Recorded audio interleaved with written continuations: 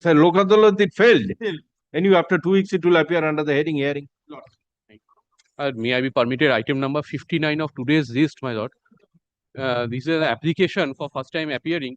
There is no delay, nothing, my lord. Already execution has been initiated. Item 59. 59. So, okay, application will be taken above from item 74. Yes. So there is no condonation of No, delay nothing, application. nothing. It's within time, my lord. Already, my lord, execution has been started in insurance company. Okay, record an order. Item 59.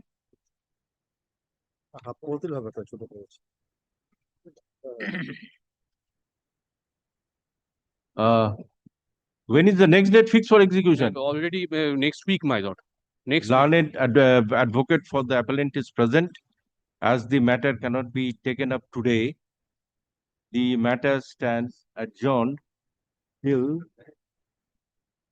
19/8/2026. Stop. However, considering the exigency on the ground that execution proceedings have been instituted, the appellant is granted liberty to make necessary prayer before the learned trial court for adjournment, which may be considered. My lord, may I be permitted to mention one matter, my lord? This is a second appeal where, my lord, it has been admitted by the division bench headed by Honorable Justice Shobhashai Bhattacharya, and thereafter, my lord, exchange of affidavits was directed, which is also complete. So, my lord, it was directed that it has to go out of list and liberty to mention upon completion of pleadings. So, my lord, Paper books are ready. My lord, yes, my lord. Anyway, let it appear as to be mentioned. My lord, great. My lord. Respondent has entered appearance. My lord, I am the respondent. You are the respondent. I am the respondent. My lord, intimate the other side. Yes, my lord. We have already intimated. We have attached the email. Great. My lord, may I be permitted to mention one matter? Ma'am, sir, my lord, this matter is a second appeal matter which I mentioned yesterday. My lord, my interim order is ending on Friday. May this court be pleased to kindly take up the matter, my lord. It is so not a interim order. Is there any execution case pending? My lord, this is a second appeal. No. Interim order for what? For what the interim order is granted? So that I will have to once go through. Anyway, let it appear as to be mentioned. My lord, kindly, my interim order will end on Let Friday. it appear in the list. Unless it is listed, no order can be passed. Give the slip. Let it appear as under the heading to be mentioned. Slip was given yesterday, my lord. Anyway, give it today. Give the number. My lord, kindly me not to mention this matter for listing. If the records are here, the matter will appear. Yes, this is for? Milord, this is for listing of application, Milord. For listing Yes, of application. Milord, I was praying before your lordship, not with regard to item 26, Milord, of today's list. Item 26. Yes. Milord, this is for extension of time to deposit the check. This is a disposed of matter, Milord. Your lordship will kindly grant me 1 week's time to deposit the check, Milord. Okay. Yes, record an order, item 26. Learned advocate for the appellant is present. Respondent insurance company is present. It is submitted by the learned advocate for the respondent insurance company that the time to deposit the compensation check has expired. Stop. Thus, the time to deposit the check stands extended till 17/8/2026. Extremely grateful to my lord. My lord, item 16, my lord, same order. Item 16 also same order. Oh, you are for respondent? Yes. Item 16 also same order. Lordship, liberty to mention, this was to appear, my lord had directed this matter to appear in the list for hearing today, but it is not appearing. Hearing of what? Claim case? Writ petition. Writ petition, give the slip. Lordship, if the records are here, it will appear. Lordship, can it please be made next week? Anyway, you give the slip. If the records are here, it will appear in the usual courts.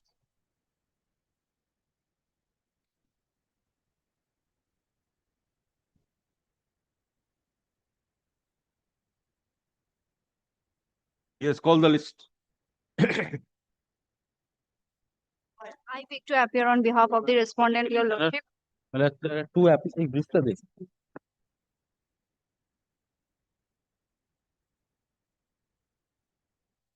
74, you are for the appellant. Yes. There are two applications. Yes.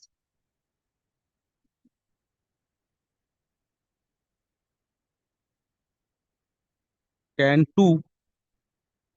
These are two applications for substitution. Can 2 of Can 2025. 3 and can 2. Yes. Now, my lord takes up can 2. My lord, here we pray.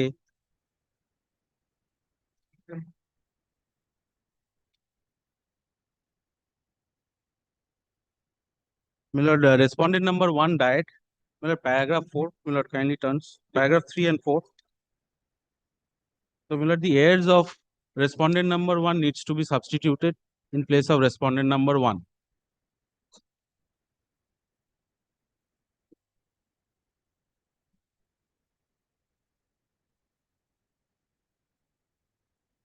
And can 3, my lord, is respondent number 1C has died. Just let me see. Din record টা.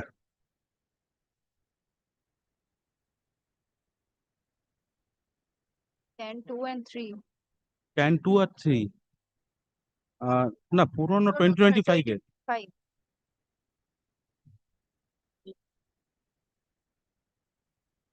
হ্যাঁ file হয়েছে 13/6/25 can 2টা আর can 3টা file হয়েছে দুটো একই দিনে 13/6/25।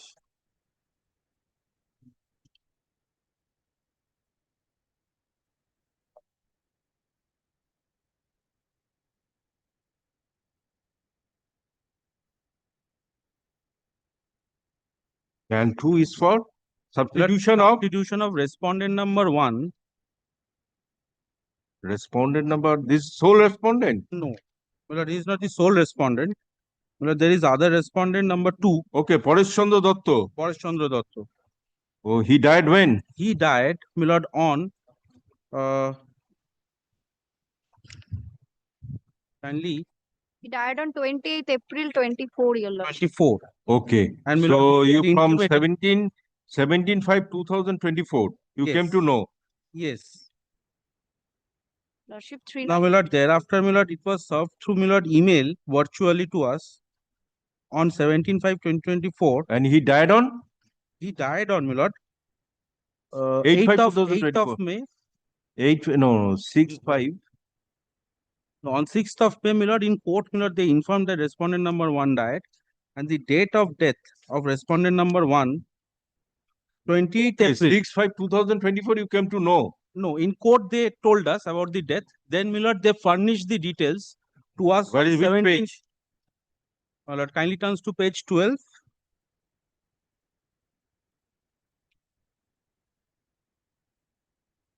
Yes, page 14. Page 14. Page 14. They informed us by this letter that the heirs of Paresh Chandra Datta are these are the following heirs.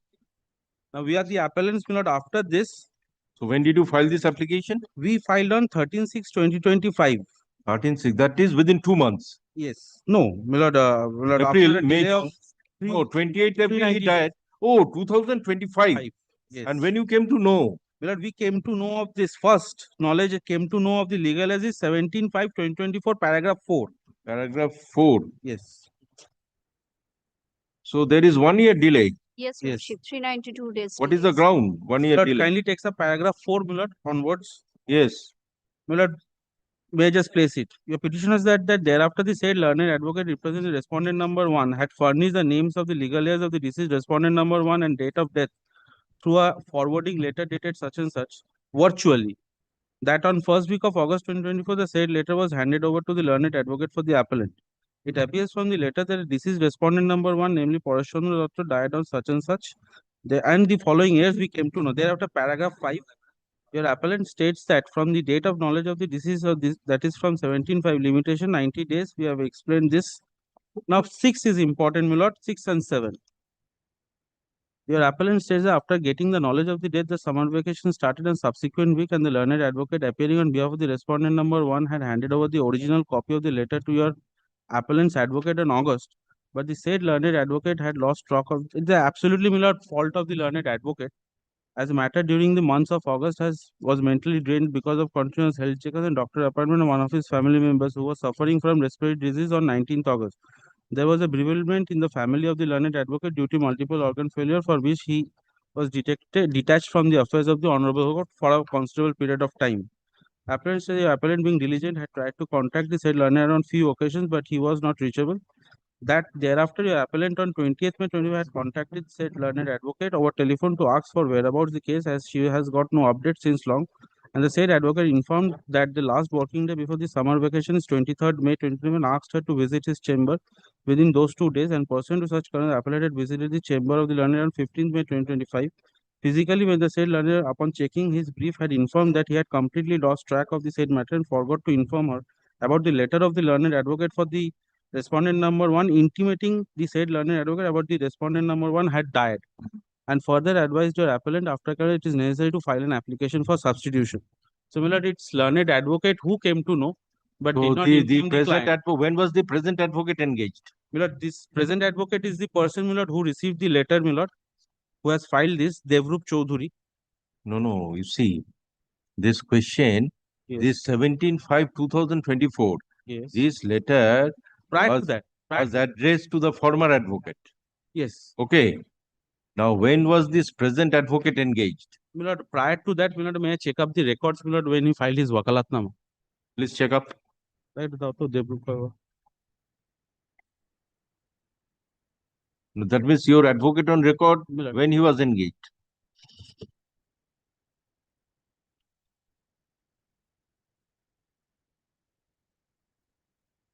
Must be prior to, Milord, that date.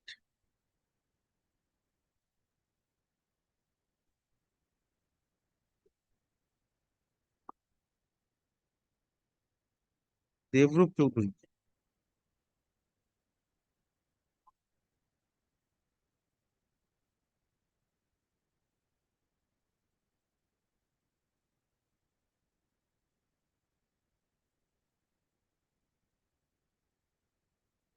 The name of it?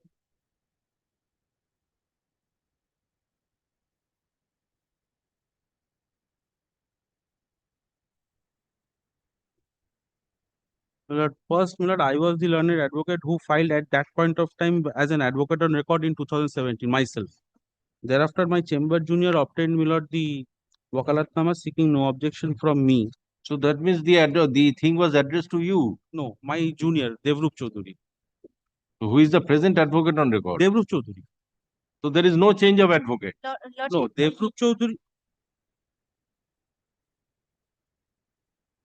Lordship, from the from the case status No, এটা status ওদের, website of our honorable court, it shows that he has appointed on 25th April 24, your lordship. 25th April. 24. তো wakalatnamata tag হয়নি।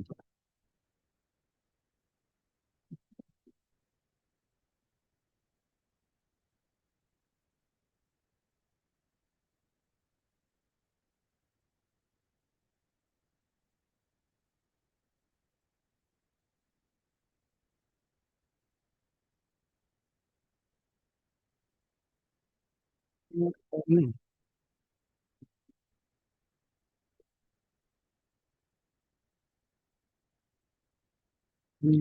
তোদের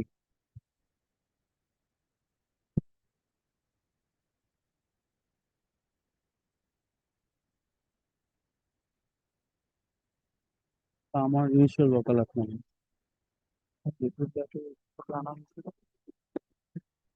হ্যাঁ, wakalatnamata Debrup file করেছে। File করেছে তো number পাচ্ছে তো Yes, Debrup. case details. Case status. নিতে পারে। Most probably in the case details, Devrup Chaudhuri wakalatnama might not be tagged with the file, but the online status report shows, Milord, he filed it on 25th of April Of 2024. 24. That means Prior he- to that, that means Prior he is to still receiving- continuing. they still continue. It's not fault of the advocate, means fault of the present Present advocate, advocate, yes. not former advocate. No, not former. Wait. Yes, what do you say? Lordship, there is 392 2 days delay, your lordship. More about 1 year's delay. Yes, lordship, that's my only submission, your lordship.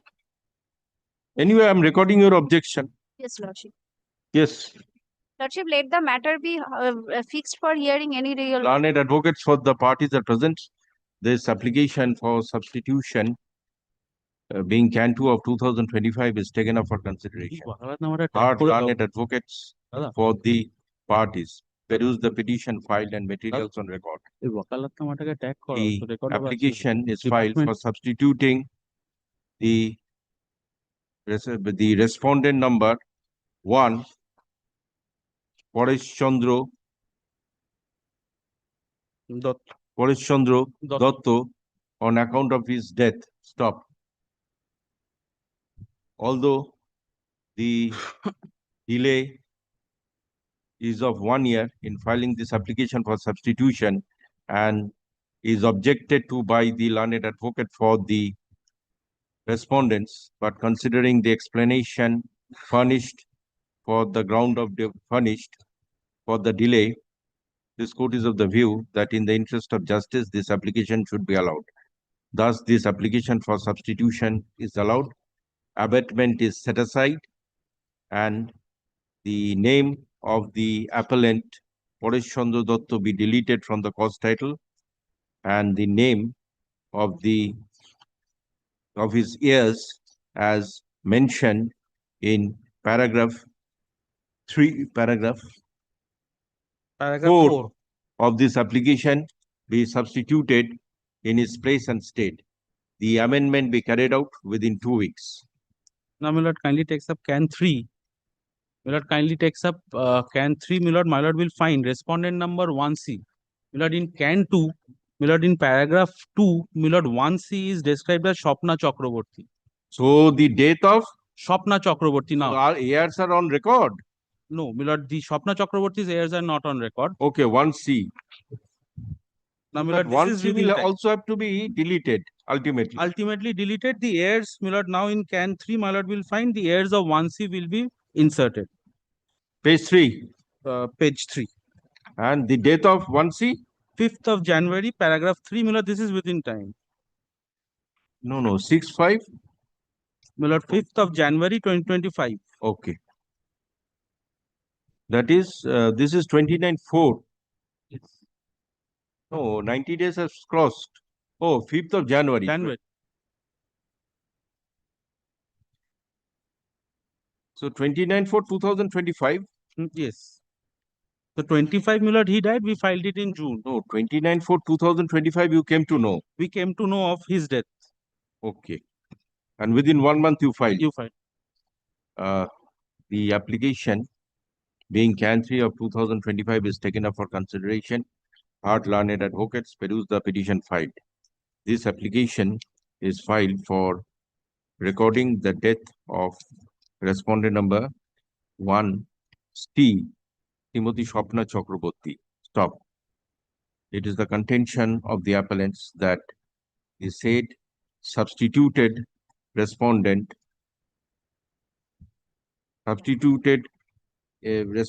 who was the heir of original respondent Paresh Chandra Dotto died on 5th January 2025. Stop. The appellants were intimated by letter dated 29/4/2025. Stop.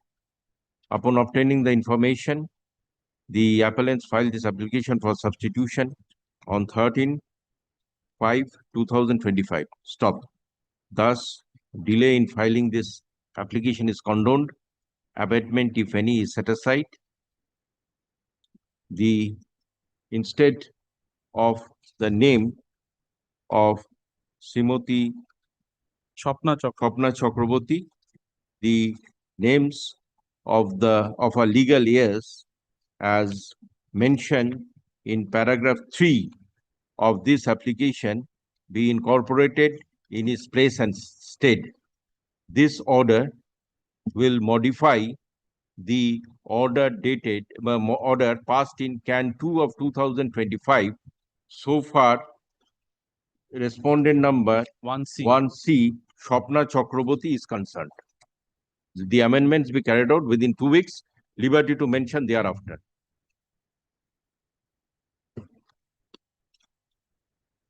Only one direction, my lord. The Wakalatnama of Devrut Chaudhary, it's in the department, it's not tagged. Anyway, let the number, your number is there. Number is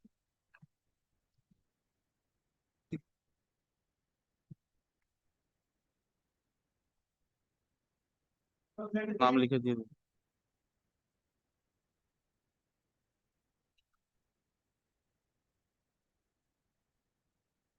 Well, 77, my lord, I am for the appellant. There are two applications, my lord. One for substitution and But I am for the respondent.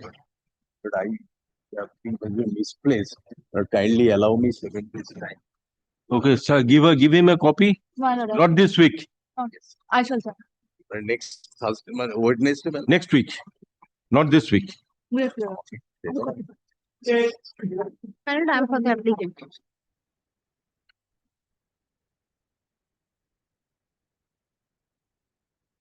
My lord, my application for limitation is pending. And my lord, kindly have a look A at substitution is to be carried out. substitution was carried out, my How lord. many applications? My lord, in order number, order dated 27th November 2025, your lordship allowed my CAN 2 application of 2023. My lord, that is substitution. Okay. What are these applications for? Can one? CAN 1 is for limitation, my lord. Yes. Our CAN 3 and 4, my lord, that is setting aside abatement and condonation of delay. That was not noted in the order. That is why, my lord, my other side has supplied twice the opposition. Once opposition supplied before me, thereafter second time he has filed opposition. Okay, let me see the order passed in Can Yes, 2. my lord, CAN 2, my lord. 27th November Let's 2025. file the opinion of opposition. To Section 5 limitation. Yes, in respect of can Section number, 8, my lord, all can number 4, 5, and 6. ma'am. opposition and reply. Yes, sir. You are Supply. filing affidavit in opposition?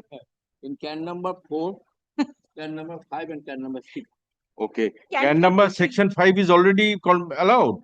Section 5 was not allowed, my lord. CAN 1 is pending. Okay, let me see. Before you Only got- Can 2 is allowed. 2 is allowed. Let me see the order in Can 2 first. Yes, my lord, 27th November 2025. Can 2, you have a copy of Can 2? Yes, CAN 2, my lord, order. Yes. This is this. I have the only copy. Ekটু দিয়ে দেবেন না? Let me see it. Order. আচ্ছা আছে নাকি Can 2 এর অর্ডারটা দিন একটু। ওই হাইকোর্ট ফাইলে তো থাকবে।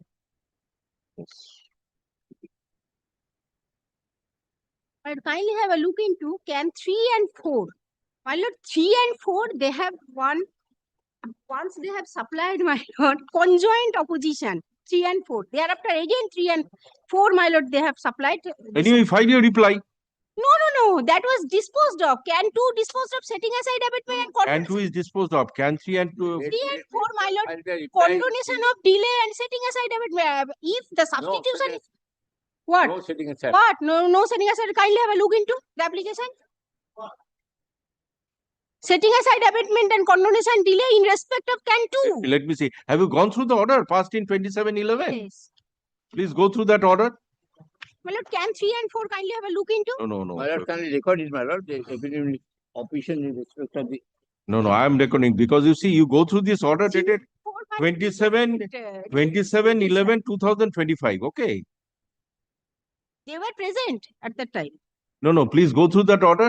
After this order, nothing remains to be disposed in Can 3 and Can 4. Oh, yes, my lord.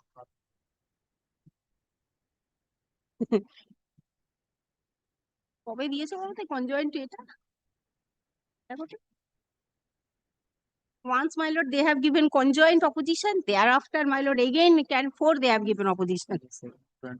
And only to delay. No, it's better if you want to file opposition to Section 5, I can grant you that opposition. Opposition and reply, everything is completed. Now, question is, we want to submit with regard to Section 5. Kindly, you do lordship, kindly record this. The opinion of opposition, respect of can 3, 4, and 5. Okay, record an order. Yes, my lord. Learned advocates for the parties are present. Hard learned advocates. It appears that by order dated 27, learned advocate for the respondent files affidavit in opposition to Can 3 of 2025 and Can 4 of 2025. And can 5. And Can 5 is of 2025. CAN 5 is something else, my lord. That is before division bench, it will be hard. Okay. Injunction application. So for Can 3 of 2025 and Can 4 of 2025. 5 and 6, man. Yes, Can 3 of 2025 and Can 4 of 2025 is And Can concerned. It appears from 27/11 from order dated 27/11/2025 that Substitution was allowed.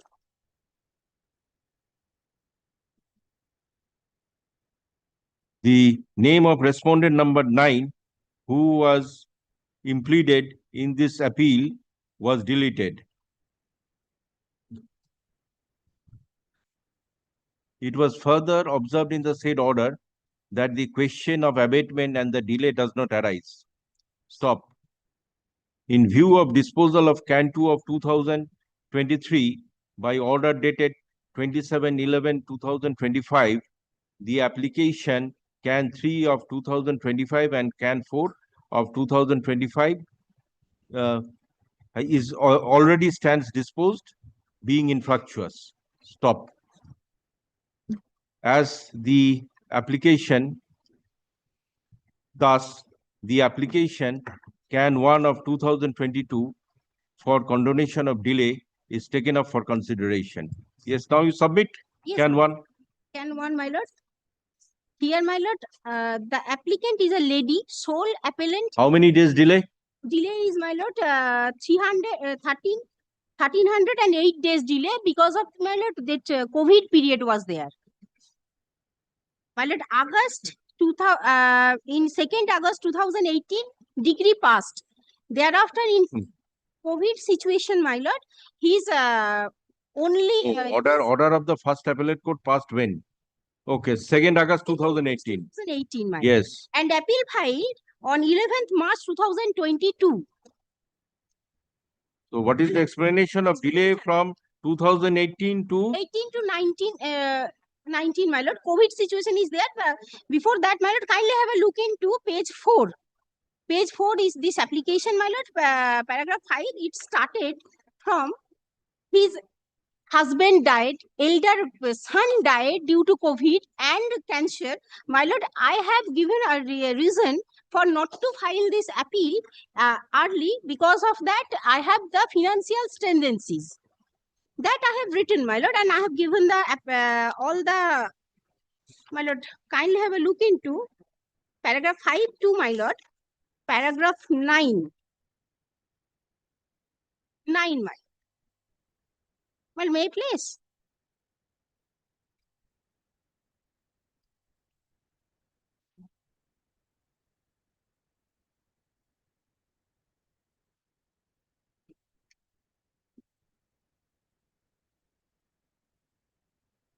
পজিশনটা দেখো, পজিশনটা দেখো, main পজিশনটা, main জায়গাটা দেখো।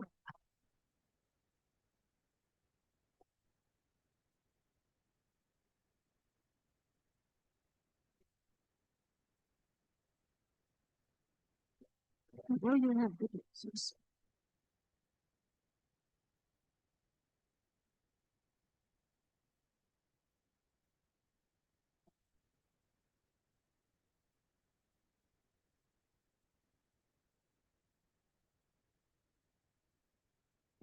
In paragraph 8, it has been written all the health certificate, discharge certificate, death certificate I have annexed.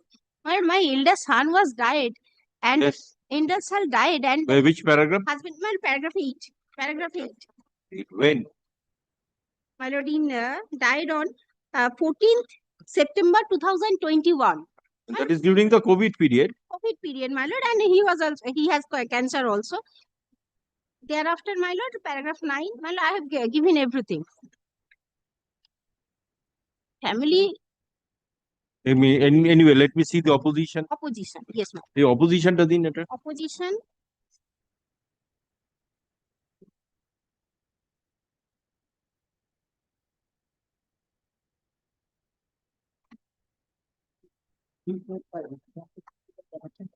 আমি order করে দিলাম, অলরেডি স্ট্যান্ডস ডিসপোজড। আজকে এখন অর্ডারের মধ্যে করে দিলাম। হ্যাঁ, আজকে থেকে এটা ডিসপোজড হয়ে যাবে, ট্রিটেড টু বি ডিসপোজড।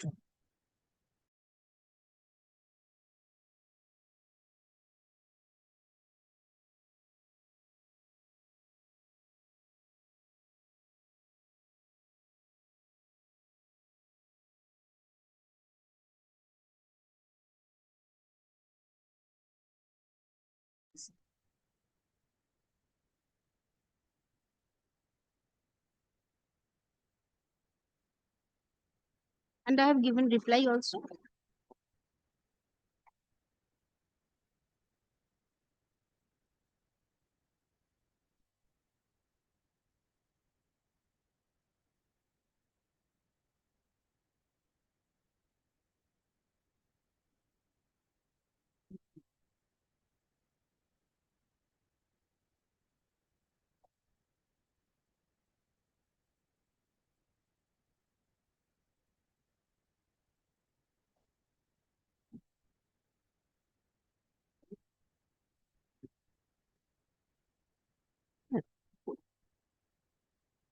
আমি রিপ্লাই দিয়েছি, ট্রিটমেন্ট করতে গেছে, হ্যাঁ, injunction. No, where is the opposition to can 1? This is can 2. Can 2 is already disposed on the last occasion. Can ওয়ানের opposition,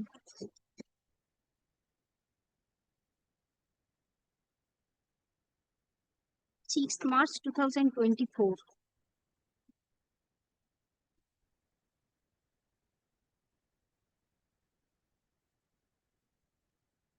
March. No, can 1, can 1. এই can 1 এর opposition টা দিন একটু। March 6, 2020.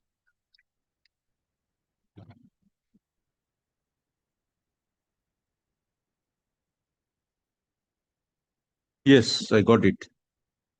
Can 1. My lord, paragraph 6. Para 6. Para 6, page 2. কোনটা করতে আছে? আপনাদের অপোজিশন, আপনাদের অপোজিশন। আপনি প্লেস করুন, আমি বলছি তাই জন্য।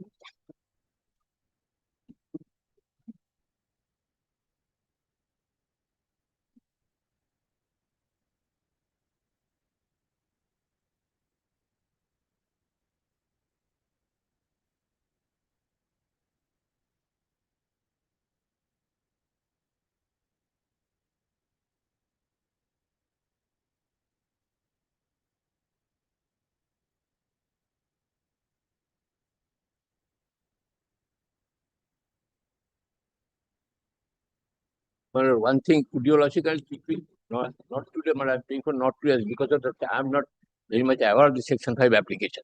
Okay, not today, not this week. Then, my lord, kindly fix up a time, my lord, so that Just- it cannot be avoided. No, application. It will appear under the heading application. Yes, my lord, since 2022 it is appearing. No, your earlier applications are disposed. It will be taken up. No problem. The subsequent, my lord, this Not this week. 2022. Huh? As last. No, this order will remain hard. I'm just hard. The application is taken up for consideration. Hard learned advocates, let this matter appear. If you on- official, Huh? the extra can 4, Let 5 this and next 6. week. Next Let week, this my lord. matter appear on 19/8/2026. Yes. Next Wednesday. And my lord, kindly ideological record, I'm finding the opposition. No, that I've recorded. Can 4, 5 and 6. I've recorded, but those applications I've recorded has become infructuous and disposed. Numbers.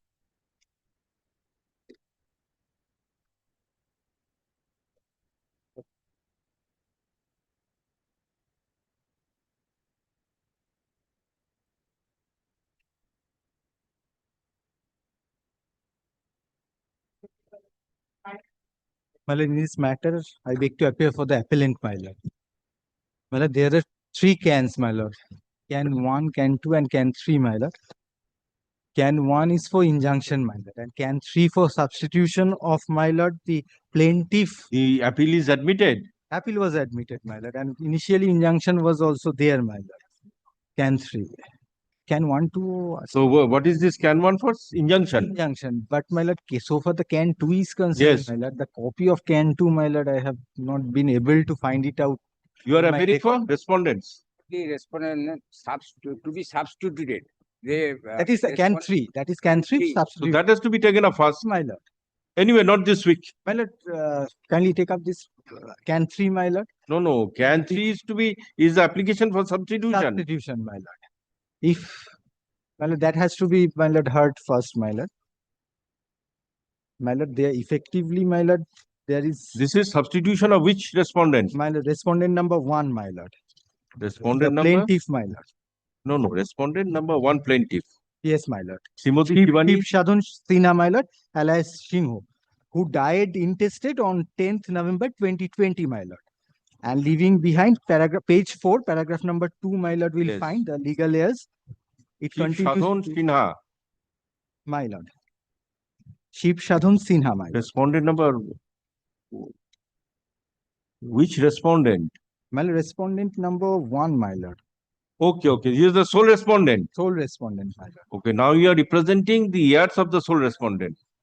respondent this on the basis of substitution application. Application. That means, It has been served, my lord, upon them. okay, you are representing the heirs of the deceased This respondent. is response. This is sole respondent. This is so responsible. Okay. When did this person die? Sole My lord, respondent? 10th November 2020, my lord. 10th November 2020. When did you file this My lord, application? it was filed, my lord, in the month of April 2024, my lord. My lord, effectively there When is did you delay come of- to know? My lord, it is, my lord, kindly come to page 5, my lord, paragraph number 3, my lord. My lord, I have stated therein, my lord. My lord, date of knowledge, my lord, that is not So Not if very there is well no date drafted. of knowledge, there is no ground. happily drafted this application, my lord. I must admit, my lord. If my lord satisfied that appeal has already been admitted, my lord, considering that aspect, my lord, if my lord, Appeal is admitted. appeal is admitted. No, this death took place after this appeal, Yes, my lord. Yes, after the admission. what I am trying to impress upon your lordship, since the appeal has been admitted, my lord, and this is second appeal No, point delay of law about default. 3 years, 4 My lord, months. effectively, my lord, this is 1 year, 8 months, my lord, because COVID period, my lord, there is Honorable Supreme Court directives, my lord, Yes, what did limitation you say? period will be waived, my lord, at that. There is delay of 3 years, 4 months. No, you In effect, exclude the COVID period. Yes, my lord, that is The death took place during COVID period.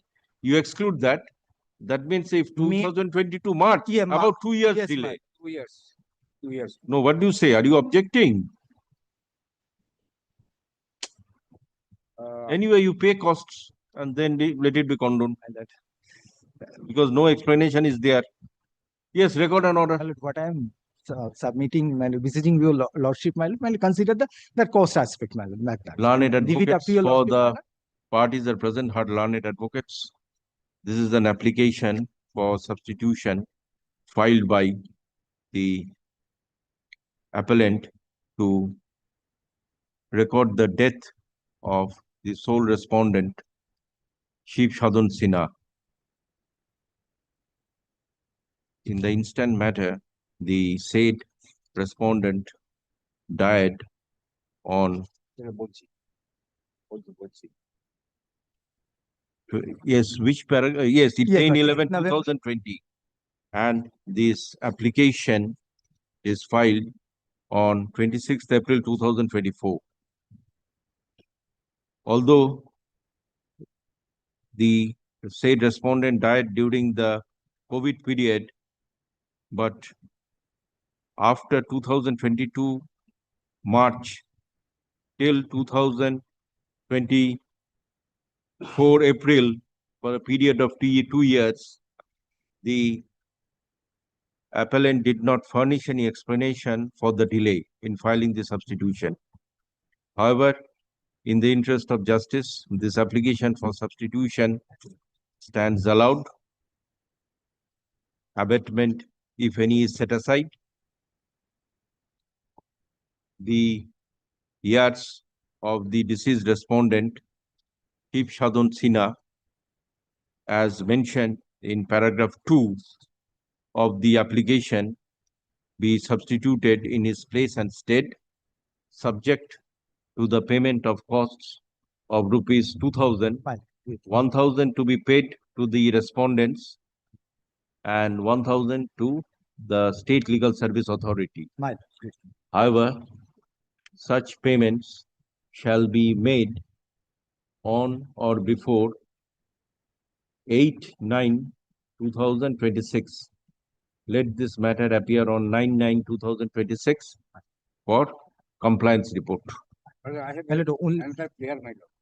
On 22nd September 2022, there is a direction for filing paper book by the appellants. Appellants did not file paper book. Anyway, let him. Interlocutory applications Acha, are still After you pay the costs, My lord. I will direct the department to carry out the amendment, Amen. My and I will direct you to prepare the paper My lord, books. my lord. I'm Must extremely comply grateful. the Extremely costs. My lord, may I pray for one indulgence, my lord? Yes. So far, the CAN 2 is concerned, my lord. I am not aware of what is the CAN 2, my lord. That is perhaps, my lord, subject to correction, that is recalling of any order, my lord. This matter pertains to, my lord, Chamber of, my lord, Justice Parthapratim Roy, my lord. So now we are in a condition, my lord, to find out. Anyway, the you thing. see, Yes, my For that you reason, first if I comply this take, cost. yes, my lord. Okay. I shall. Thereafter, I shall consider. My shall.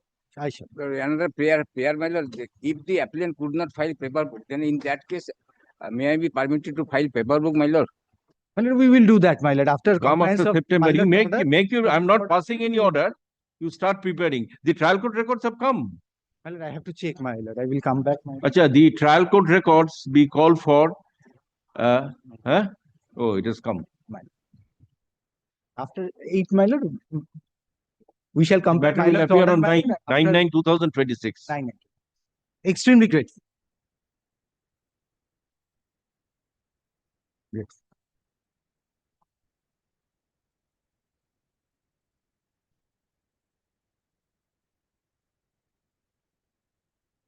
Hello, I am for the appellant petition. And I'm little handicapped because I missed my brief today. No, this matter went to mediation or this is a separate matter? This is separate matter. This is separate matter. Not that matter. Mr. Joyanto Mittir is appearing. No, not even that matter. This is in this matter. This is a suit. You are for the appellant. This is my appeal. This suit for plaintiff is the appellant before lordship. Yes. This is a suit on easement right. Suit had been decreed. Subsequently, the appeal has been allowed. Defendants. That means the degree set aside. Decree has been set aside. Appeal has been allowed. Assailing which I am before lordship. Now, lordship kindly sees the order of lordship dated 30th April 2025.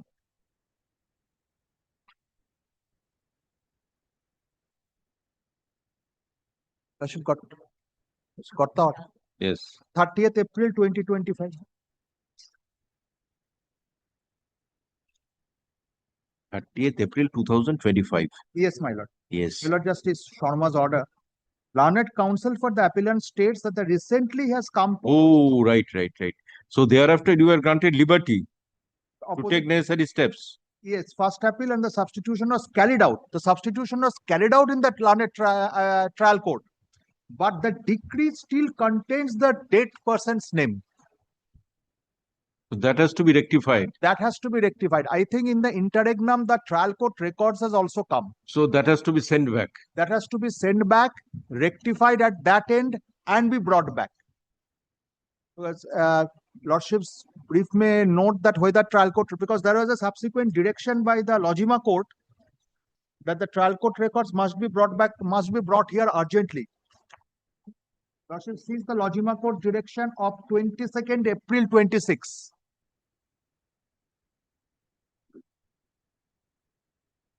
Yes, respondent 8 is dead and an application has been filed for substitution. This can is still pending. So, and what is this order? Can 2 is not on record. Department. So, can 2 be served upon the opposite parties? So, you had filed can 2. I had filed can 2 stating these facts, what has happened, and whether that can be corrected at this end. Because now you are proceeding against a dead person. I am proceeding because I was not aware. So, under Order 1, Rule 10, court can implead. Yes, during, substituted heir. Because this, when a person dies prior to the decree, prior to the appeal or suit, and the suit is instituted against a wrong person, then right from the very inception. Not from the prior to the suit. During the appeal. During the appeal was preferred against a dead person. The second appeal. Yes. The second appeal. So under Order 1, Rule 10(2), court can invoke the said provision and direct the suit be instituted against the right persons. Yes. That can be done. That can be done. Lordship has that power. Because all these are all our co-sharers. Let me see the can application. A can 1 can 2 Achhe. Because all are co-sharers. No substitution possibly is required. The legal heirs are already on record. Anyway, if so far the suit or appeal is concerned, if it is against a wrong person, that may be rectified. Then Order 1, Rule 10 is there.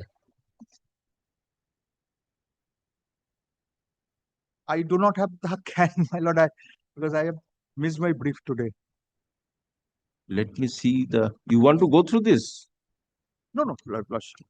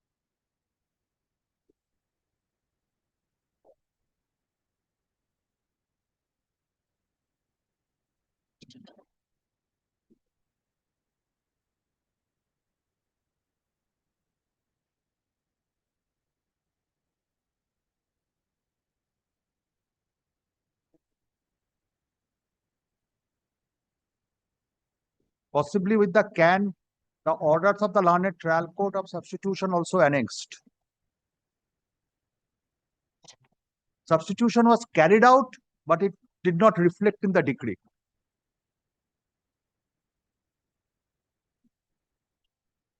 Yes, record an order. Learned advocates for the appellant is present. The application Can 2 of 2021 is taken up for consideration. It is the contention of the appellant that respondent number 8 died during pendency of the first appeal. Stop. Although there was a direction by the learned first appellate court to substitute the years of the said deceased respondent, but the same is not reflected in the decree of the first appellate court. Although in such a situation, there is no scope for substitution, as the respondent number 8 did not die during the pendency of the appeal, but died prior to institution of this second appeal. It would be just and proper for this court to invoke the power under Order 1, Rule 10(2) of the Code of Civil Procedure to delete the name of respondent number 8 and to implead the legal heirs of respondent number 8 in the instant appeal. Thus, the name of respondent number 8 be deleted from the first title of this appeal, and the names of our heir as mentioned in paragraph. Which paragraph you have mentioned? The names of the heirs?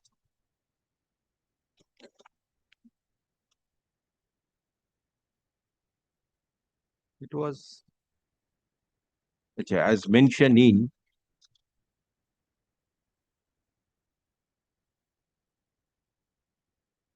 cause title to this cause title, namely Srimati Bimola Nandi and Srimati Meera Rani Modak, as specifically described in the said application cause title, be incorporated in place and state of respondent number 8. Stop. The amendment be carried out within 2 weeks.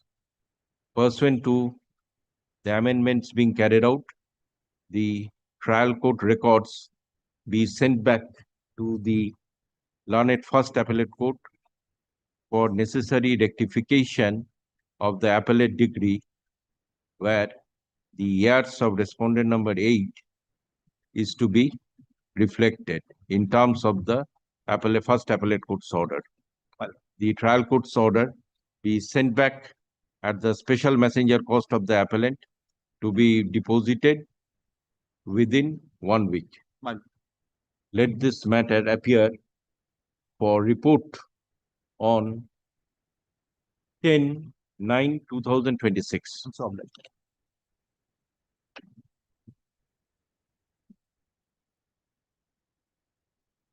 After that, I will pray for paper book and all those things. Yes, Right? let the first substitution, Yes. thereafter rectification in the appellate degree, and thereafter the trial court records will come. Let me pay, yes, item 81. You are for respondent. Respondent decree holder lordship, since 2007, 18, there is a stay order, there's a blanket stay order, there's a eviction suit. And by this time, 2018, the original, the sole appellant expired When did the sole appellant expire? During pendency of this appeal. during the pendency of this. Sole appeal substitution carried out. Substitution has been effected. And neither there is a, Now, what is these applications? All these applications? these are all the old applications, some, All are disposed. no, some of which have not been served in spite of the honorable court's order. And there are two more applications. One is challenging the maintainability of the present appeal having regard to the effect of 2G of the West Bengal Premises Tenancy Act. And the other is for payment of occupational charges. Occupational charges are not yet paid. No, Where is that application for? Lordship. Who is appearing for the appellant? Lordship, they will not appear. They will neither serve the entire copies in spite there is a specific direction.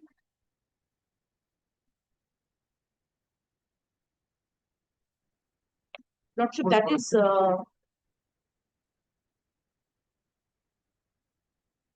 Let me see the last order. can it, Lordship, the last order. 24th of July 2024.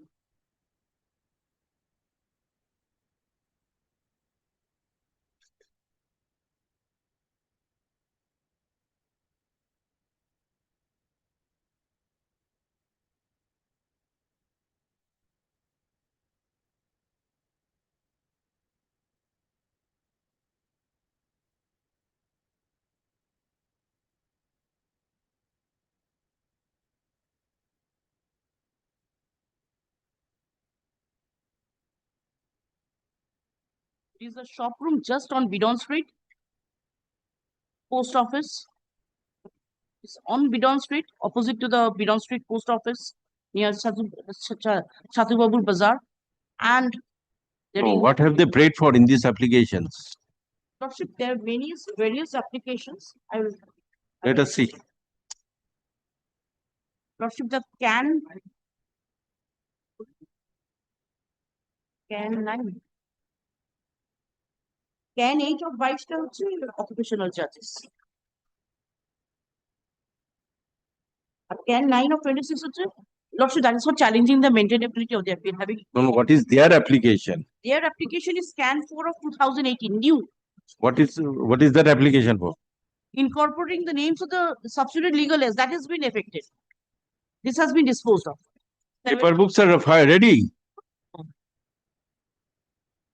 Anyway, I can grant you the opportunity to file paper books. There is no requirement of paper book having regard to the effect of 2G. Whatever it is, the matter, this is a question of law. It's better the appeal be heard out, and that application that will be kept open. Lordship, it will continue for another era. No, after, in the month of September, I will hear out the appeal. It is a suit of 2000. Very well. This time, my predecessor in interest has also expired. No. After the paper books are made ready, I'll hear out the appeal itself. Because if I direct them, they may delay the matter. Anyway, I can dismiss the appeal, but I'm granting you the opportunity to prepare the paper books. Yes, record an order. Lordship, you will be very taxing upon my client. Anyway, you see. Taxing upon my client, Lordship. No, if that. Thrice the suit has been decreed. Lordship, let me. Thrice the suit has been decreed. In each time, Without paper books. My client has won. No, without paper books. Without paper books. 6 years has passed. They are not, again, your honor, Lordship, I will bow down to your Lordship's direction. But the thing is that it will continue. আচ্ছা আগের অর্ডারটা দেখি কি আছে 5 years has already passed. It is a commercial property. Anyway, the appeal be heard out.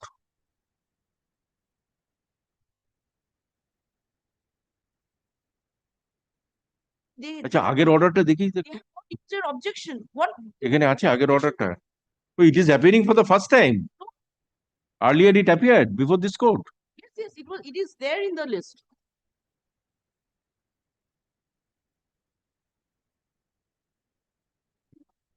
You have filed any petition for occupation charge? Yes, Lordship.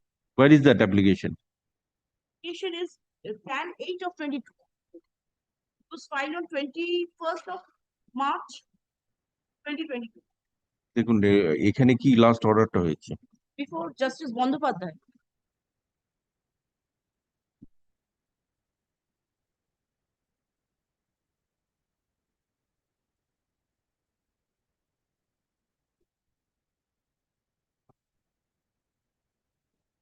For 2022, we are in আমার অর্ডারটা 2026. কোথায় গেল? Application is still pending. দেখি। না না আমার অর্ডারটা দেখান। হয়েছে?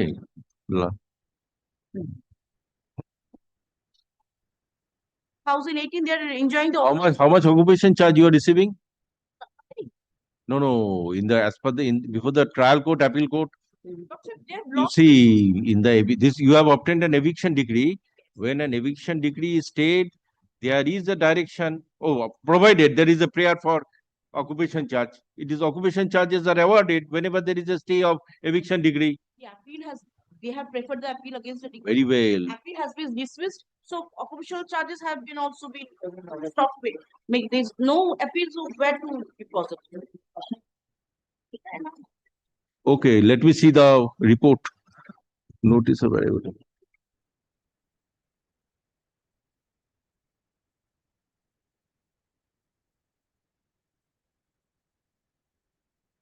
You are representing all the respondents. So that is why service, no, because the service of notice upon respondent number 2 and 3 is not complete also. It is the headache of the appellants. But respondent number 2 and 3 is required to be served also. You are representing the respondent plaintiff. Respondent plaintiff. And 2 and 3? Who are they?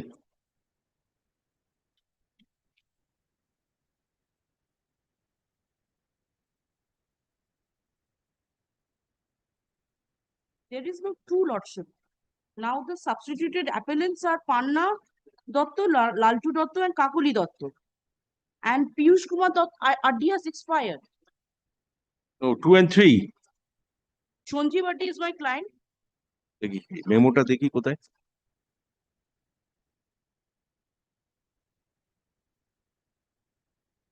I have a glance.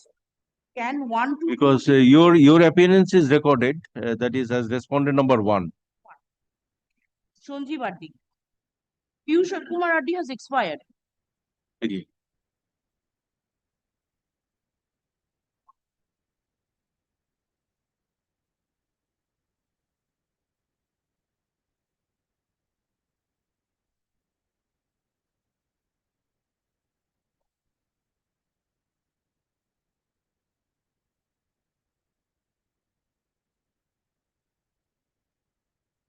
ধ্যান কোথায়? এই ইয়েটা মেমোটা এটা। Okay, there are main respondents are Sanjeev Bhatti and Piyush Kumar Reddy. He was my uncle and he has expired. Okay, this is sole appellant is already substituted. Lordship. So when did this person die? Piyush Reddy. Lordship. So you are already on the record. Yes. I'm now the. And Nimai Chandra Singho. He was the co-defendant. There were 2 tenants. But there is nothing on the record that this Piyush Kumar Reddy died. It is coming from you. Death certificate I can break, and the probate has been sought for, and my client is the beneficiary, and his name has been mutated in the KMC record. Anyway, if you want, you can also come out with a substitution application for deleting the name. That also can be done by you also. That I can do, Lordship. But can you dismiss the appeal? What I am on, Lordship. If the appellant is not eager to proceed with the appeal, why to burden the respondent? No, this is the co-defendant. You sought eviction against this person also. Everybody. This Nimai Chandra Singh also. So he is made a pro forma respondent. Anyway, They have made it him a pro forma respondent. because Nimai Chandra Singh against this person also eviction decree was passed. Shamil Dotto and this sinner. This Nimai Chandra Singh. Yes, record an order. Oh, this is happening first time before this court. Yes, record an order. Learned advocate for the respondent number 1 is present. None appears for the learned advocate for respondent number 1 is present. None appears for the appellant. As reported by the department, service upon respondent number 2 and 3 is not complete. Let necessary steps be taken by the appellant for causing necessary service upon respondent number 2 and 3. Learned advocate for the respondent number 1 submits that respondent number 2 died during the pendency of this appeal. Thus, liberty is granted to the said respondent to take necessary steps in this regard. Let this matter appear on 9/9/2026 under the same heading. Yes, recorder learned advocate for the respondent number 1 is requested to intimate the learned advocate for the appellant by notice.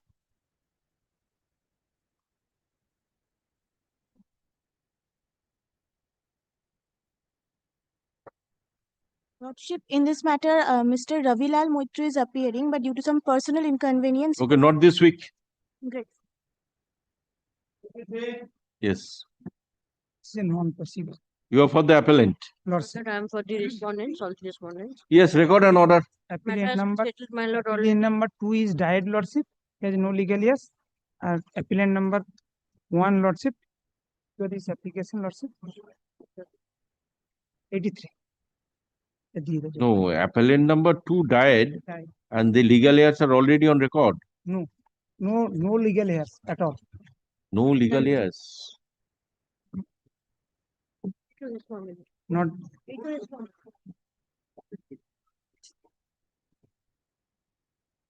So it can be dismissed for non-prosecution so far the appellant number 1 is concerned. One is concerned. Second, already suit.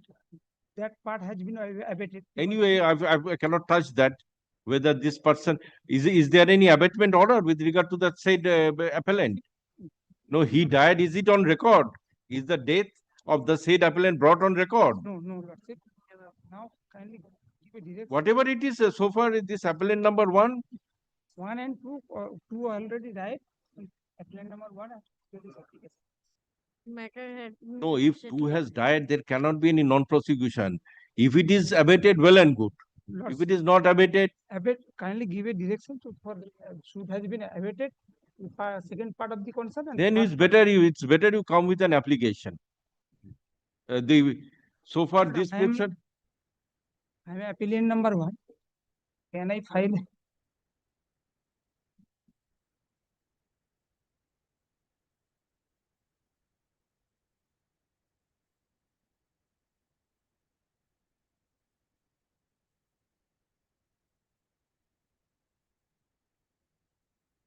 Okay, no steps is taken. When did this person die? Appellant number 2, Lords. Died when? On Because you were holding power. 2025, Lords. 25? 10? 12. 2025. 25. Lordship, I give a photocopy of that. Okay. Because you were holding power for the on. Lordship. Yes, record an order. Learned advocates for the appellant is present. It is the submission of learned advocate for the appellant that the appellant number, Swapnapal is appellant number? 2. Died on 29 or 28/12/2025. It is further submitted by the learned advocate that there are no legal heirs of the said appellant. Stop. As no steps is taken for the substitution of this appellant, the said appeal stands abated with regard to stands abated with regard to appellant number 2. Stop. However, with regard to appellant number 1, learned advocate for the appellant submits that he has instruction to withdraw the instant appeal. Learned advocate also files a letter dated 27/7/2026 issued by the appellant number 1. In the facts and circumstances, the appeal stands dismissed for non-prosecution so far the appellant number 1 is concerned. Let the copy of the instruction and copy of the death certificate filed by the learned advocate be kept with the record.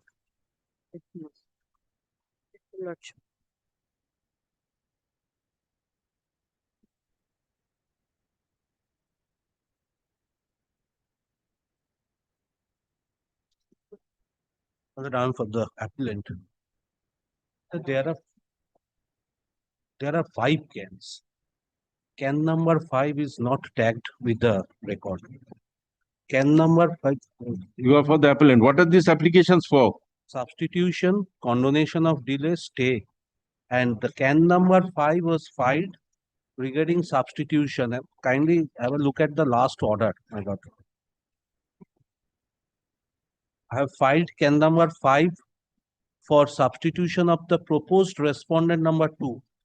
On the last occasion, learned advocate appearing on behalf of the respondent submitted Honorable Court that proposed respondent number 2 has died.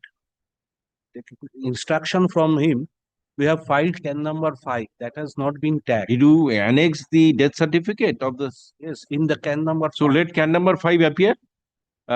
Kindly give a direction. No, let it appear on the next day. Let this application, let can 5 of 2026.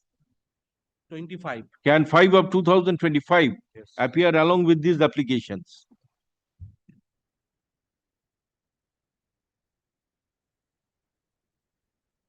Monday, coming Monday. Next week? Next week. আমি দিয়ে দিচ্ছি কবে file করেছি হ্যাঁ file করেছি Service is complete. Service is complete. Intimate the other side advocate also. If both sides are present, I can take it up. Very well. If it is. So on the next occasion, I shall file the affidavit of service or today? Yes. File it on the next day. And if in the presence of other side, if the other side is present, I can take it up, even if it is not in the list. Very well, very well. So kindly fix it on Monday, 17th. I shall inform. Let this matter appear on 19/8/2026. 19th or 17th. Next Wednesday. Very well. I shall inform. Item 89, my lord, interim order will expire on, my lord, Yes. It will be called. This is the last item. 89. 89. Okay, 89. Will expire on, my lord, 14. I 14. have noticed to the other side, my lord, he received it. The matter will. Okay, I'll take it up at 2 p.m. 2 p.m. 2 p.m. Intimate notice that it will be taken up at 2 p.m.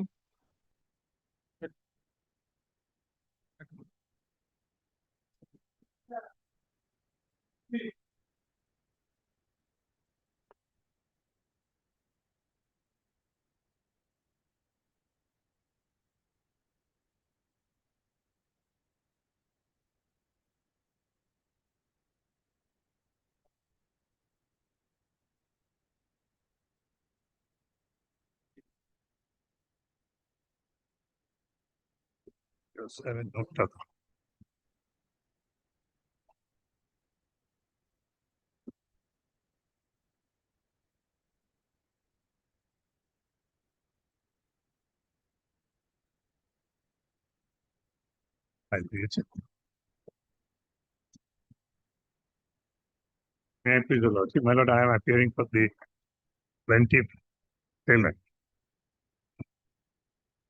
Okay. This is an appeal against eviction decree. Okay, this matter was heard earlier. So today you have to rely upon some decisions. Yes. No, my lord, I am just, I prepared, my lord, a short note. Yes. Give for that. Your Lordship's consideration. And last week you submitted and you had to rely upon some decisions. Well, let me place this note, my lord, then I shall. Sir, a copy. Yeah, a copy. Accept. May I place it, my lord? Yes. Plot number 580 having an area of 14 decimal and 581 having an area of 14 decimal belong to one Brojomohan Jana and recorded in the district settlement record of 1913 and 14.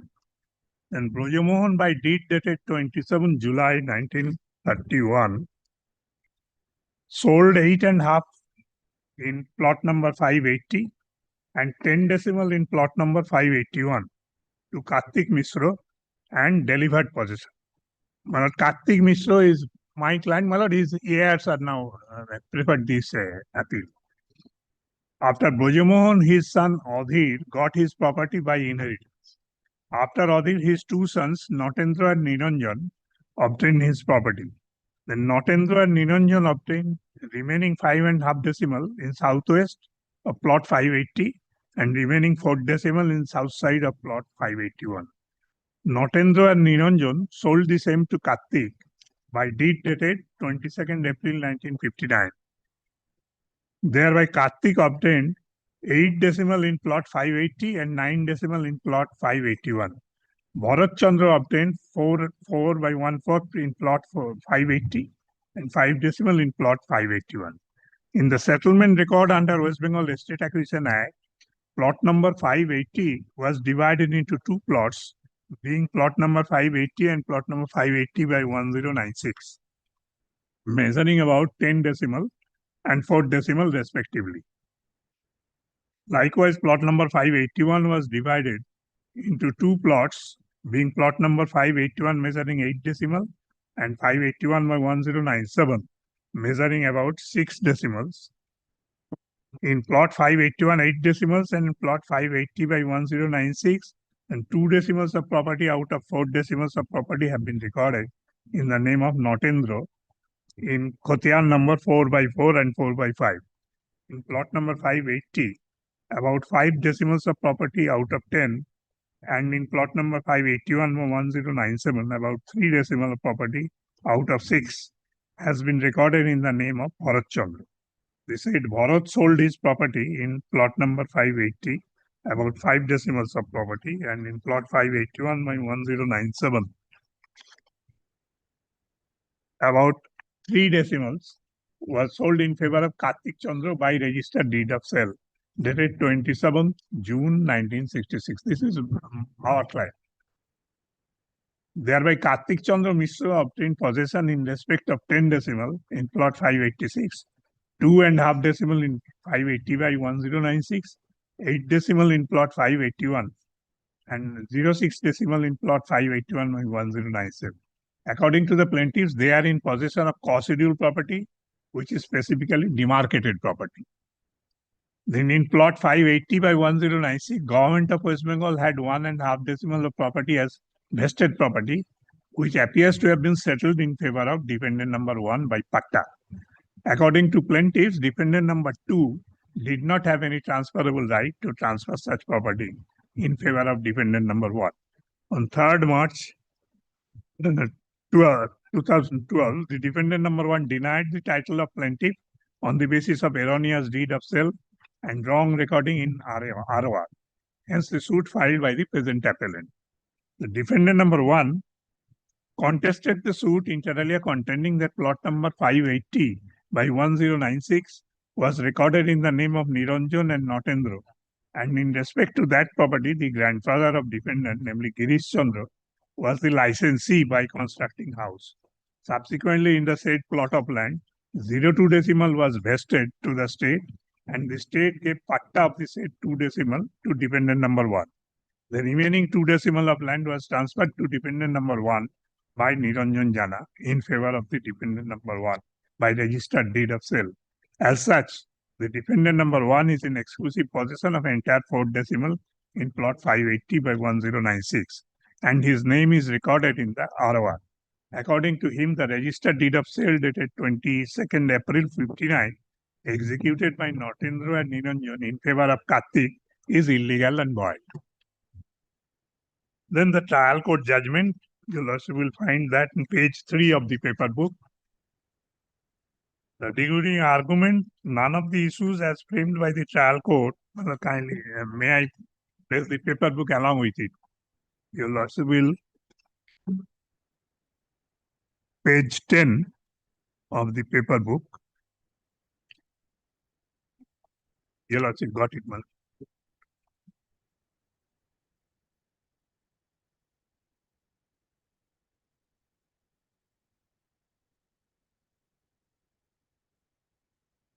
Page 10, my lord, after giving the issues mentioned therein, he has taken up all these 7 issues are taken up for discussion for the sake of convenience and for brevity of expression. During the argument, none of the issues were pressed by the learned advocate for the defendant. This is very important. They didn't contest these issues at all. However, on the perusal of the pleadings and other materials on record, I find that except the statement of the defendant in his written statement, to that effect, there is no whisper in the written statement as to how the suit is not maintainable in its present form and prayer.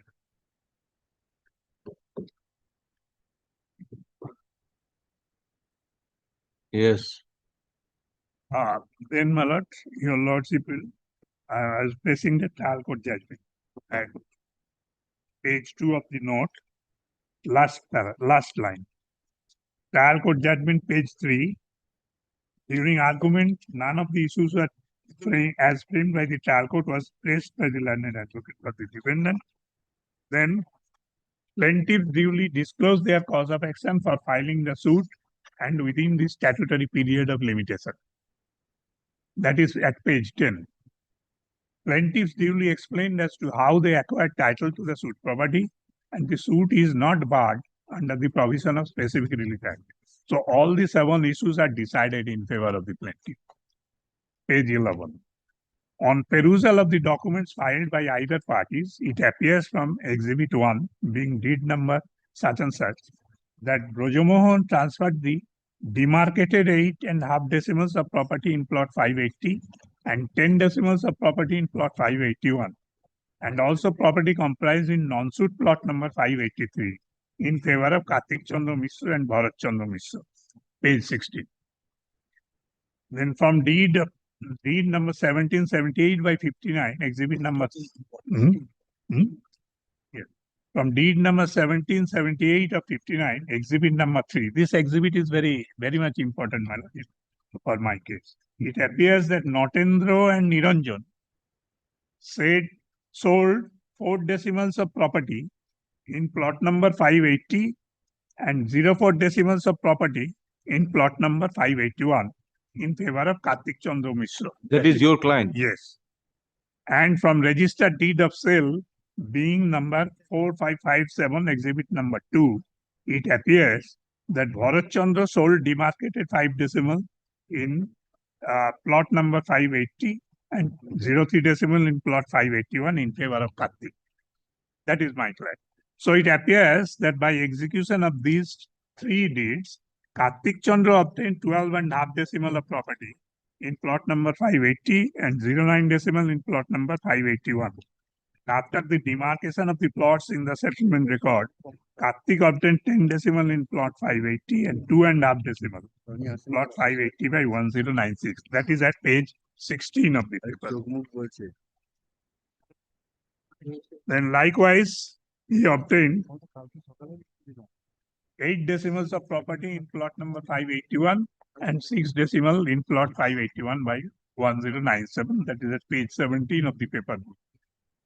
From exhibit 4, it appears that Niranjan sold 2 decimals in plot 580 by 1096 in favor of Horendranath Mondal.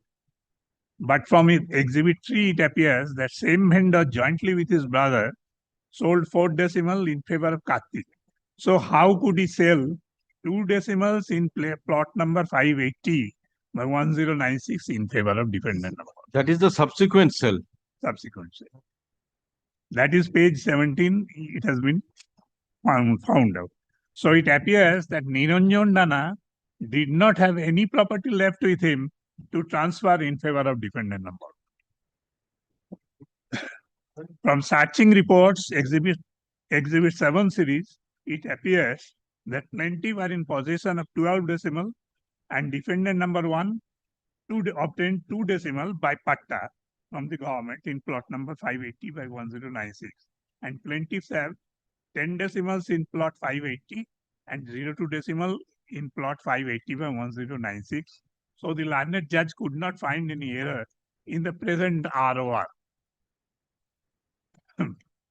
Then on perusal of the documents filed by the defendant, Exhibit A to F, it is found that there is no inconsistency with the discussions of court. Defendant obtained 2 decimals of property by patta in plot number 580 by 1096. The deed number 716, Exhibit B, could not be acted upon as the vendor of the deed did not have insellable right to transfer the property in favor of the defendant. Considering all the exhibited documents, no error could be found in the ROR. So it is found that plaintiffs are in possession of 2 decimal in plot 580 by 1096 and defendant number 1 is in possession of 2 decimals after vesting. As regards the remaining 3 suit plots, the plaintiffs are in possession and there is no dispute regarding the same. This is the finding, my lord, of the trial court. That it is declared, thus it is declared that plaintiffs have right title over 10 decimals in plot 580 and 2 decimals in 580 by 1096, 8 decimal in 581 and 06 in plot 581 by 1097. Then the appeal court judgment. Because you are the plaintiff appellant. Yes. Appeal court judgment. Anyway, in trial court you succeeded. Yes. The appeal court judgment, my lord, these are the findings. I've just sorted it down. Title of Brojomohon in respect of plot 580 and 581 and execution of Exhibit 1 has not been denied. Relation of Notendra and Niranjan with Brojomohon has not been denied either. As per Exhibit 1, land measuring 8.5 decimal comprised in plot 580 and 10 decimal comprised in 581 was demised. Exhibit 5 lays credence to the title of Brojomohon in plot number 580 and 581. Exhibit 6, Exhibit C1 taki oderta naki. The same matter has been, same document has been exhibited by them also. It reveals that Notendra had land measuring 8 decimal comprised in plot 581. One Girish Mondal was in permissive possession of the same. Then Exhibit 6.1, that is by Patta, he has got it. Then Exhibit 6.1, Exhibit C by 2 reveals that Notendra had lands measuring 2 decimal out of 4 comprised in plot 580 by 1096. One Girish Mondal was in permissive possession of the same. So all the record of rights, this is important, man. All the record of rights being Exhibit 6 series and C series came into effect from 1st Boisak 1362 BS corresponding to 14th April 1956. That is, my lord, from the date of vesting. It can also be gathered therefrom that such record of rights were prepared upon promulgation of Section 6 of the West Bengal Estate Acquisition Act. Now, till this point, the version of the parties do not offer any adversity.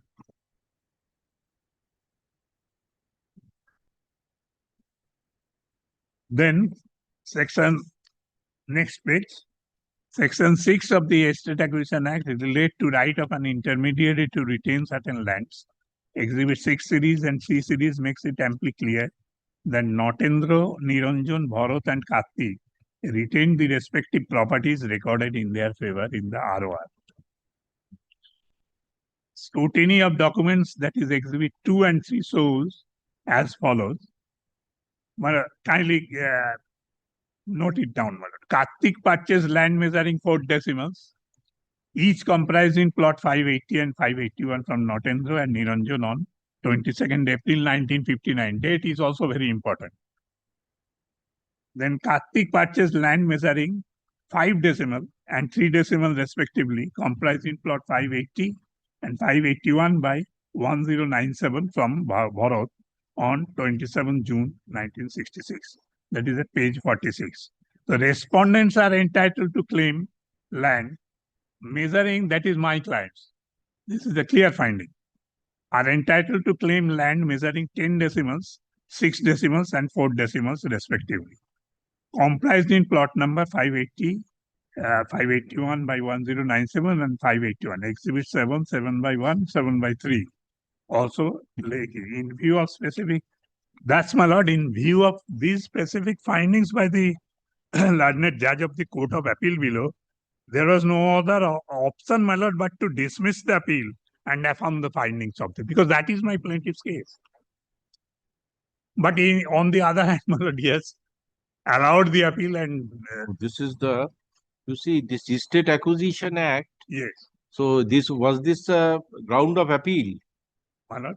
Was the Estate Acquisition Act provision ground of appeal? Was this taken in the ground of appeal, first appeal? Yes, yes. Estate Acquisition Act was there, my lord, it has been my lord, my client got that property, my client's name was recorded in the record of rights. If it is that so, my lord, and my client also paying rents for that. So my client, my lord, have become, my lord, direct tenant under the state. Because state has accepted my client, my lord, as a tenant. No, your right, your case was right from the purchase. Yes. That was your case. And your suit was for declaration and injunction. Okay. On that basis, my lord, and the now findings of the appeal court was this: you are entitled to claim land measuring so and so, comprised in so and so. my lord, kindly turn to the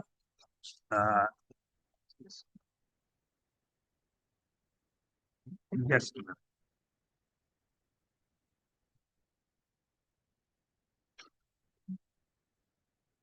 Well, I have quoted these portions, my lord, in my note.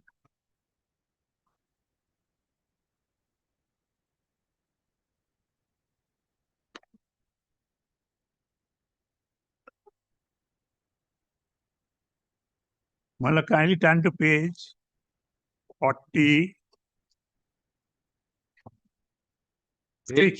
of the paper book.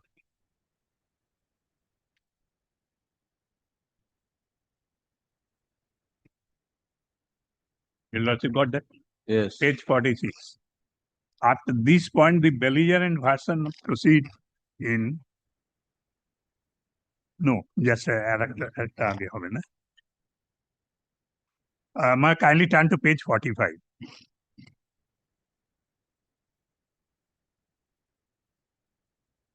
From the middle. According to the contesting respondent, the original suit plots were bifurcated during the operation of West Bengal Estate Acquisition Act.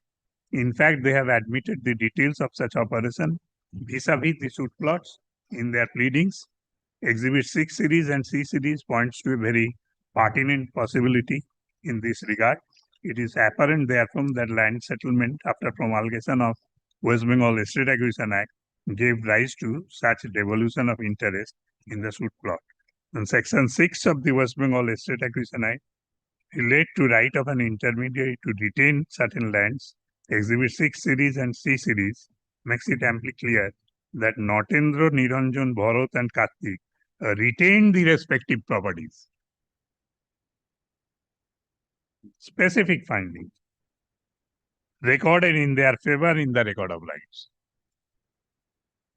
Seemingly, the resolution to the contradictions noted by me in the aforesaid question can be discerned from such documents, more so when the answering respondents have admitted such a document, remaining absolutely silent about the credibility thereof. What is the intention of the learned judge, my lord, I fail to understand. Then after this point, the belligerent version proceed in different direction. The answering respondent relied upon the exhibit 2 and 3 to drive home their contention. On the other hand, the appellant has relied upon exhibited documents produced by him. Scrutiny of such documents again brings certain facts to the fore, which can be enumerated in the manner as follows. Number 1, Kartik purchased land measuring 4 decimals, each comprised in plot number 580 and 581 from Notendra and Niranjan, and Karthik purchased land measuring 5 decimal and 3 decimal respectively, comprised in plot number 580 and 581 by 1097 from Bharat on 27/6/1966. Now, these two observations are inherently contradictory to each other. It is obvious from the earlier discussion that. No, just a minute. First of all, Yes. so your case is you purchase, okay, 4 decimals. Yes. 4 decimal. From this particular plot. Yes. Then again 5 decimals. Yes. From this particular plot. Yes. One is in 22/4/1959. Yes. The other is after a period of 7 years. Yes. From this other person. Yes. And this is the heir of Notendra. This Bharat? No. Notendra Mala sale করেছে আমার। Notendra sold the property. Yes. But you see, your client purchased it on 22/4/59. Yes. The 4 decimals of land. From Notendra. Yes, from these 2 plots. Then again from the same plots, yes. This purchase. From Bharat. That means the right has this thing flown to this Bharat. Bharat. In 66.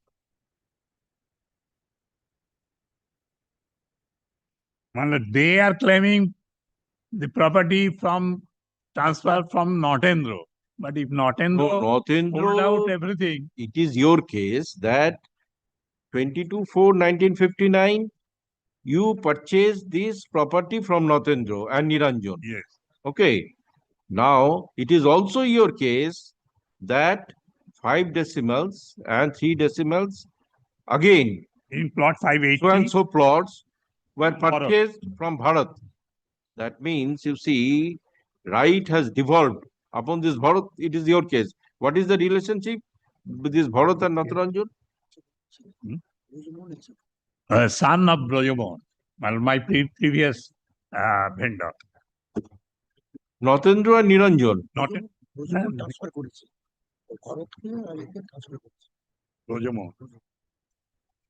Brajamon transferred, my lord, in favor of Bharat and Notendra. Okay. But you have purchased from Bharat. Yes. That is in the year 66. 66. And in 59 from Notendra and Niranjan.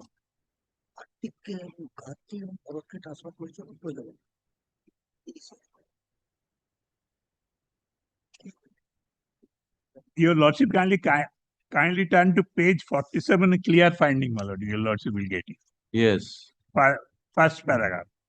So, after three lines from the top.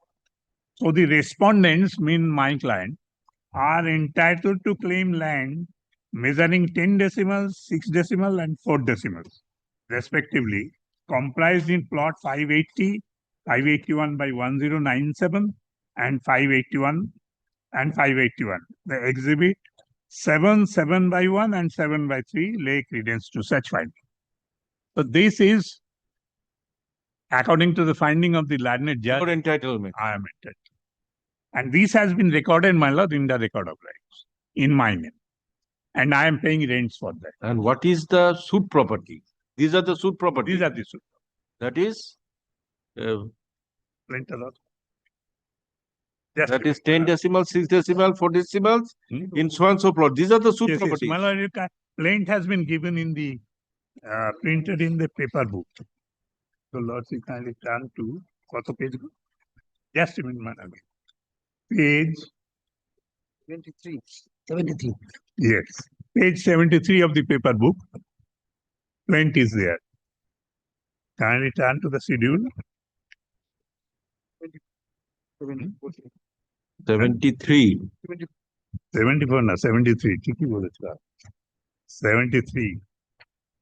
73 to 74. Then, Mother, kindly turn to the schedule.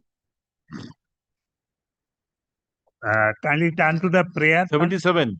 Malad? Okay, 77 or 76? No. 81. 70 The plain starts at page 73.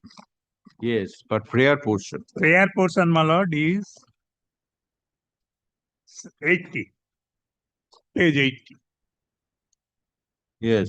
অতএব অত্র আদালতের এলাকাধীন মরিচা থানার অন্তর্গত গঙ্গাধর চক মৌজায় গত ইংরেজি 3/3/2012 অর্থাৎ বাংলা 1418 সালের 19শে ফাল্গুন তারিখে অত্র নালিশের কারণ উদ্ভব গণ্যে বাদীগণ প্রার্থনা করেন যে নালিশি ক তফসিল সম্পত্তি বাদীগণের রায়াতি সত্ত্ব দখলি সম্পত্তি থাকা ও তাহাতে মূল বিবাদীগণের কোনো সত্ত্ব দখল না থাকা মর্মে ডিক্লারেশনের ডিগ্রি দেওয়া যায়।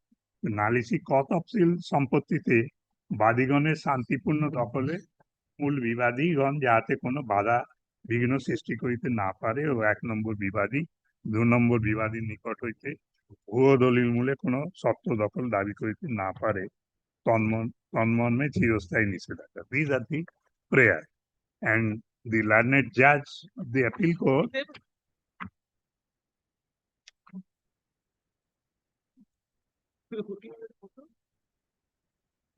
And the suit property is this 580.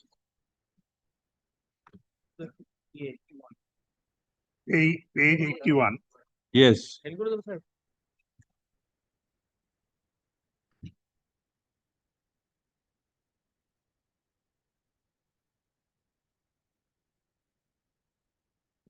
Well, the numbers were also given, the quantum is also given. Yes.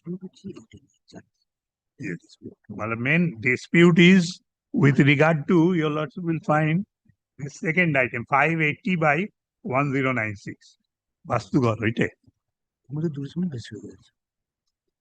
4 decimal মধ্যে দক্ষিণ পূর্ব পাশে 2/1/2 decimal. And your lordship will find the specific finding of the learned judge of the Court of Appeal below at page 47. Top.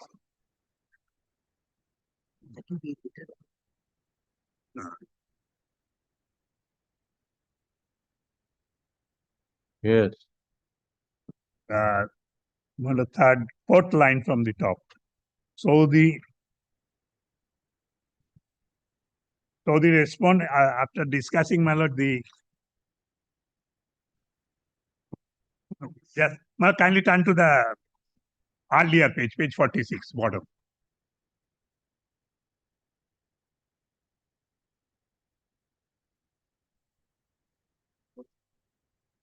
Page 46, bottom. It is clear from these deliberations that Karthik is entitled to claim land measuring 10 decimal comprised in plot number 580 by dint of exhibit 6/3 and exhibit 2. Similarly, he is entitled to get land measuring 6 decimal comprised in plot 581 by 1097 by dint of the same documents. Then Karthik is also entitled to get land measuring 4 decimals comprised in plot number 581 by dint of exhibit 3. So the respondents are entitled to claim land measuring 10 decimal, 6 decimal and 4 decimal respectively comprised in 580, 581 by 1097 and 581.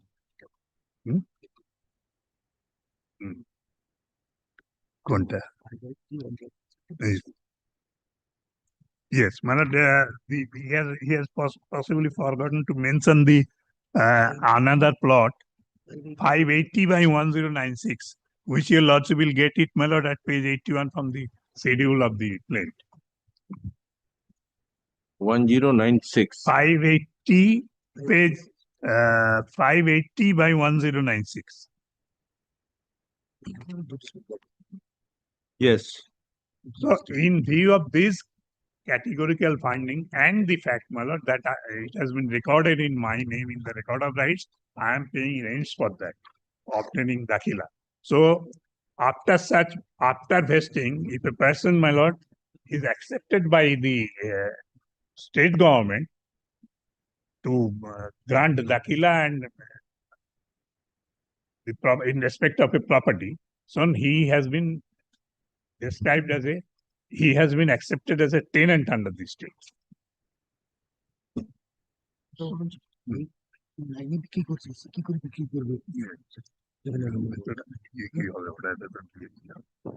Your Lordship, Because it is your case that as per Estate Acquisition I Act purchased in 59. Your Lordship has got 59 and 66. 66. And it is your case that as per Estate Acquisition Act,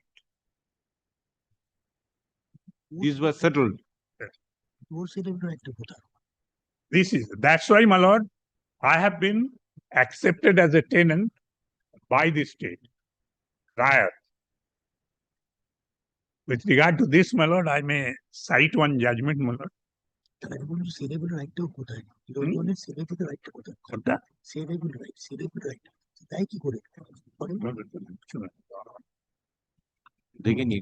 দেখিনি কতটা কি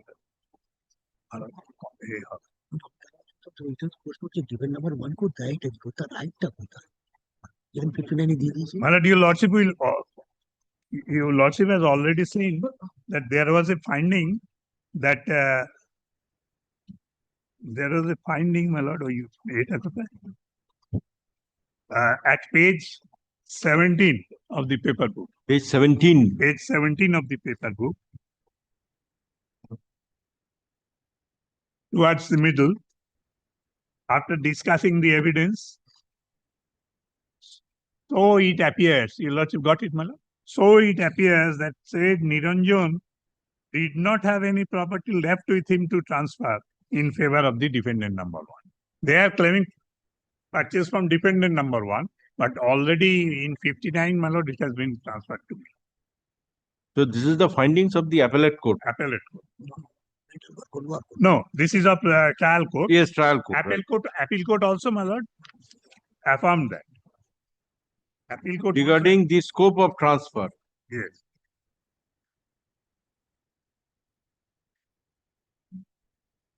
I am placing that part, my lord.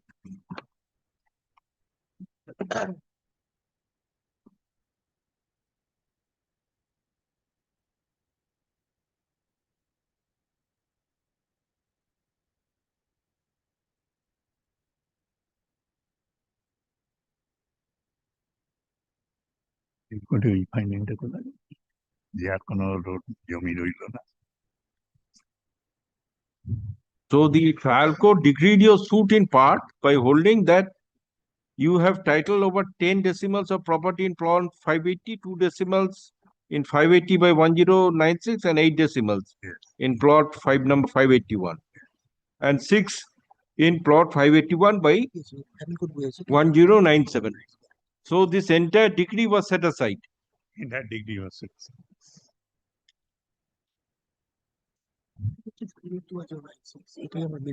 And my main dispute with this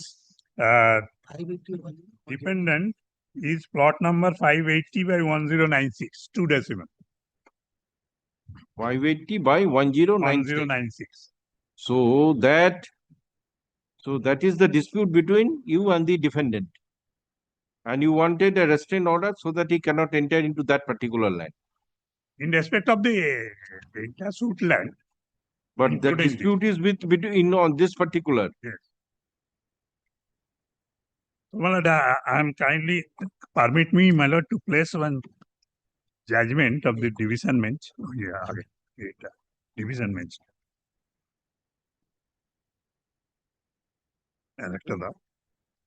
That's it. My lord, this is a judgment reported in 2006. I'm giving the 2006 volume 3 CHN page 1.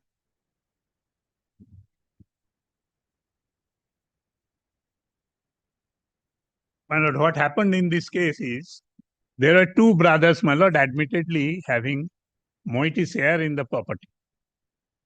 My lord, when the vesting came, my lord, amongst them, admittedly, my lord, they were 8 and a share each.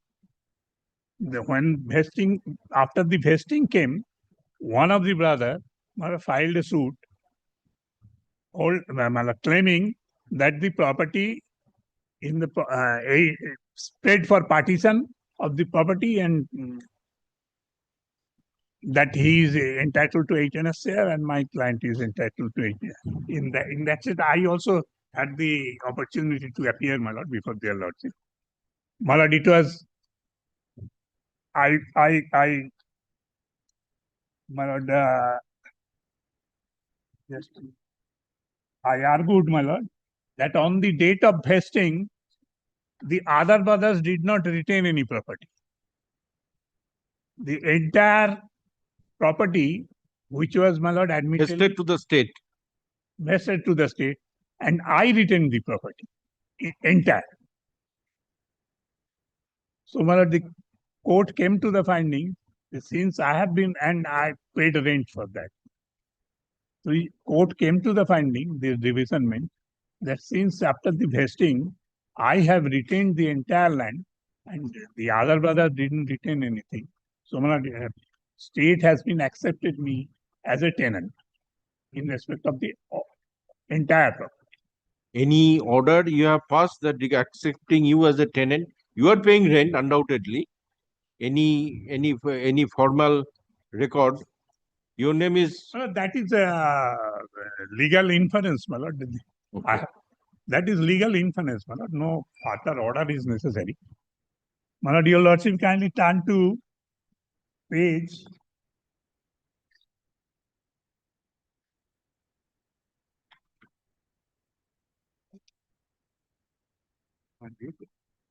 Copy that. Copy আছে extra.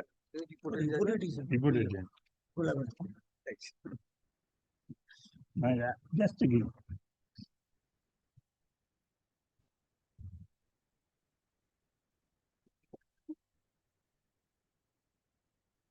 Well, kindly turn to paragraph 8 of that judgment.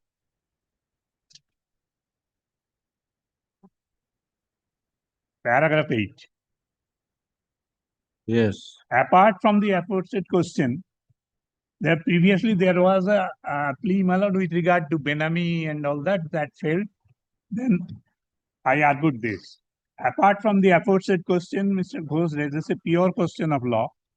According to Mr. Ghosh, even if it is assumed for the sake of argument that both Ganesh and Upendra were the joint owners, they were the two brothers of the property, they having purchased Jomindar's interest and such interest having been vested in the state by virtue of West Bengal Estate Acquisition Act, the alleged co-shareship of the two brothers came to an end, and subsequently Ganesh alone, having retained the property and having been accepted by the state as its sole tenant, the suit filed by the plaintiff was not at all maintainable, and it should be presumed that Profullo, not having retained his alleged share, the other brother, the same vested in the state, he therefore prays for setting aside the judgment and decree passed by the court below and for dismissal of the suit for partition and the decree in the suit for eviction. Then kindly turn to the paragraph 14, or rather with the contention raised by the respondent. Yes. Paragraph 14. We now propose to deal with the pure question of law raised by Mr. Ghosh. For the purpose of deciding the aforesaid question, we shall proceed as if the property was purchased by the two brothers and that they were co-sharers. According to Mr. Ghosh, even if they were co-sharers at one point of time, the moment the Estate Acquisition Act came into force, such co-sharership came to an end. That is, my lord, on the basis of that full bench judgment also, Sisuwala Ada in 1976. And the entire interest of the parties vested in the state subject to retention by the owners. Mr. Ghosh contends that admittedly, heirs of Upendra did not retain the property, but the property having been retained by Ganesh alone, Upendra's right in the property vested in the state, and in the absence of retention by his heirs, they cannot claim to have any interest in the property whatsoever. Mr. Ghosh contends that the state has recognized the retention of Ganesh and his name has been appearing in the RS record of right as direct tenant under the state. In such a situation, according to Mr. Ghosh, even the right of the heirs of Upendra as co-sharers vested in the state, and therefore the learned trial judge could not grant a preliminary decree declaring half share of Upendra's heirs in the property retained by Ganesh. We have already indicated that according to Mr. Mukherjee, Mr. Probal Mukherjee appeared, my lord, on the other side. The learned counsel for the respondents, the retention by Ganesh should be deemed to be one, also on behalf of the heirs of Upendra, and as such, it should be presumed that Ganesh retained the land for himself and also on behalf of the heirs of Upendra. After going through the provisions of the Estate Acquisition Act, we find that on the date of coming into operation of the West Bengal Estate Acquisition Act, the interest of Jamindar, which is that of intermediary, vested in the state subject to retention. In the case before us, it is not the case of the respondents that they retained the land on the basis of their right as co-sharer, and as such, being the position, their right in the property totally vested in the state. We are of the view that after the decision of the full bench, that is what I was referring to. In the case of Madan Mohan Ghosh versus Sisuwalata, reported in 1972, Calcutta 502, there is no dispute with the proposition of law that the co-sharership of Ganesh and Upendra came to an end from the date of vesting, and after the date of vesting, they cannot be said to be co-sharers according to law. If they are not co-sharers after the date of vesting, we find no force in the contention of Mr. Mukherjee that retention by Ganesh was in reality also on behalf of the co-sharers when the co-sharership extinguished on the date of vesting. Therefore, whatever was retained by Ganesh, the same was on his own behalf alone, and the heirs of Upendra cannot claim any right in the retained land of Ganesh when the law did not permit a co-sharer to retain the land on behalf of other co-sharers. So this was I'm relying upon this observation, Mala, and the finding. And the other one is, that is when with regard to substantial question of law. Yes, that is the two questions formulated. Yes. That is that page. Yes. Page 97. So vendor plaintiff did not have the right to alienate and sell the property which automatically got vested. This is one. Yes.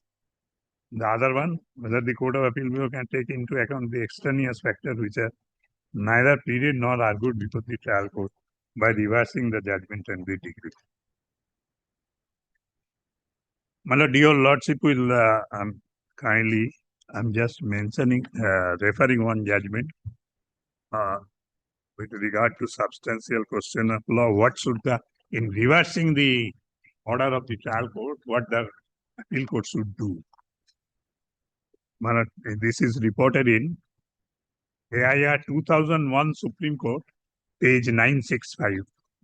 Yeah, copy. No?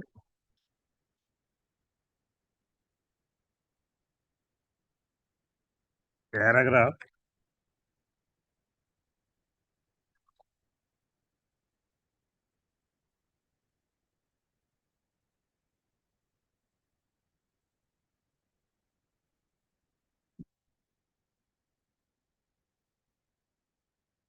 paragraph 14 and 15 relevant.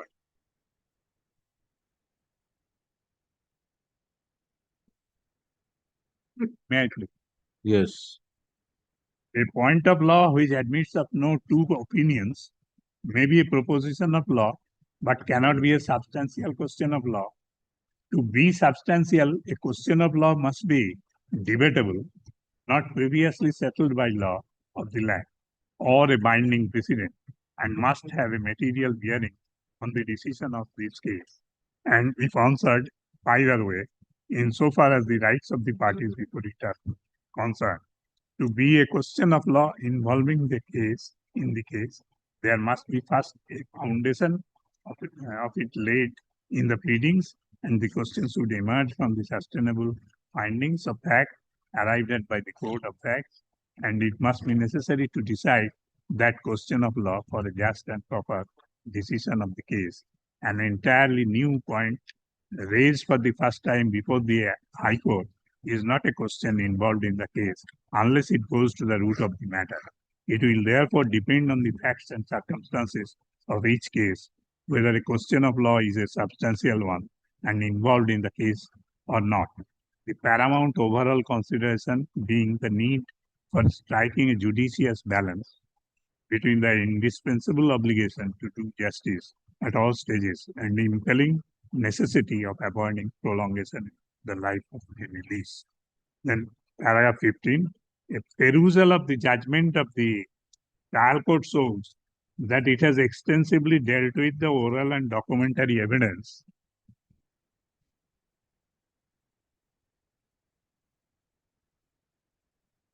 adduced by the parties for deciding the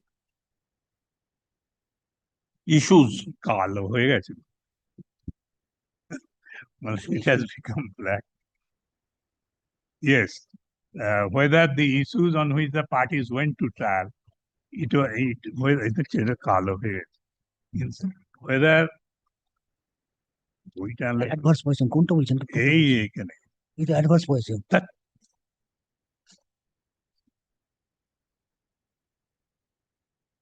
found that in support of his plea of the right of adverse possession of the disputed land is either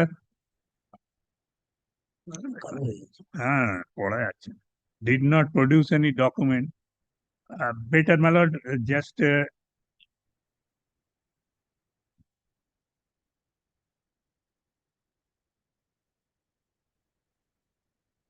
kindly leave aside, my lord, 2-3 lines from that. Then the sentence starting with first appeal is a valuable right. First appeal is a valuable right of the of the parties. And unless restricted by law, the whole case is there in open for rehearing, both in questions of fact and law. The judgment of the appellate court must therefore reflect its conscious application of mind and record findings supported by reasons on all the issues arising, along with the contentions put forth and pressed by the parties of the decision of the appellate court. The task of an appellate court affirming the findings is an easier one, but the appellate court agreeing with the view of the trial court need not restate the effect of the evidence or reiterate the reasons given by the trial court. Expression of general agreement with reasons given by the court, decision of which is under appeal, would ordinarily suffice. See Girijanandini in slide 67. We would, however, like to sound a note of caution. Expression of general agreement with the findings recorded in the judgment under appeal should not be a device or camouflage adopted by the appellate court or for shirking the duty cast on it. While writing the judgment of reversal, the appellate court must remain conscious of two principles. Firstly, the findings of fact based on conflicting evidence arrived at and by the trial court must weigh with the appellate court, more so when the findings are based on oral evidence recorded by the same presiding judge who authors the judgment. This certainly does not mean that when an appeal lies on facts, the appellate court is not competent to reverse a finding of fact arrived at by the trial court. As a matter of law, if the appraisal of the evidence by the trial court suffers from material irregularity and is based on inadmissible evidence or on conjecture and surmises, the appellate court is entitled to interfere with the finding of fact. My lord, I shall hand over, my lord, a fresh copy, my lord, which is getting it from the. But here, my lord, I am on a far more stronger footing because appeal court, learned judge, my lord, himself. There is no concurrent findings. Yes, and learned judge himself, my lord, found which goes in my favor. In spite of that, my lord, he has allowed it. That I have mentioned, my lord, in my. There are two propositions. One is this, with regard to this, the property got automatically vested by operation. Yes. Ignoring that only 2 decimal land was vested. So the Two decimals cannot be vested, it is no, far below ceiling line. so the question is, you see, the findings of the appellate court was this: the vendor did not have any right. This is the question of the first appellate court. So whether the appellate court erred or not, whether there was any evidence to that effect. Well, what I am saying is this, my lord, your lordship, you kindly turn to page 47 of the paper book. This is the clear categorical finding of the learned judge of the appeal court.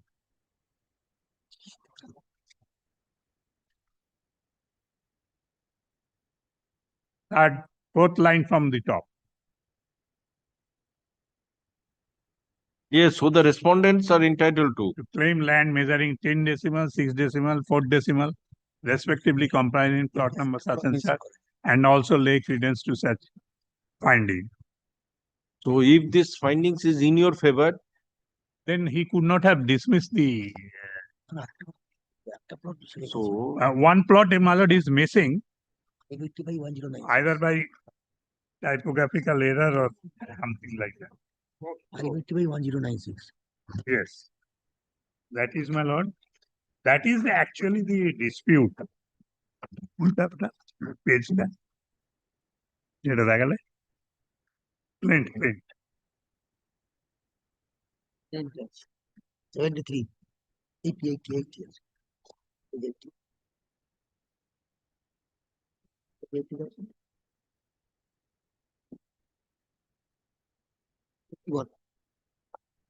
Page 81, fourth of seal.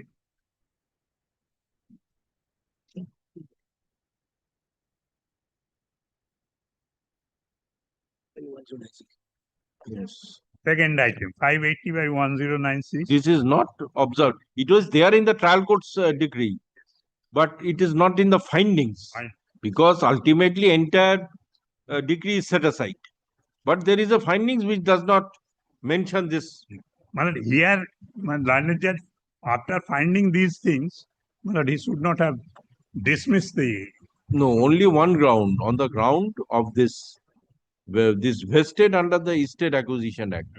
This is the ground for the setting aside that the original vendor did not have any inalienable right. No, to become 59. And I purchased in 1959. Yes, an Estate Acquisition Act.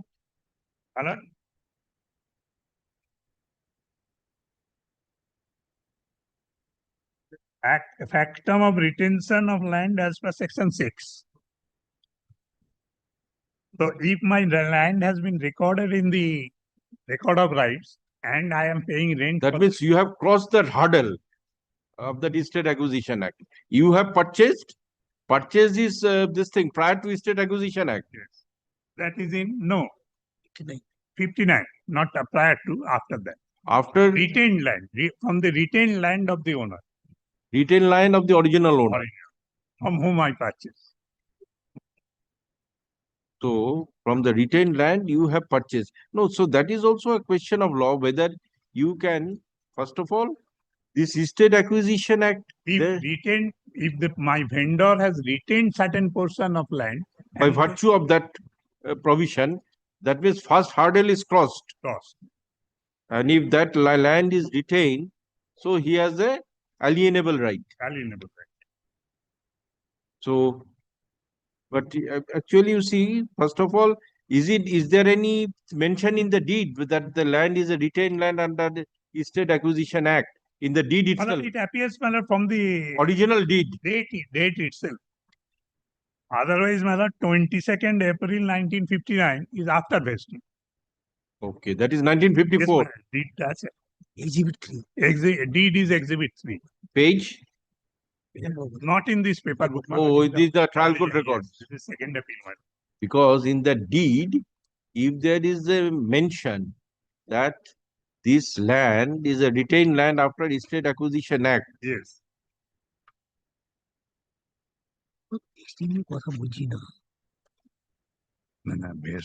vested land হলে তো তুমি কিনতে পারবে না যেটা retain land হলে তুমি কিনতে পারো। So the original, according to you, you are paying rent. Rent. And rent receipt has also been exhibited. So I have been accepted by the state government as a direct tenant under the state. That means you see original this thing vendor Yes. definitely was accepted as the Right. direct tenant. Because otherwise, my lord, he could have sold the property in 1959. Vested land, my lord, he could not sell. There is no such case even. And page 47, your lordship will find. So after that land is sold, after that vested land is sold, no, after the land is sold, your name was recorded in the record of rights. From And I'm paying rent for that. Khajna Dakila is given. Okay, how long you have been enjoying? 1956, 59, 66, and then? Then I am continuing. And the suit instituted in? Suit instituted in Okay, 2012. 2012. জমি vested হয়নি, দেশীয় জমি vested হয়েছে, আর জমি আমার আছে, কথাটা বল।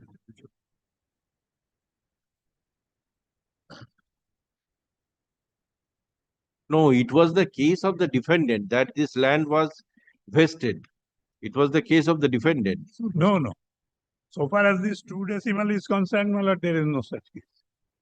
So for this vesting is concerned, it is nobody's case. Nobody's. My lord, your lordship will find that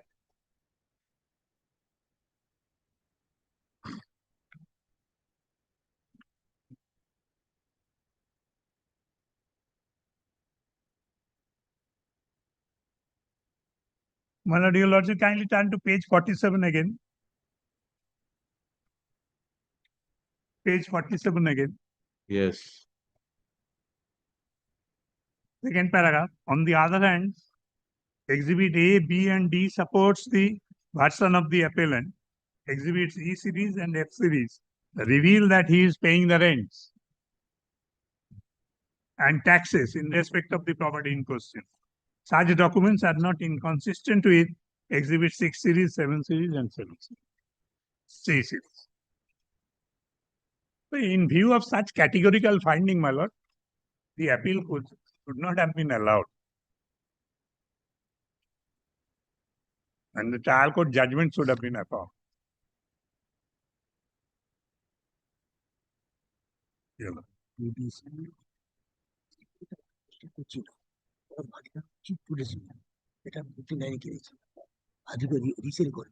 We have purchased 2 decimal in 1959.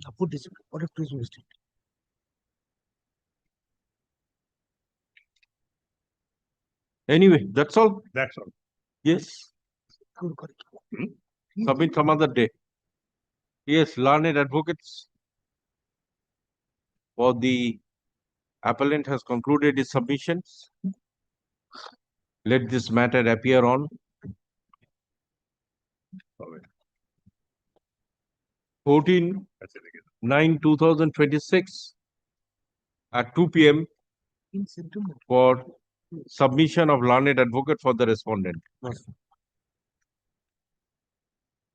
Marked as part. The matter be treated as part of. But 14th September, long time, my lord. Because 2 weeks this bench will not sit for circuit.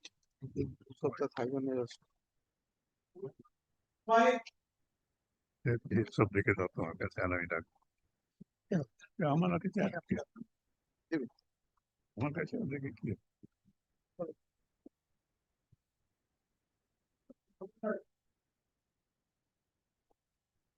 রেখে দাও আমি পরে পড়ে আছে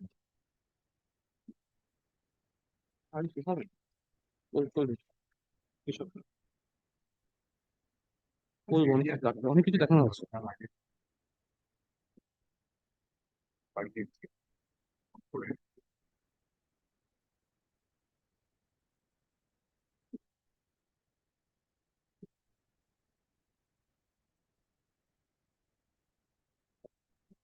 Yes, are you challenging the quantum? No, I am challenging the quantum. So get it settled before the Lok Adalat. Last occasion also, my lord has proposed for sending the matter to Lok Adalat.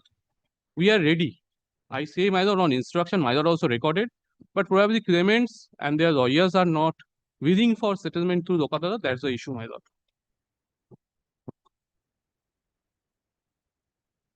Yes, what do you say?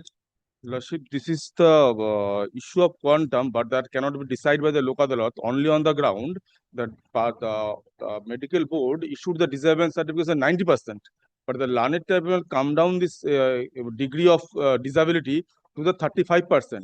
So that cannot be decided by the Lok Adalat. So Lordship, kindly turn to the judgment. Anyway, I was a paper individual. If my lord so desires, may I start the appeal? Yes, It's my appeal, my lord. yes, Solicitor. Please. So I have also a fresh appeal. Even then he can start. I have not. No, With, either two independent appeals. That's the independent appeal. Let them do their appeal. I am not here. But with regard to my appeal, may I place my lord? Yes, I have not.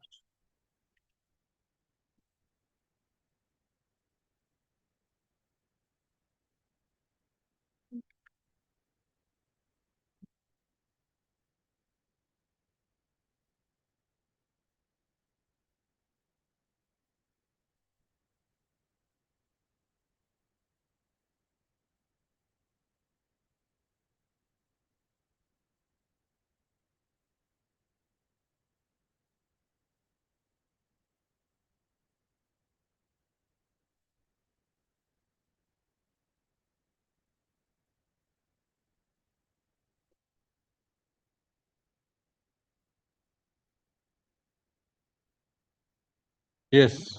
What are the ground of challenge? The grounds of challenge, my lord, may I say, my lord, there are multiple grounds of challenge. Before that, my lord, if my lord kindly takes up the judgment, I am not placing the entire judgment, but kindly comes from page 154 of the paper book, my lord, from issue 2 onwards.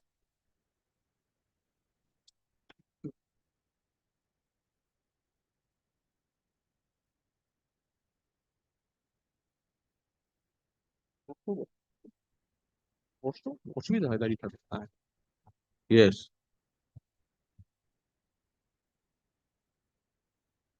Issue number 2 to rest, my lord. I am not disputing the accident, my lord, but from issue 2, my lord, the above issues are taken up for the sake of simplicity and convenience and to avoid repetition.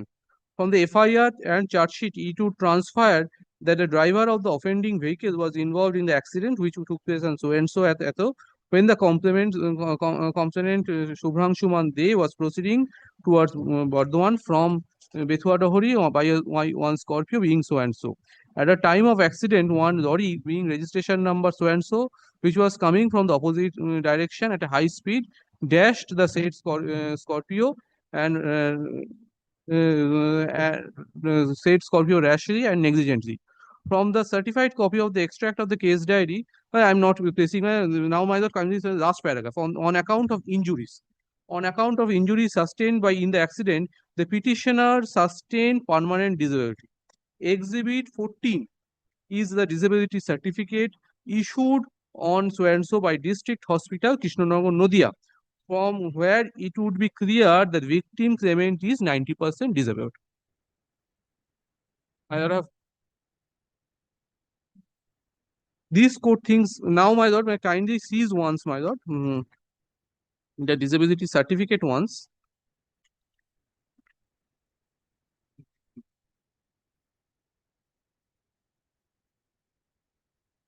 Yes, at page 81, my lord.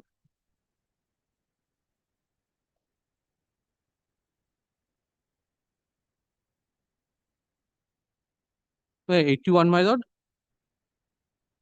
His permanent disability is calculated at 90%.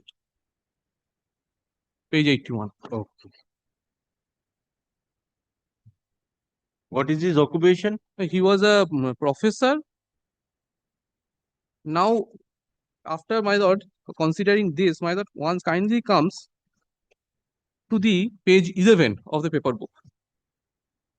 That is his affidavit in chief. Page 11. Page 12, my lord, relevant portion, page 12, paragraph 6. Paragraph 6, yes. Yes. It is the victim's affidavit in chief, my lord, which is swearing on oath before the learned court below, that before accident, I was conscientiously disabled in respect to my left leg to the extent of 60% in nature. So from earlier, before the accident, he was disabled. Now after accident, his disability was 30% further.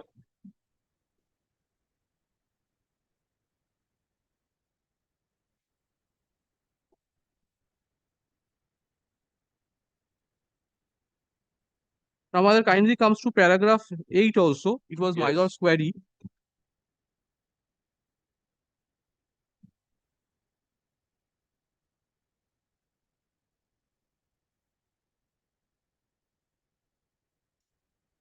Yes.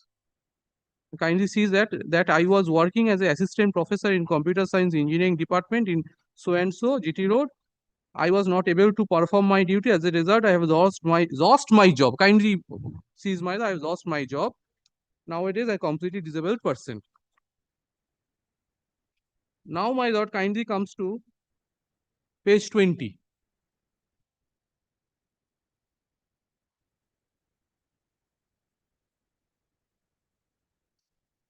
Page 20.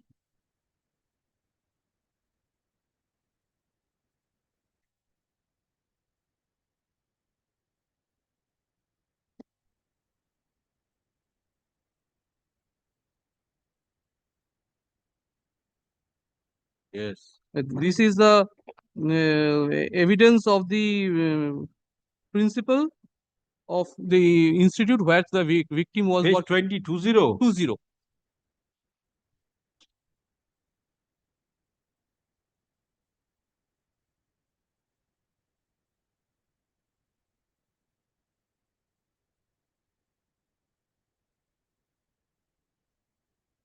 No, page 20 is this.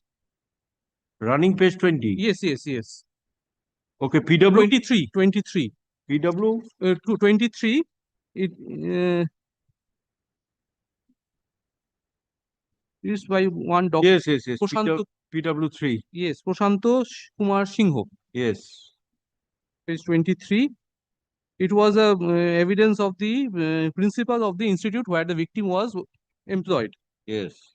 I am not stressing the entire, my lord. A cross-examination, last line, my lord. It is a fact that Sri Shubhrangshuman they had voluntarily resigned from his service.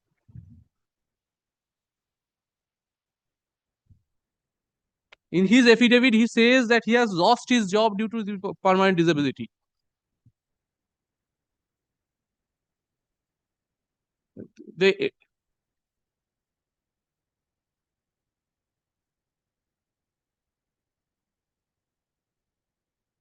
Yes. In the entire proceeding, he has neither showed a document saying that he was terminated from his service due to his disability, although he states on oath that he lost his job due to disability, but the institute where he was working, he says that he had resigned from his job. He was never forced to leave the job, but he resigned from his job.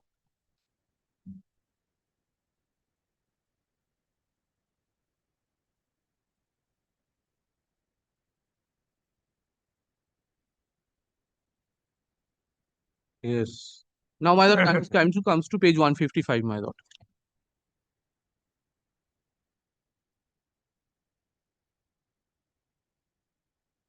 Last portion. I was placing, my lord. 155. Yes, of the paper book.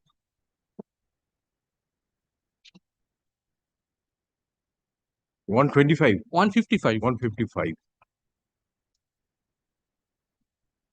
On Yes. account of the injuries sustained in the accident, the petitioner claimant for sustained permanent disability. Exhibit 40, number 14 is a disability certificate issued on so and so district hospital, Krishnanagar, Nodia, where it will be clear that the victim is 90% disabled. This 90% was the previous plus present. Yes. This court thinks there is nothing to disbelieve the certificate and nothing it can be heard. The victim is 90%. From Exhibit 17 is also disability certificate issued by Krishnanagar District Hospital, Krishnanagar, Nadia, which should be clear the claimant was 55% able cognitively. It is the petitioner case that prior to accident, petitioner was handicapped to the extent of 55% on account of congenital disability. Now, after the accident, petitioner sustained further disability and petitioner was further handicapped to the extent of 90%. Therefore, 90% due to the said accident, the said sum total is in addition to 55% of the petitioner for his congenital disability. So, the percentage of disability sustained by the petitioner on account of accident is 90 minus 55 is 35%. There is no straitjacket. So 90 minus 55 should be 45%. Yes, but it should be 60%. 90 minus 60, because in his affidavit he has said, which I have showed before your lordship, It was 60%. 60%. 90 minus 60, it should be 30%, my lord. So whatever the court has recorded. Though no straitjacket formula in this regard has been prescribed to determine the percentage of disability suffered by the petitioner, yet in common parlance it can be clearly reduced that petitioner claimant sustained disability to the extent of 35% on account of the accident. It is clear the petitioner though availed voluntary retirement, but before the accident he worked as an assistant professor, which is clear for not a physical job. It is predominantly a mental job, and from the oral testimony of PW5, that Shankar Kumar Rai, it is clear the petitioner was mentally fit. So this court holds 35% disability of the petitioner is to be reckoned for the purpose of determination of just and fair compensation. Accordingly, Exhibit 14 is the original admit card of Shubhangshu, the petitioner claimant, 25 years old at the time of accident.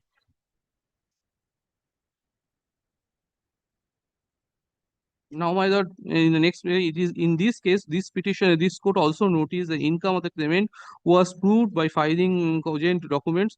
Moreover, the petitioner submitted at the time of his accident, he used to work in so and so, and income used to so and so per month. The salary statement has been submitted by the petitioner and marked as Exhibit 15. Therefore, this court is of opinion that the income of the petitioner will be considered for the purpose of determining compensation. At the time of computing income, the claimant is at a future prospect, it is taken into consideration. And now this tribunal has considered the future prospect, my lord.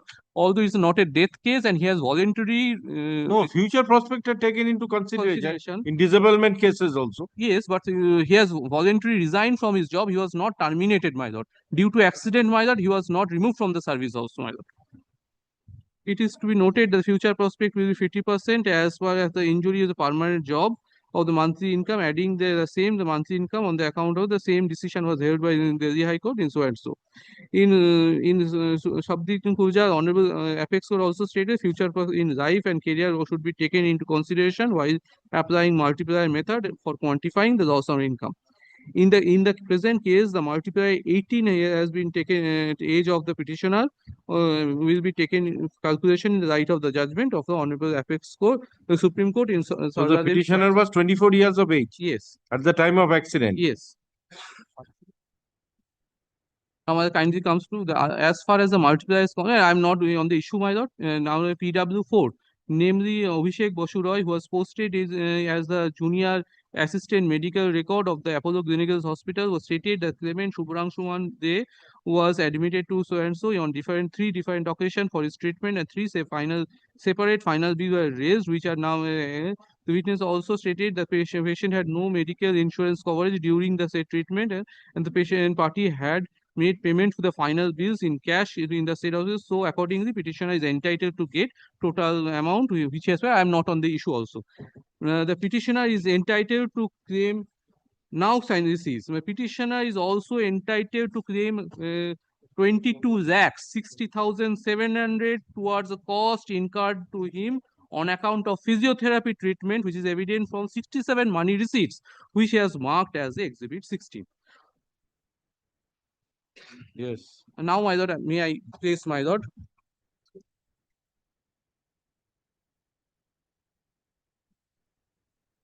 From page 83 onwards of the paper book, my lord, these are the physiotherapy documents. These are the money bills.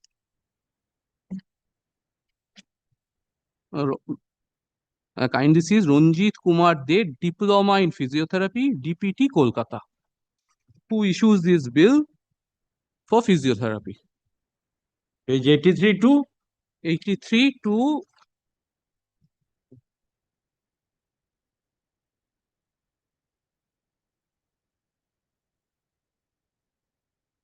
how long this person was in hospital?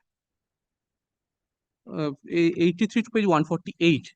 Page 148. Page 148. No, how long this person He was hospitalized on 3 different occasions, my lord. No, physio, 3 different occasions. Yes. Any operation had to be undergone? I have to see, consider, but before that, may I place this? Why I am saying this document of physiotherapy?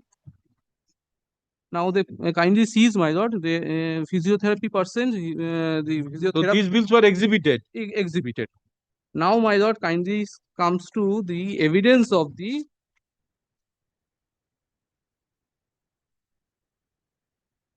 page 27.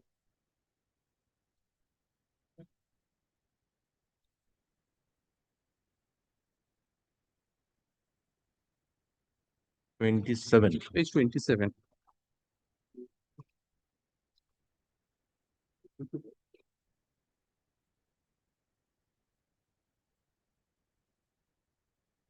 Yes. A person claiming about 22 lakhs for physiotherapy, what he says, the primary sees the cross-examination by New India. I have filed my educational qualification, but I have not filed any document to show that I am a licensed practitioner. Yes.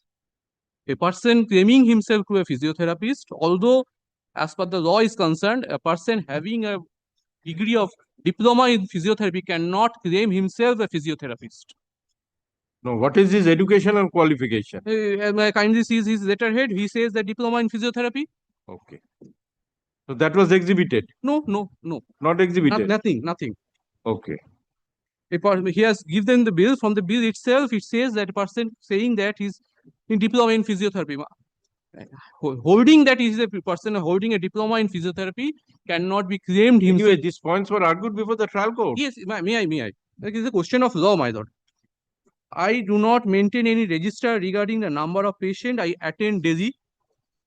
There is no date mentioned in the bills prepared by me.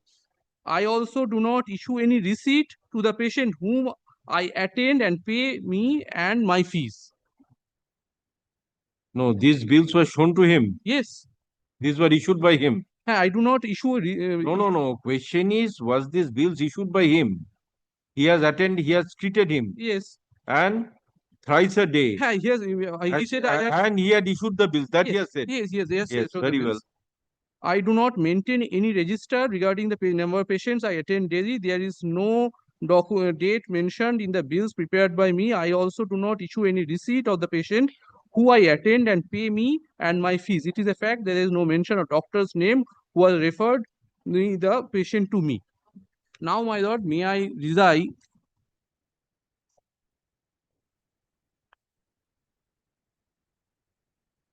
is the National Commission for Allied and Healthcare Professional Act 2021 to the Benita. Dada? Yes.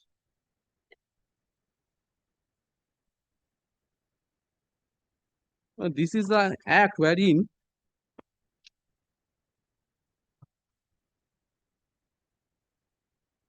which declares person who can be qualified. My kindly comes to the schedule portion at the last, my lord.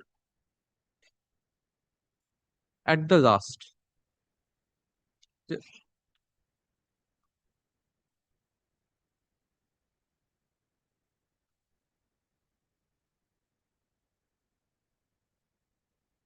Yes, continue some other day. Yes.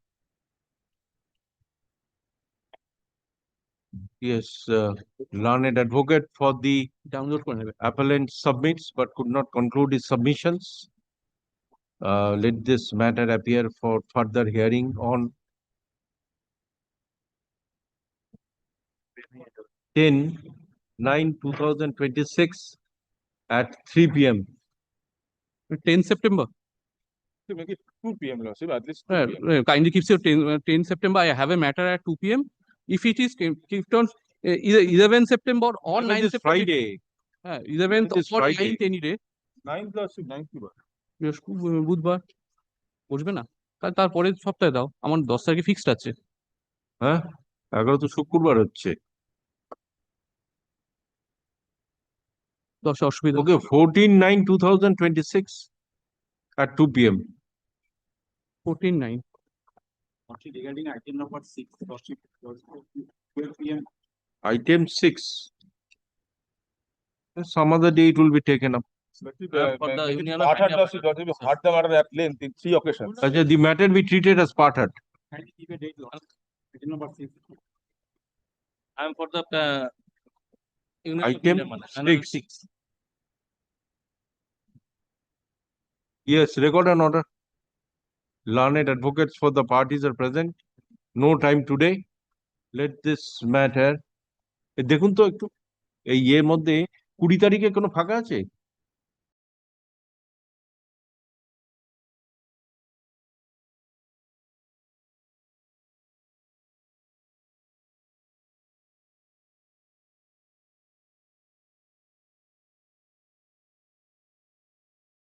Yes. Half an hour, Lordship.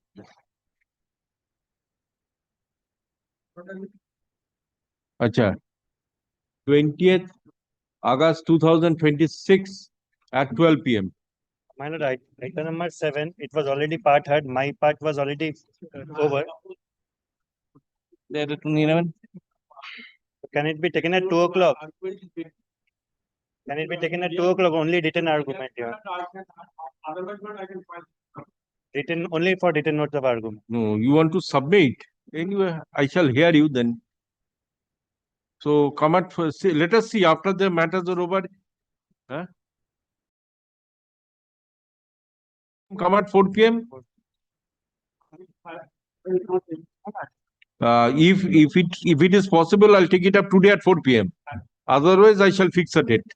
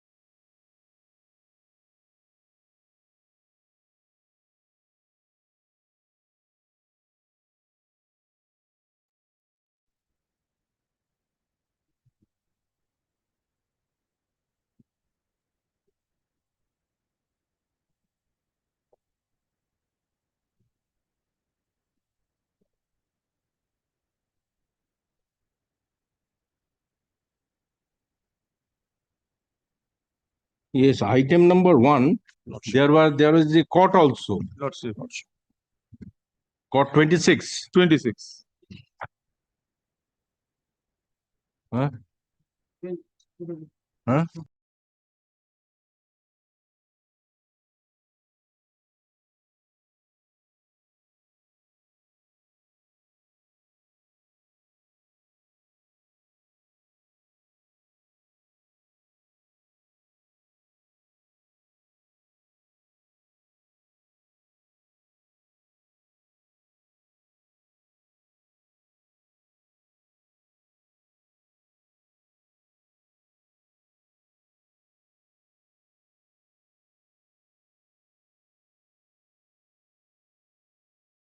FMA 695 of 2024 with COT 26 of 2025 being also treated in days list stands disposed. Judgment and award dated 22nd February 2024 passed by learned additional district judge 4th court Asansol Paschim Bardhaman in MSC case number 32 of 2012 stroke 154 of 2010 stands modified to the extent that the claimants respondents are entitled to compensation of rupees 33 lakh from Appellant National Insurance Company Limited. Appellant National Insurance Company Limited shall deposit rupees 33 lakh along with interest at the rate of 6% per annum from the date of filing claim case till today. In the event compensation awarded by learned trial court, trial judge is deposited, balance amount be deposited. The claimants respondents will be entitled to withdraw compensation upon compliance of necessary formalities. This is 154 oblique 2010 Lordship was written. Yes. I'm grateful. Unless equal share Lordship is mentioned that or not necessary. Whatever is there, trial court order that will follow. Yes. Unless deficit court fees, if not yes, that has to be paid. That has to be. Yes, item 2. Hence, this appeal FMH 758 of 2026 stands disposed. Judgment and award dated 2nd September 2025 passed by learned additional district judge, fast track 4th court Alipur South 24 Parganas in MSC case number 673 of 2022 stands modified to the extent that the respondents claimants are entitled to rupees 13 lakh 50,000 along with interest at the rate of 6% per annum from date of filing claim case till today. The appellant Cholamandalam Insurance MS General Insurance Company Limited shall deposit before Register General High Court Calcutta rupees 13 lakh 50,000 along with interest at the rate of 6% per annum from date of filing claim case till today. Such deposit shall till realization. Such deposit shall be made within 8 weeks from the date of communication of this order. The claimant's respondents will be entitled to withdraw the compensation upon compliance of necessary formalities. Balance amount, if any, with accrued interest be returned to the appellant. In the event already we have deposited the amount. Okay. Because of their appeal.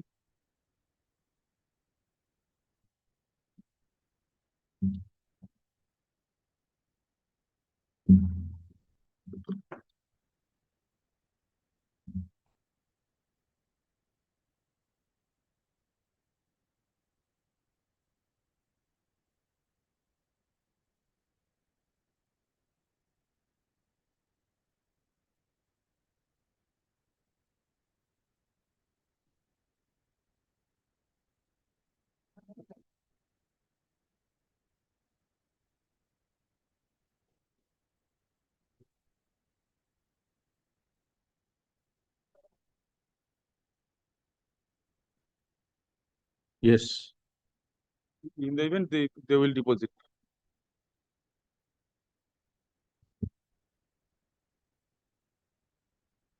Mentioning, if any. I am for the petition. Appellant. I have served the copy of the learned advocate for the respondent order. Yes. Notice. Item number 79. 89. Interim order, my lord. Yes. Record an order. Learned advocates for the appellant is present. As this matter could not be taken up today, the matter stands adjourned till 14/9/2026. The interim order granted earlier stands extended for a period of 6 weeks or till further orders, whichever is earlier. 6 weeks.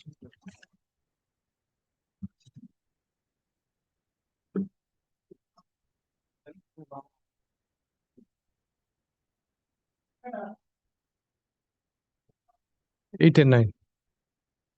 My lord, I am in item 8, my lord, for the appellant. My learned friend is in item number 9, my lord, as cross objection. Yes. My lord, before we proceed further, my lord, my lord, seeking your lordship's blessings, my lord, with regard to, my lord, one particular, my lord, problem what, my lord, we are facing. Yes.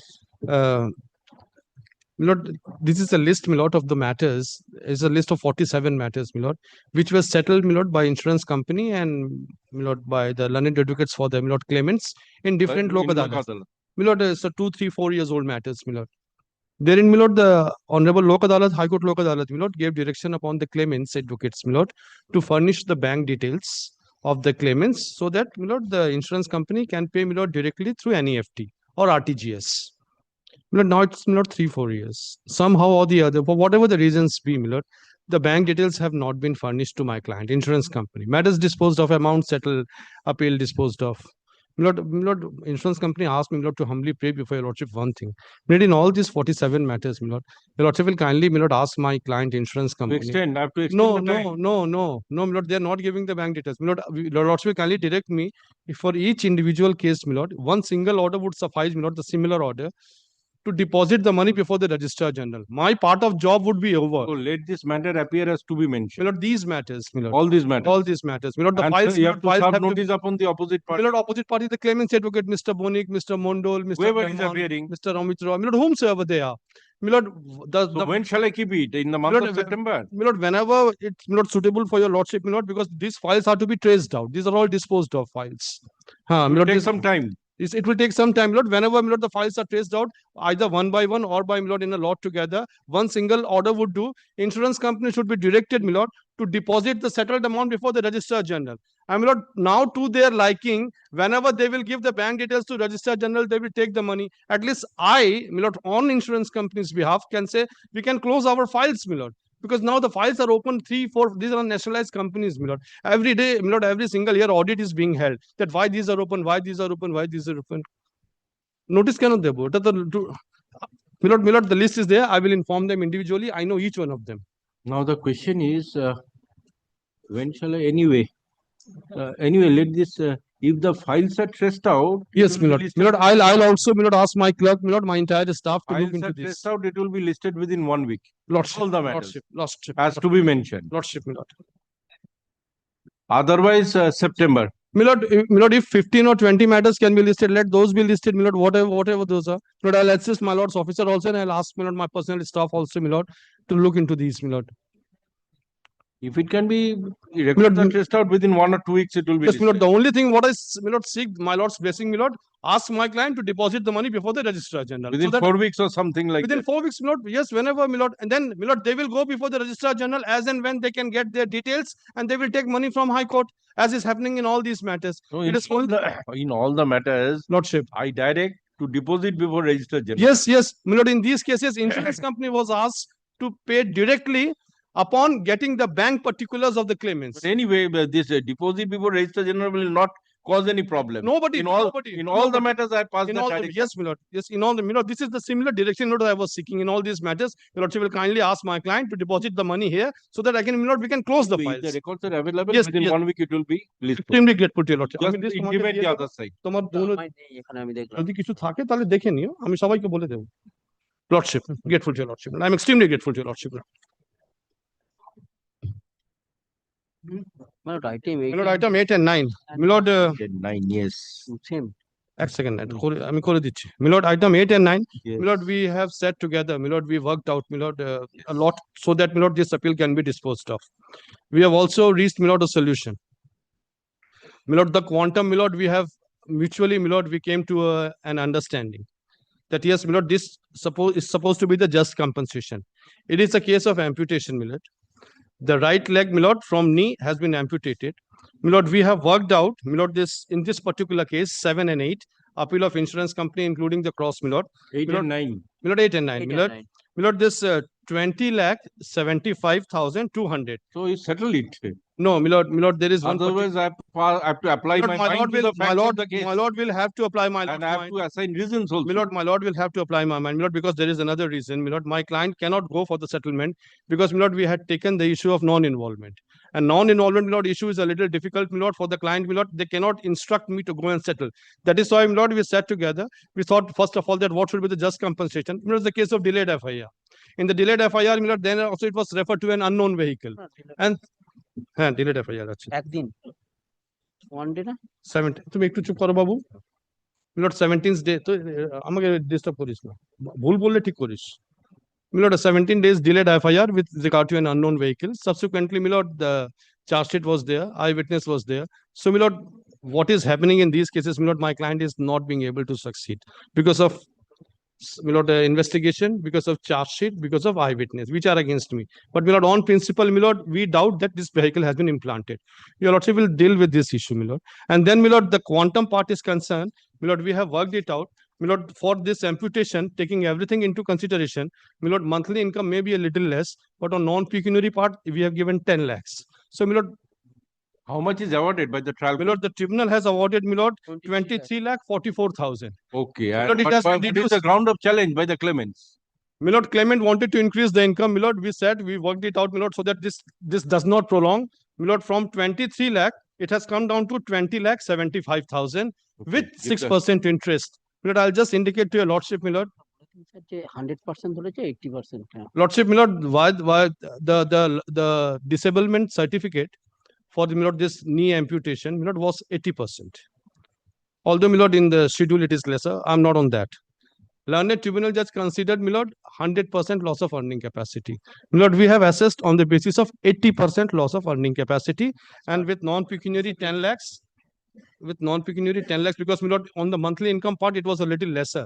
So we did not interfere with the non-pecuniary part because we wanted to see what is the total quantum, whether it is sufficient. Ultimately, total So, milord, total is 20,75,200. He is agreeing to that. He has seen the calculation. Rather, he himself gave the calculation to me, milord. So, milord, there is no dispute. If my lord can kindly, milord, taking note of this, milord, non-involvement part. 75,000. Milord, your lordship will kindly say the calculation part, milord. At best, it can be 21 lakh, at best. Milord, 21 lakhs. So, yes, milord, or milord, 20 lakh, whatever, milord. This is what we sat together. And then we thought that, milord, let it be given to your lordship, milord, and then my lord will kindly, milord, dispose it Monthly income considered by the learned trial judge, 5,000. Lordship. Yes, my lord. 40%. Yes. And disability is considered as 100%. 100%. My lord, according to disability certificate, it is 80%. Now, so far, these general damages are concerned, you are not disagreeing. Milord, we wanted to see the total sum. Okay, If 20 lakh 75,000 general is there, damages, attendance charges, future medical, in other cases, I would have, milord, disputed it like anything. But, milord, when I see the total quantum, it is 20 lakh 75,000. We wanted to come to a very reasonable figure. So, milord, I am not disturbing the other factors. And, milord, then, milord, at the top, milord, just loss of income, instead of 100%, I calculated 80%, milord, because the 80% is the loss of, milord, the disablement certificate. And then we came to this figure. We are agreeing to this, milord, but your lordship will kindly make it in order of court. that is 10 lakh 75,200. Lordship. What is the occupation of this person? He was a, milord, a dhalai mistri. That is what, milord, has been alleged. The employer has come. Learned tribunal judge did not believe the testimony of employer. So, milord, whatever be that as it may, learned tribunal judge considered 5,000. We are going on that basis. Anyway, now regarding that 100%, the nature of occupation. Nature of, but, milord, similarly, milord, there are other things also, that whether he was in, milord, absolutely comatose situation, whether he was a vegetable or he could do any other work. Milord, with one leg, people are going to Mount Everest. Your lordship knows that. Are they, milord, 100% disabled? No, depends upon the age. Milord, those who are mountaineers, they losing one leg, they are still going to Mount Everest. Anyway, depends upon the nature of the occupation. Depends upon the nature. That is why, milord, I have considered 80% loss of earning capacity. Let me give the records. Lordship. Paper book. It's a paper book. My lord, when looking into the totality of the things, my lord, So then your my lord, ground of challenge is non-involvement. non-involvement, my lord, and also quantum, my lord, because my lord, non-pecuniary was Quantum heavily. is 100%. Yes, my Yes. lord, 100%. My lord, page 36. No, quantum is the learned trial judge granted 100%. My lord, yes. So the disablement certificate is 80%. 80%.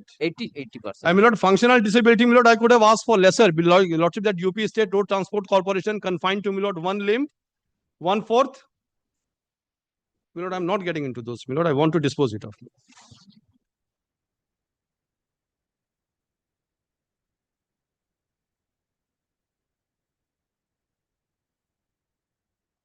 My lord, non-involvement, if I can just indicate to your lordship, my lord, if my lord will kindly come, my lord, to page number 58 of this paper book, 58.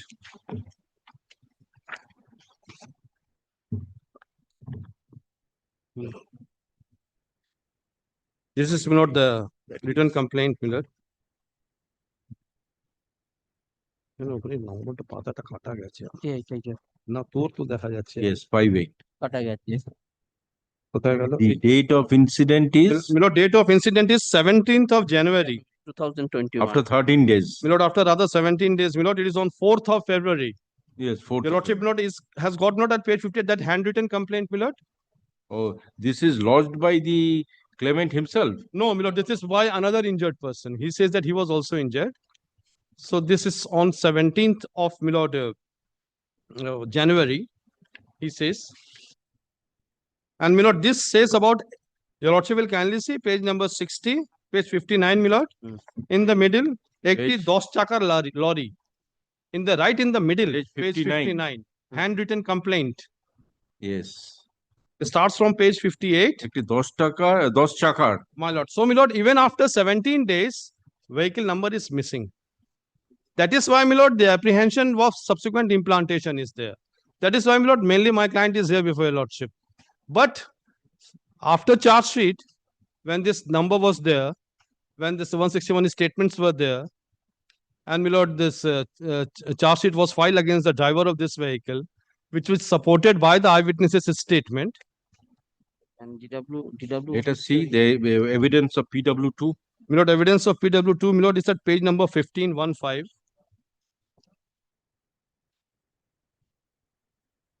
নম্বরই দেখা যাচ্ছে কিভাবে paper বুক করেছে না তাড়াহুড়ো করতে গিয়ে এই তো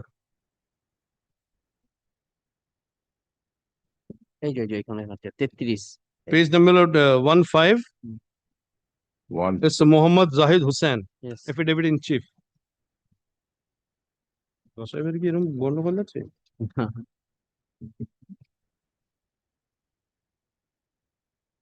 ছোট Is my lord there, my lord? Yes. Lord, I will state my lord, take your lordship note to page 16. Yes. Page 16, second paragraph at the top, my lord. Lord, in page 15, he says, I am the eyewitness. Yes. And then, my lord, page 16, if my lord kindly comes to paragraph 2, that due to, starting with that due to.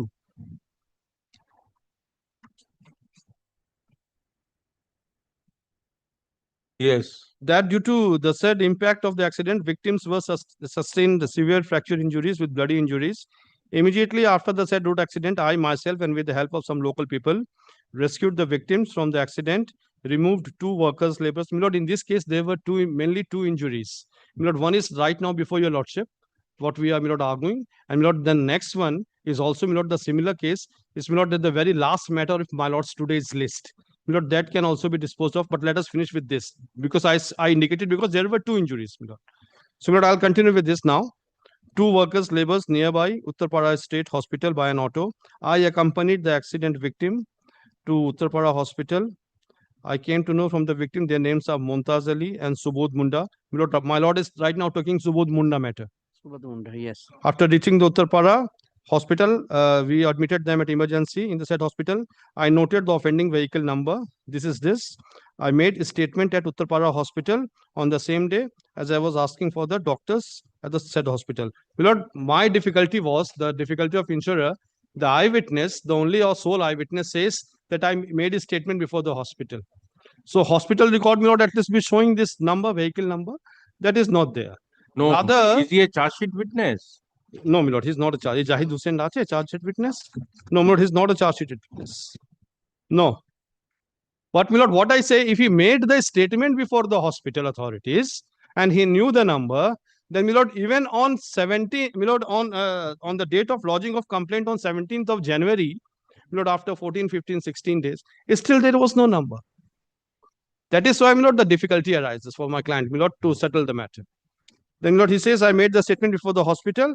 I was asked by the hospital. And then, my lord, the next page is cross-examination.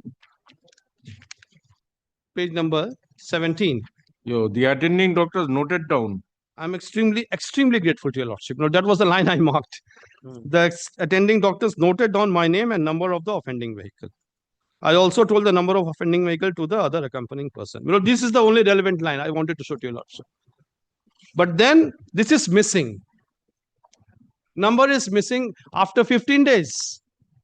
Then also, my lord, it is a 10 chaka gadi. But, my lord, I am hampered, my lord, and I'm suffering because of this charge sheet, police investigation, and then, my lord, the subsequent, my lord. But this person is not the charge sheet witness. This person is not the charge sheet. So police did not know anything from him. And owner driver never came. So let us see the charge sheet once. Lordship, my lord, the charge sheet, my lord, is at page number, my lord, relevant part is at page 68 of this paper book. If your lordship, my lord, may I invite my lord to.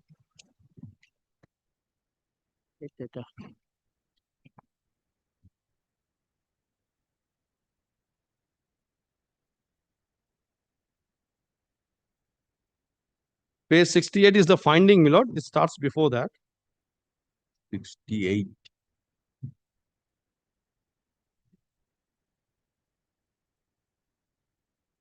The fact এটা হ্যাঁ ওটা তো 68 এ তো এটা তো accordingly ওটা আছে না ফাইন্ডিং আছে একদমই একটাও পাতা বোঝা যাচ্ছে না অনুপ খুব খারাপ করেছো তুমি একটা পাতাও নম্বরিংটা ঠিক আসছে না জজ সাহেবের গন্ডগোল না হয়ে যায় page 65 my lord paragraph 17 the charge sheet Yes. my lord that is where the fact of the case starts. Yes, 10-wheel truck. Lordship, yes. And page 68 my lord where the driver was charge sheeted.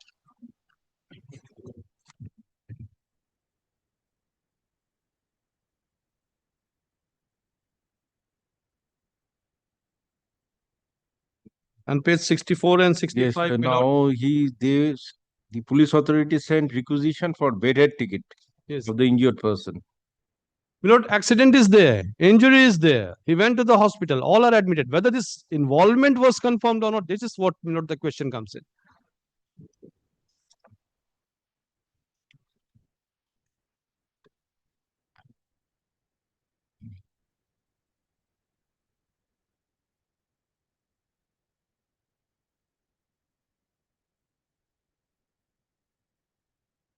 No person died.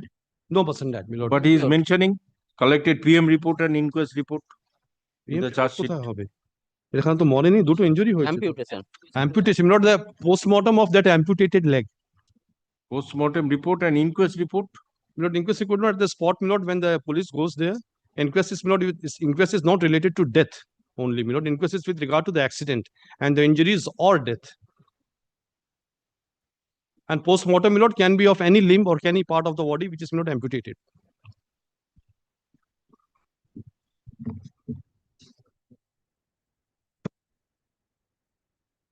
It is written inquest report of injured person.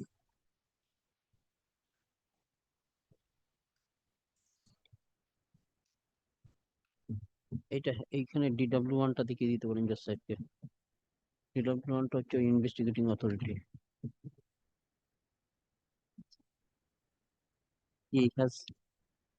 he has declared hostile তারপরে আপনি ওটা cross করেছেন এই যে এখানে cross করেছেন My lord, this investigating officer, my lord, at my request, he came before the court. But my lord, the evidence was against me, so my lord, we declared him hostile. His evidence, my lord, is at page number 22 of my lord's paper book, my lord. The sub-inspector of police.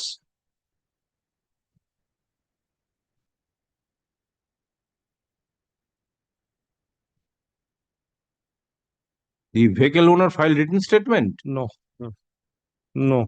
No written File করে statement. দেখো, Lord, award of learned tribunal, Lord, starts at page number 28.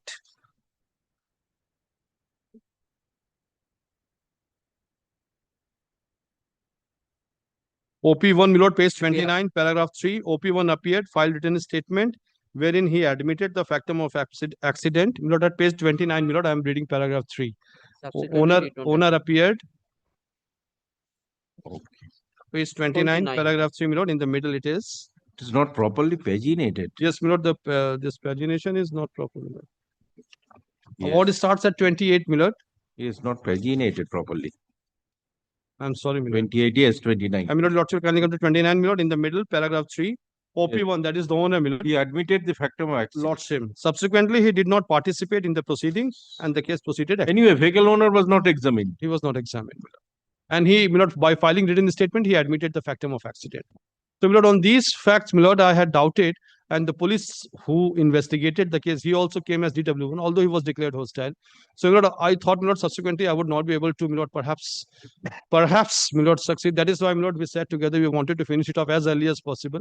Because, Milord, Milord, right now, even his stay is not absolute, Milord, but entire money is secure. But we wanted to finish it off, Milord. That is why, Milord, we wanted my Lord's blessings, Milord, if it can be disposed of. Yes, record and order. You want to add anything? No. No. Yes, learned advocates for the parties are present.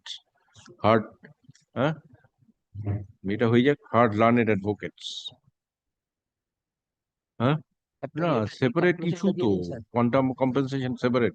Milord, same accident, the quantum is different, Milord. Only my lord, multiplier will be different. Otherwise, all are same because that is also 80% disability. The record to din to tala otar paper book ta. Yes.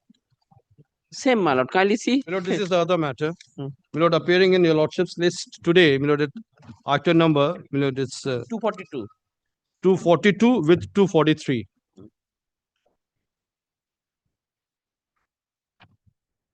This here also, Milord, my learned friend has made the calculation, Milord, we have agreed. This is also, my lord, 5,000 has taken. Page 38. 411 is item 242. Yes, Milord. 242 and 243. Yes. 411 is 242 and 243. Your lordship is correct. And why this then COT? Oh, COT is For enhancement. Mr. Mondol's matter. Lordship. So in both the cases, My lord. they have filed counter object. My lord. Yes. Loss Both the cases you are appearing. Yes. Yes. Learned advocates for the parties are present. The above appeals being FMA 411 of 2026 and FMA 412 of 2026 are taken up for are taken up for hearing. কোনটা?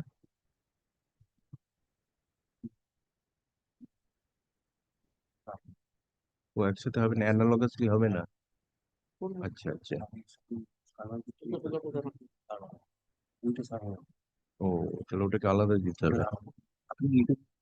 Anyway, you see, there will be some technical problems. It cannot be taken out. The first two separate orders, separate. Yes. This is why, Milord, that is why, Milord, I did not intermingle with the second part.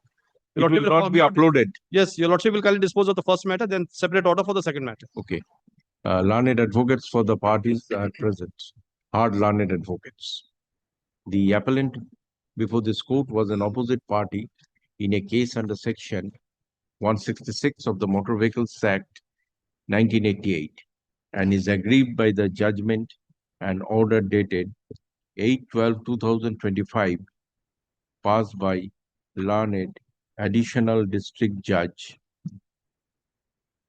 So, learned judge, bench 5, City Civil Court, Calcutta, in MSC case number 252 of 2021. Stop. The case of the claimant before the learned trial court may be summed up thus.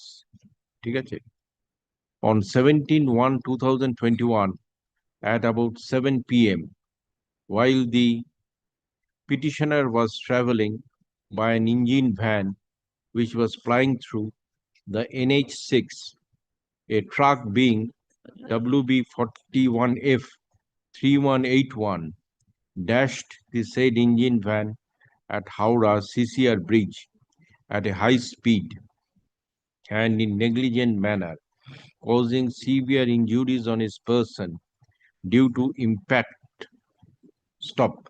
Due to impact of accident, the petitioner was removed to Uttarpara State General Hospital, wherefrom he was referred to Calcutta National Medical College and Hospital and was admitted there from 18/1/2021 to 11/2/2021, and his right leg was amputated from above knee joint and fracture of left leg with serious bodily injuries all over his person, and he was engaged in the avocation of highly skilled Halai Mistri. Stop.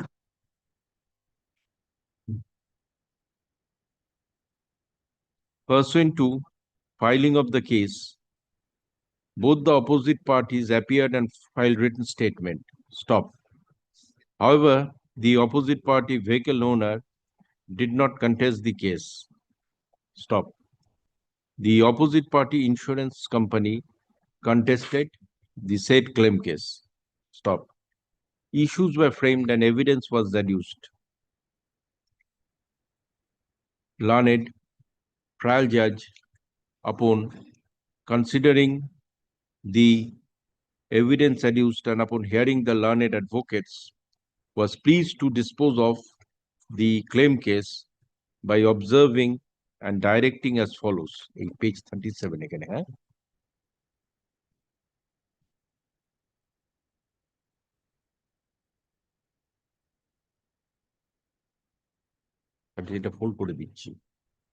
The appellant Shriram General Insurance Company Limited, being aggrieved by the judgment and award passed by the learned trial court, has come up with the instant appeal. Stop. The claimant, respondent number 1, being also aggrieved by the quantum of compensation awarded, has filed cross objection. Stop. Heard learned advocate for the appellant and learned advocate for the claimant, respondent number 1. Peruse the evidence adduced and materials on record. Learned advocate for the appellant submits that the FIR was lodged after a period of 17 days. Thus, the case of the claimant is doubtful. Stop. Learned advocate further submits that the vehicle number was not mentioned in the FIR and that there is every chance of the vehicle being implanted. Stop. Learned advocate also submits that the compensation awarded by the learned trial judge is excessive, as although the disability certificate mentioned 80%, but the learned trial judge considered the disability to be 100%. Stop. Learned advocate appearing for the claimant respondent submits that the learned trial judge did not commit any error in coming to the findings of the involvement of the vehicle. Stop. Learned advocate further submits that the compensation awarded should be enhanced.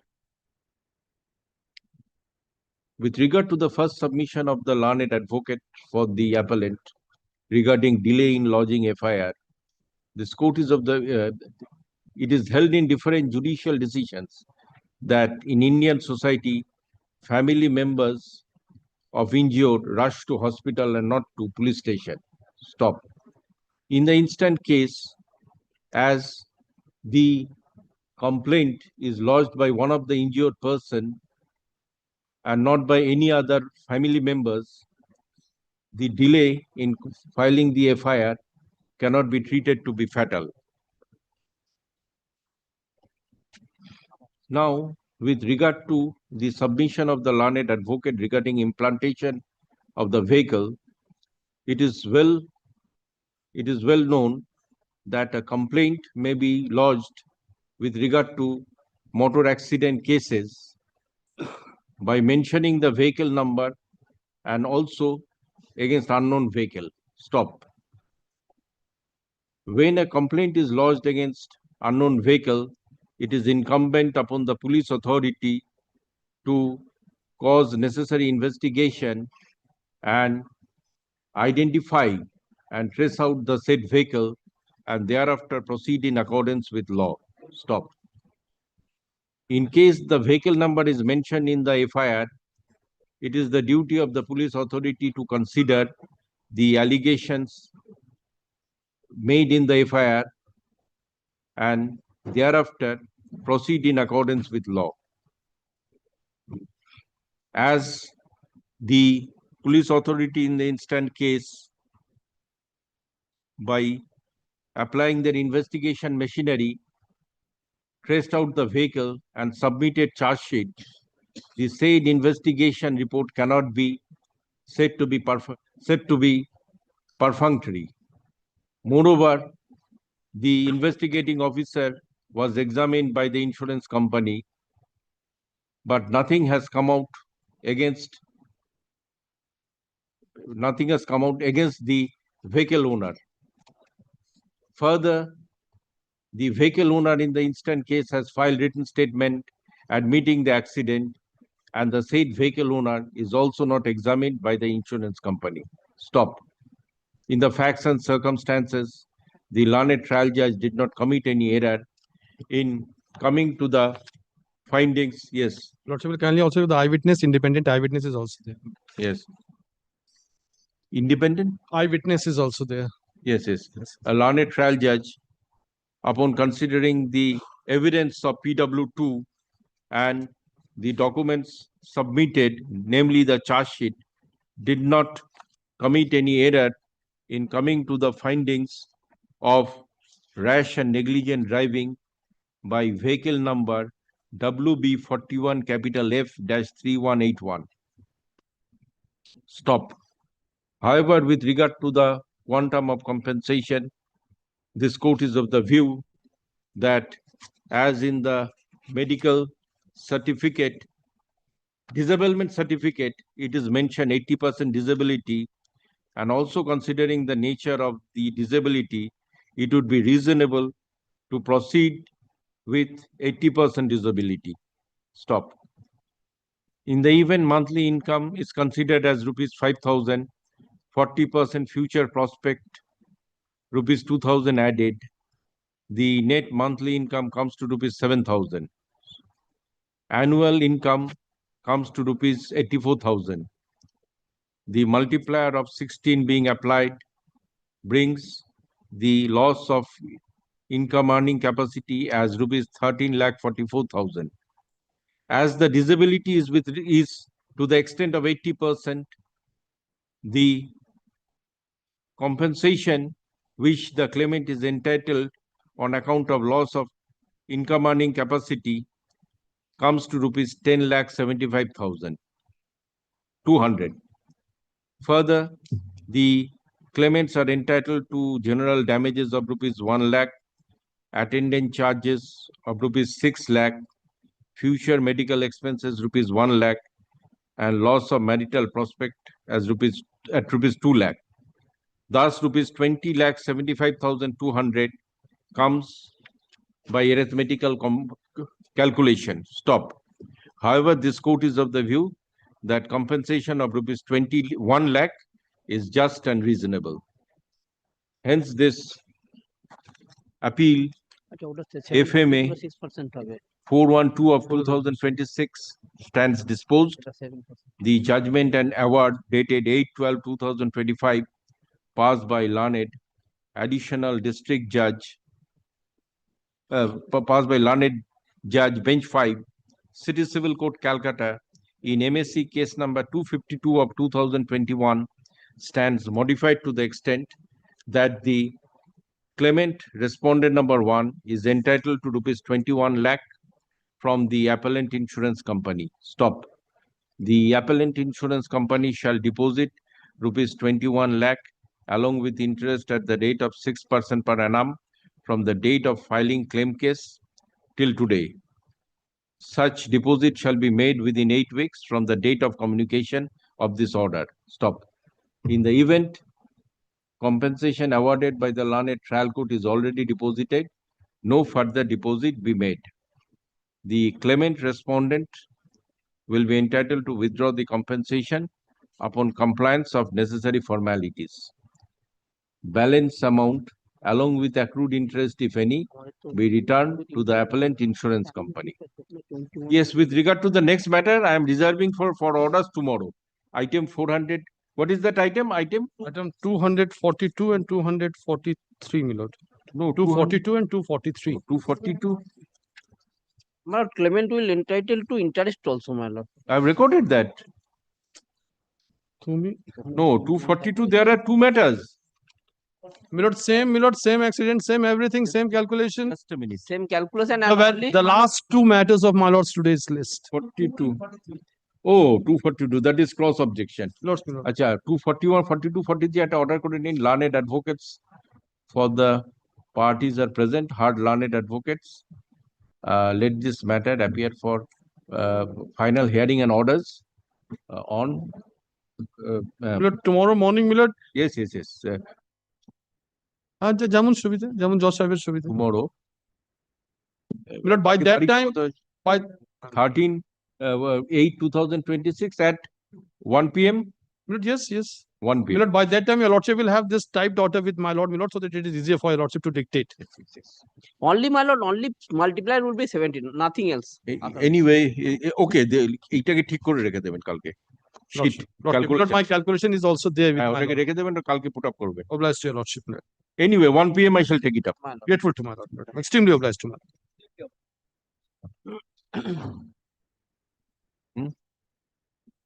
আচ্ছা, এবারে 2 p.m. আর কিছু আছে fix? 3 p.m. টা ডেকে দিন। ও 3:15 বেজে গেছে। 2 p.m. কি দুটো ছিল না একটাই?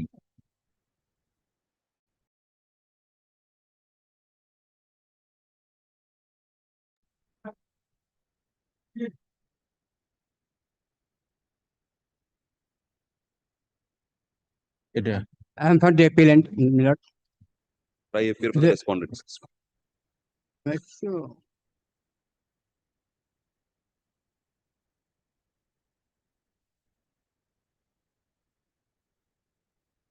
You are the plaintiff appellant.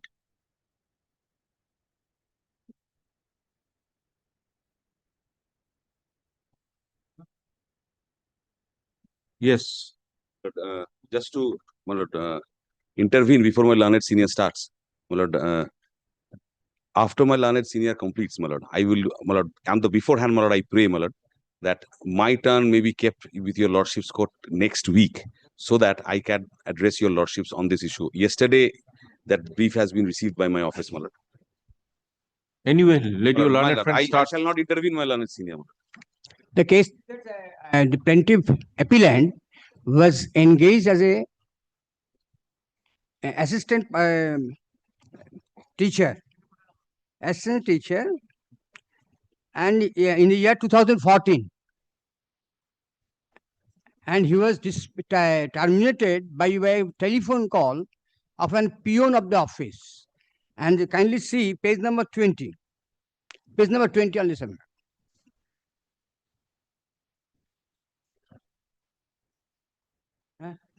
No, just minute. Page 20, yes. Page 20, kindly see 1, 2, 3, 4, 5, 5th line. The appointment letter was issued by secretary of school, but termination was given by a staff orally, which is evident from the evidence of DW1. This is the performance of the respondent. And we're going to the this is a judgment. ADJ first track is observation after handing. So it can be.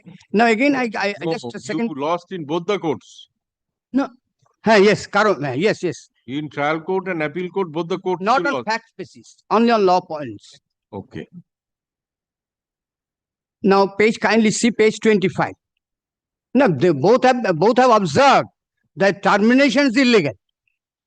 But I cannot give you any relief. Because number one, trial court told that you have not sought for a declaration. Then I went to district judge and I made an appeal for an amendment of the prayer. And it was allowed. And thereafter, I went to the first track court's appeal. Appeal court's observation is like this. Yes, it is correct that the determination is not proper, is illegal, but I cannot give any relief on the sense that kindly see page 25. Yes. Page 25. What is the proposition of law which is framed by Yes, the? yes. Let us see that. Kindly see the order of the division bench while admitting the courts, they have decided. Yes, which page? Order of the divisional bench. Kindly, I'm giving you this. No, yeah, it is not there in the paper book. I think, yes. It's page 35. 35, yeah. It's not in my book copy. It has been served on my page 35. It's not here in my copy.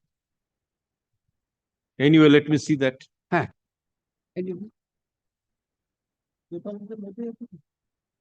नहीं paper book है नहीं এটা.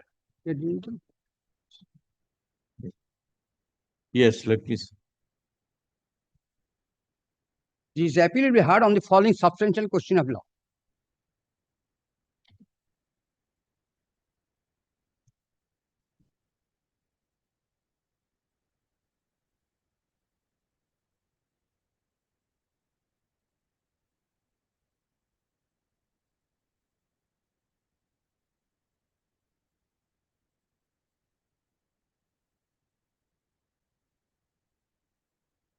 Yes.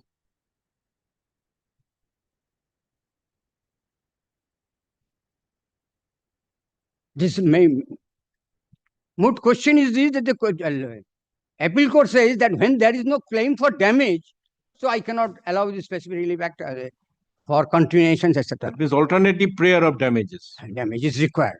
But Yes, I think at 2080 amendment, specifically at 14, this is not that was the personal service. In case of personal service, you see, sometimes you cannot enforce specifically.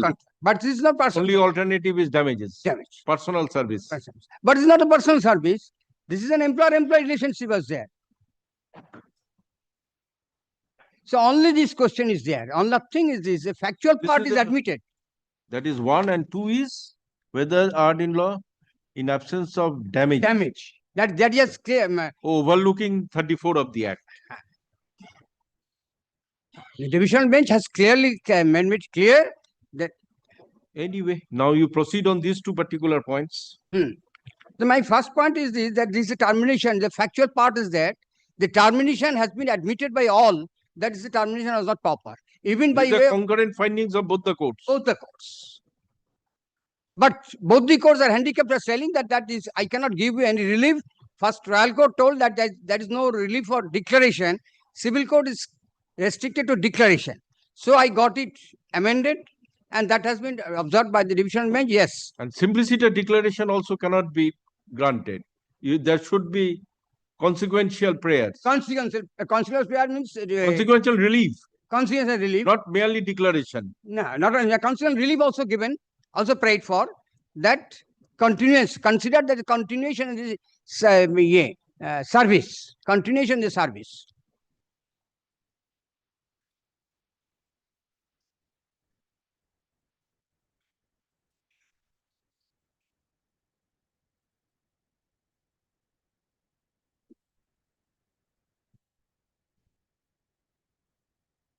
Yes, relief.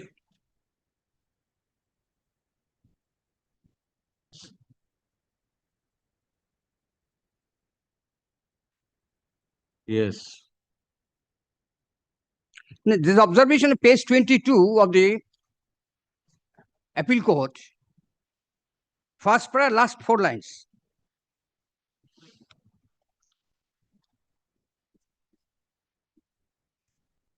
Page 44. Now, page 22. Last 4 lines of the first paragraph.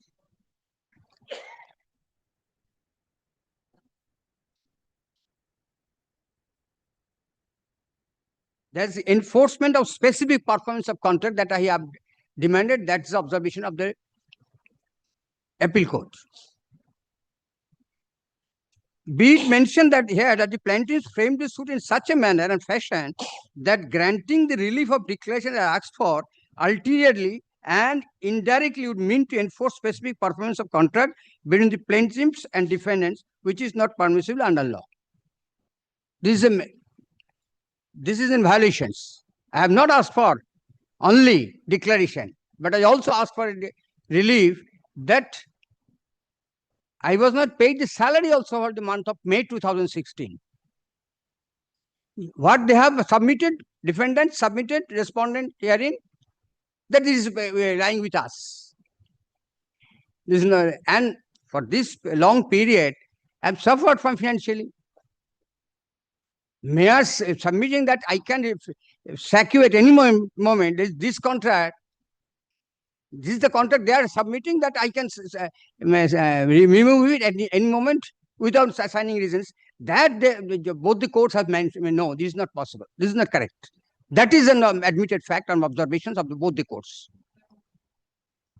Technically, both of them are going very technically. First one is a no declaration, so I amended it.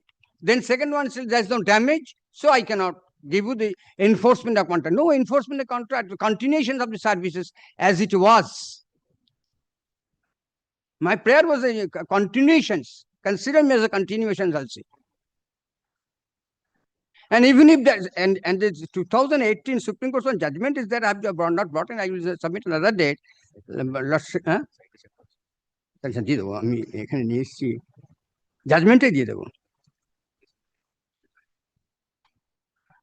that after 2018 amendment, damage is not compulsory, it is estimated.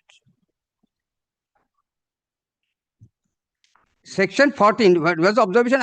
Since I am not having this judgment, I've got yesterday only. Clarified that those 2018 amendments fundamentally altered how courts evaluate unenforceability and determinability under Section 14, shifting the legal balance heavily towards contract enforcement rather than monetary damages. This is the Supreme Court judgment in two cases, as a B. Santosh Sharma versus D. Sarola, and also HON'BLE versus Bhasanti. I will submit this judgment because he is asking for time. So before that, I will submit the judgment, these two judgments. My issue is simple. My issue is not that long, because nothing is there to be submitted on the parts of the facts. Facts has been admitted. Those two laws, proposition law of law. Nothing is there in this my appeal. Whether the damage, if I have not mentioned the damage part, then I can get the relief for continuations. And even if it's not mentioned as a damage, the court can decide. And So here you see, your scope is very limited because both the court held in your favor that the termination is illegal, but that relief cannot be granted. First of all, as because you did not seek that relief. And second thing is, you did not pray for alternative damages. So these are the questions of law. Simple. And you see, you have already referred to, yes, those two questions are formulated by the Honorable Division Bench. So all you have to do is to conclude it by citing the relevant authorities on this issue.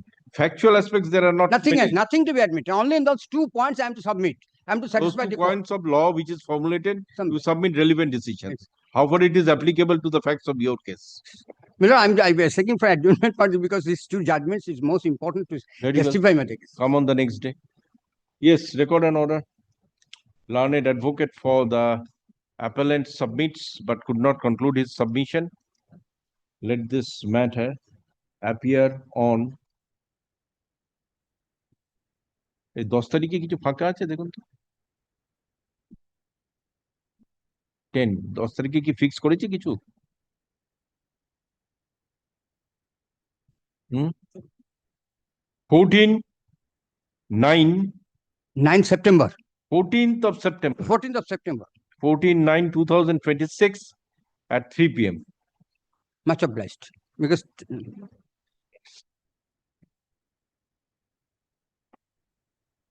we are so very grateful.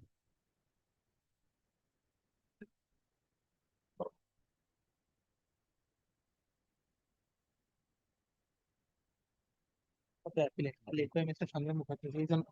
It is your appeal. Yes, Lordship, my appeal.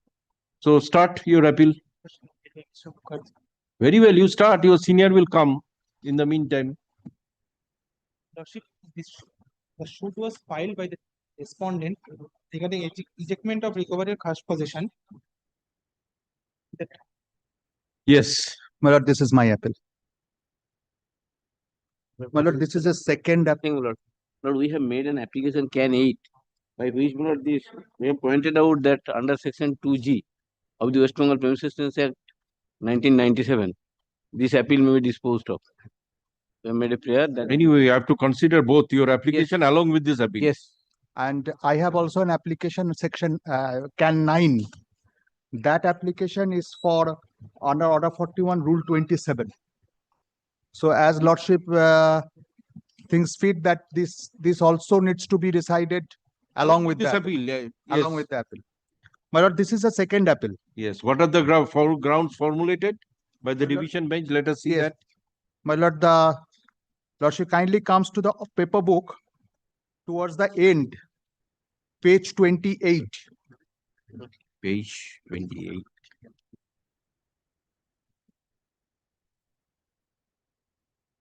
If I may place, the short ground that the appellant urges in the second appeal is that the appellate decree is based on a misinterpretation of the evidence and by ignoring material evidence. The matter pertains to an eviction decree according to the appellant. The respondent plaintiff reasonably required 2 rooms. After the trial court passed the decree, the respondent obtained possession of 1 room by executing another decree against another tenant, and thus the respondent's requirement was limited to a further room and no more. The appellant is aggrieved that the lower appellate court did not consider the submission of the second appellant in such regard and mechanically approved the trial court decree. Since it was perceived, Lordship, can I turn the page? Since it was perceived that the short question may be addressed at the admission stage and the matter disposed of, the respondent was required to be given notice. The respondent says that the evidence in course of the trial was appropriately read and interpreted by the lower appellate court in upholding the trial court decree. The matter requires consideration. The second appeal is admitted on the question whether the lower appellate decree impugned herein is not based on oral and documentary evidence, or such appellate decree is a result of misinterpretation of the evidence or by ignoring material evidence that came out in course of the trial of the suit. That is the substantial question which has been framed. Now, let the lower records be called for. Since the respondent is represented, the service is dispensed to it. The department will serve notice. Then the usual orders had proceeded. So therefore, the substantial question is the second appeal is admitted on the question whether the lower appellate decree impugned herein is not based on oral and documentary evidence, or such appellate decree is a result of the misinterpretation of the evidence or by ignoring material evidence that came out in course of the trial of the suit. My lord, since this is a second appeal, as per the appellate side rules procedure, the paper book contains only the trial court judgment and the appeal court judgment. The trial court records are here after all. Trial court records are here. To assist Lordship, we will be requiring to place the pleadings, the evidences in chief, as well as the evidence oral as well as documentary, whichever has come. Yes, what is the judgment of the trial court? Let us see first. Yes, my lord, that's why I would pray while I am started the appeal, this has come to me through the Legal Services Committee, High Court. So if my learned friend's client can prepare the supplementary paper book containing those documents. No, let us see the trial court judgment. Yes, I'll placing the trial court judgment. Because that will be helpful for Lordship, the docket of convenience. Lordship kindly sees the trial court judgment dated 25th February 2010. And having stood for consideration to this day, the court delivered the following judgment.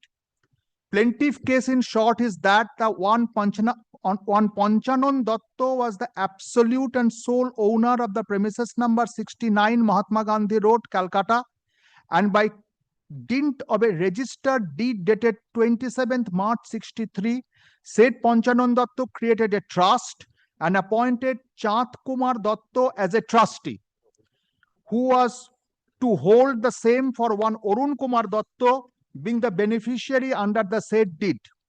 It was also settled that the said trust came to an end on the expiry of the 5 years, and the trustee would make over and transfer the said premises in favor of the said Arun Kumar Datto. Subsequently, the trust came to an end on the expiry of the said 5 years, and with a release dated 30th March 1968, the said premises was transferred in favor of the Arun Kumar Datto, and accordingly the plaintiff has become the owner of the suit premises, which has been renumbered as 69B Mahatma Gandhi Road, Calcutta. Thereafter, the plaintiff has got his name mutated in the records of the Kolkata Municipal Corporation.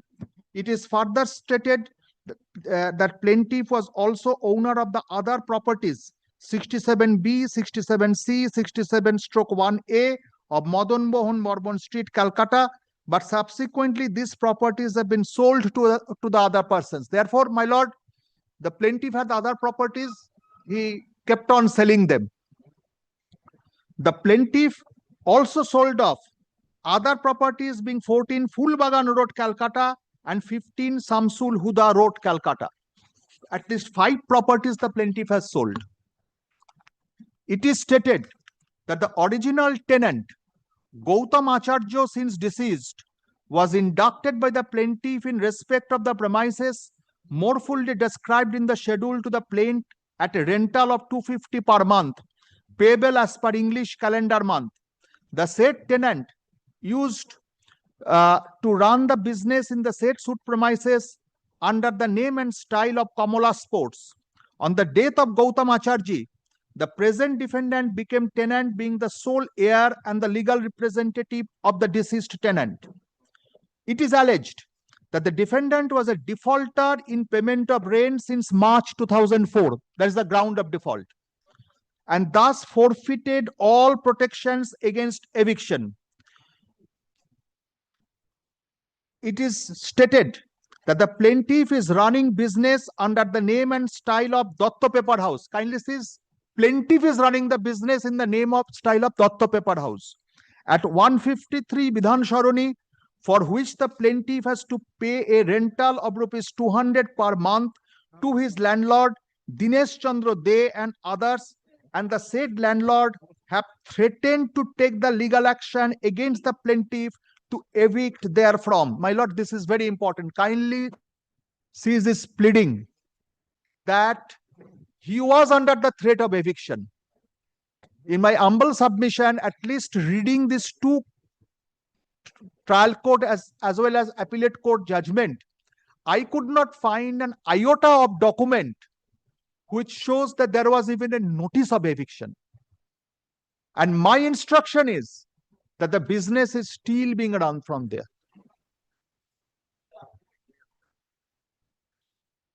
Next, the plaintiff further states that the suit premises is required by the plaintiff for the purpose of running his business in his own accommodation. Plaintiff states that he has filed eviction suit against another tenant, Saraswati Datto, and another in respect of the ground floor of the suit premises. The plaintiff states that the suit premises is also reasonably required by them for the use and occupation of his family members. Lordship, this is a commercial property. It states that this is required for the family members. Eviction notice was served upon the defendant, but as the defendant did not comply with the requisition of the said notice, the plaintiff has been compelled to file the instant suit. My lord, therefore, from the preface which the learned trial court has stated, there are only 2 grounds: default and reasonable requirement. And reasonable requirement is based of immediate threat of his own eviction from his own tenanted property. That's what the plaintiff tried to make out. Lordship turns to page 4. The defendant in her written statement has stated that the suit is not maintainable in the present form and nature, and the same is bad for defect of the parties, and that the suit is beyond the jurisdiction of the court to be tried. The defendant also states that she has no knowledge whether Panchanandatto was the absolute and sole owner of the suit premises, and whether any trust has been created by him as stated. In fact, defendant states that when the suit property is that of a trust, it cannot belong to the plaintiff in ownership. It also stated that one Somnath Mollik was originally a tenant in respect of the suit premises, and he had delivered possession of the suit premises to the son of defendant, Gautam Acharji, who was subsequently accepted by the plaintiff by executing a tenancy agreement dated 11th August 2002. My lord kindly notes this date. 11th August 2002, tenancy agreement executed. And the suit has been filed in the year 2004. Within 2 years, my learned senior friend's client seeks my eviction. Within 2 years. No, that is within the period provided under the statute, permissible period. Permissible period. That is there. Yes, but he has to establish that whether he has established or not. Let us see that. Yes, that is that. For that, we need to look into the evidences and the pleadings. On the death of Gautam Acharji, the present defendant stepped into the shoes of the said Gautam Acharji as his sole legal heir and representative, but the plaintiff did not accept her as tenant, and upon his refusal to accept rent, the defendant had been compelled to deposit the rent before the office of the rent controller. So they started refusing my rents. Defendant has denied that there is any reasonable requirement of the suit premises by the plaintiff, either for his family or for the business purpose. The validity and the legality of the eviction notice has been denied by the defendant, stating that the second eviction notice on which the present suit has been filed is bad in the eye of law, and hence for the above reason, the instant suit is liable to be dismissed. So therefore, there is an issue of second eviction notice as well. How that is valid, Lordship will have to look into it. On the basis of the pleadings of the parties, the following issues have been framed. Lordship, as many as 8 issues have been framed. Serially, it comes 7, but there is one issue 5A. So there are 8 issues. Lordship, let's see. Is the suit maintainable in its present form? Has the plaintiff any cause of action? Has the plaintiff served notice upon the defendant? If so, is the notice valid, legal, sufficient? Is the defendant defaulter in payment of rent since March 2004? Does the plaintiff reasonably require the suit premises for his own use and occupation, as well as for the family members? Then 5A. Is the premises required for the business purpose of the plaintiff? This is the additional issue which was framed subsequently. Issue 6. Is the plaintiff entitled to get a decree as prayed for? Issue 7. So what other relief or reliefs, if any, is the plaintiff entitled to? So these are the 8 issues which has been framed. Now, Lordship, issue number 4, 5 and 5A is German for our decision. Whether the defendant is defaulter. 5 is, does the plaintiff reasonably require the suit premises for his own There any use? concurrent findings by both the courts with regard to notice and with regard to the defaulter and reasonable? Yes. Concurrent findings by both the courts. Except default. In default, there is no concurrent findings. Both the courts had held I am not a defaulter. Okay, but so far the reasonable requirement is concerned, but there is concurrent findings by both the courts. Concurrent finding by both the courts. And that is why we have brought in Order 41, Rule 27, subsequent developments during the pendency of this appeal, which shows that the reasonable requirement which the plaintiff has pleaded has been satisfied. Issue number 1. It has been argued on the behalf of the defendant that the plaintiff by no means can be termed as the owner of the suit premises because the suit property is a trust property. It has also been argued that the plaintiff has suppressed the existence of the other trustees, if any, and in that view of the matter, the suit is also not maintainable as it suffers from defect of parties. The plaintiff in this respect has sought to rely upon Exhibit 1, 2, and 3 being the trust deed, the release deed, and the tax bills of the Kolkata Municipal Corporation. Upon perusal of the consideration thereof, it transpires that vide Exhibit 2, the release deed, the plaintiff has become the owner of the suit premises in as much as it shows that upon expiry of the stipulated period, the trust so created has already come to an end and the present plaintiff has become the sole and absolute owner of the suit premises. The Exhibit 2 has not been challenged by anybody, and as such, there is no ground to disbalance the contents of the said document. Subsequently, the plaintiff has got his name recorded in the assessment books of the Kolkata Municipal Corporation, and that is substantiated by the Exhibit 3 being the tax bill issued by the Kolkata Municipal Corporation. So, plaintiff's case is that subsequently the trust has come to an end, and since the trust has come to an end, the property devolved upon him exclusively. Question is, rent was paid by this defendant to this person, to the plaintiff. Yes, yes. Anyway, you see, so far the landlord-tenant relationship is considered. It is admitted. Ownership is not required to be proved. It is admitted. Yes. Thus, it is clear from the above discussion that the suit property in question is not a trust property at present, and the ownership of the plaintiff in respect of the said property is not at all clouded. No doubt that the plaintiff is the sole and absolute owner of the property, and that being so, the instant suit is perfectly maintainable in law and its present form.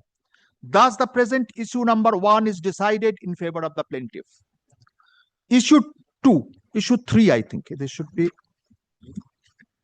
issue 1, issue 2. It is argued on behalf of the defendant that the plaintiff has sent 2 eviction notices.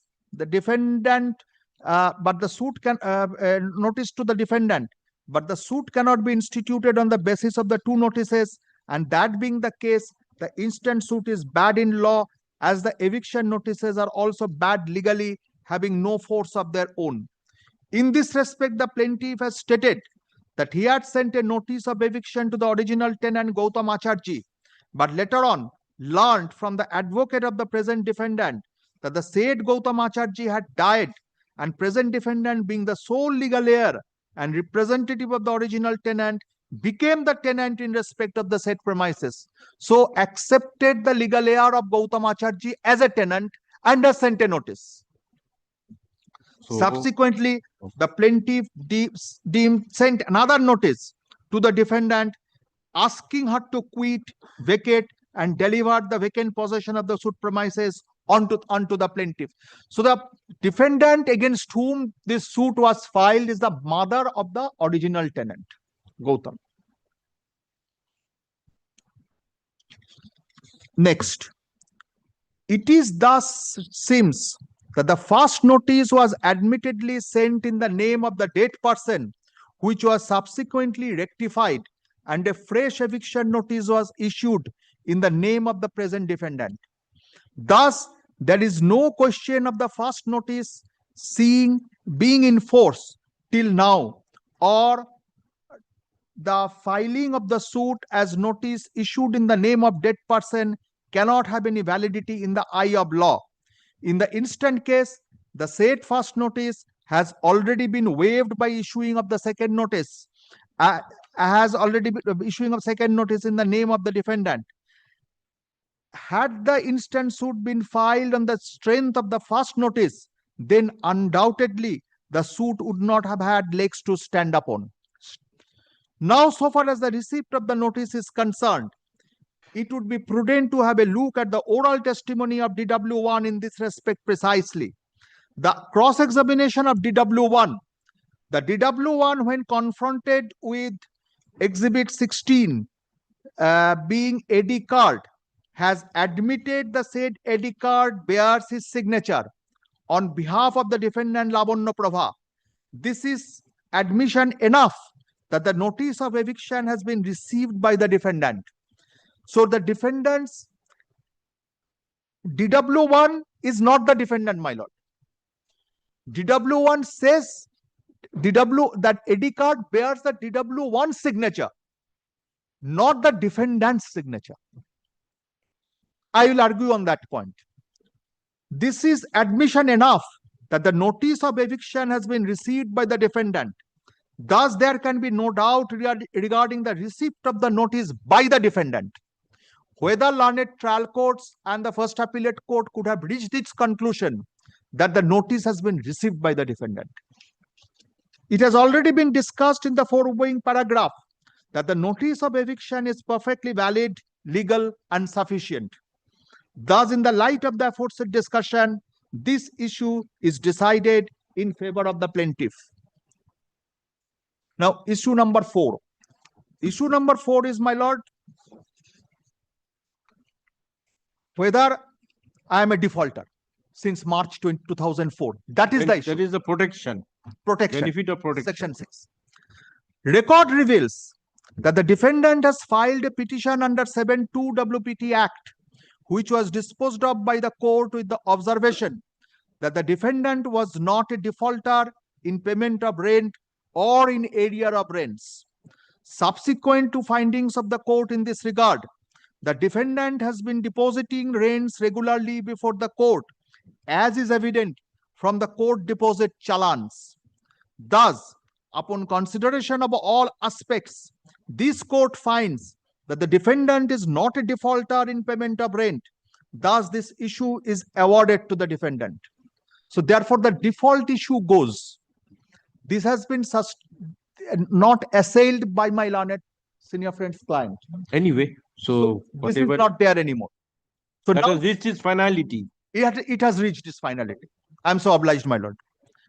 Now, issue 5 and 5A. That is as regards the reasonable requirement. 5. Though the plaintiff has averred in the plaint that the suit premises is reasonably required by him for the use of his own self and for his family members, yet during the course of argument and before this court, the said issue was not pressed by the plaintiff. Lordship kindly notes this. This issue was not pressed by the plaintiff. What was the issue? If I may turn back, Lordship, a little bit. Does the plaintiff reasonably require the suit premises for his own use and occupation as well as for the family members? That was the issue, not praised by the plaintiff. In that view of the matter, this court is of the view that said issue is not worth considering.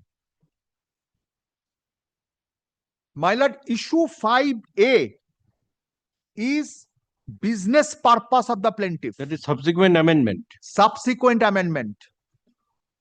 And 5 is the reasonable requirement of the plaintiff and his family members. That was his specific pleading. He did not presses that issue. What will be the consequence of that? I'll be addressing Lordship on it. Thus, the issue is disposed of accordingly. Issue number 5A.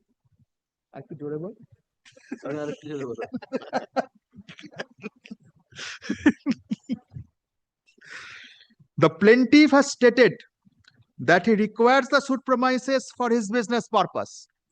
It has been stated by the plaintiff that he carries on business at a rented accommodation being 153 Vidhan Saroni under the name and style Datta Paper House.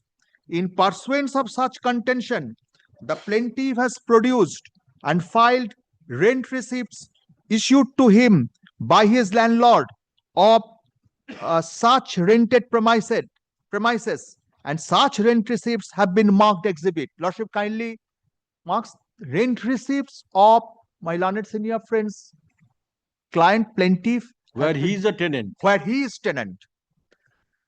That part, it is clearly admitted by DW in his oral testimony that indeed the plaintiff carries on business at a rented place, being the said address above stated.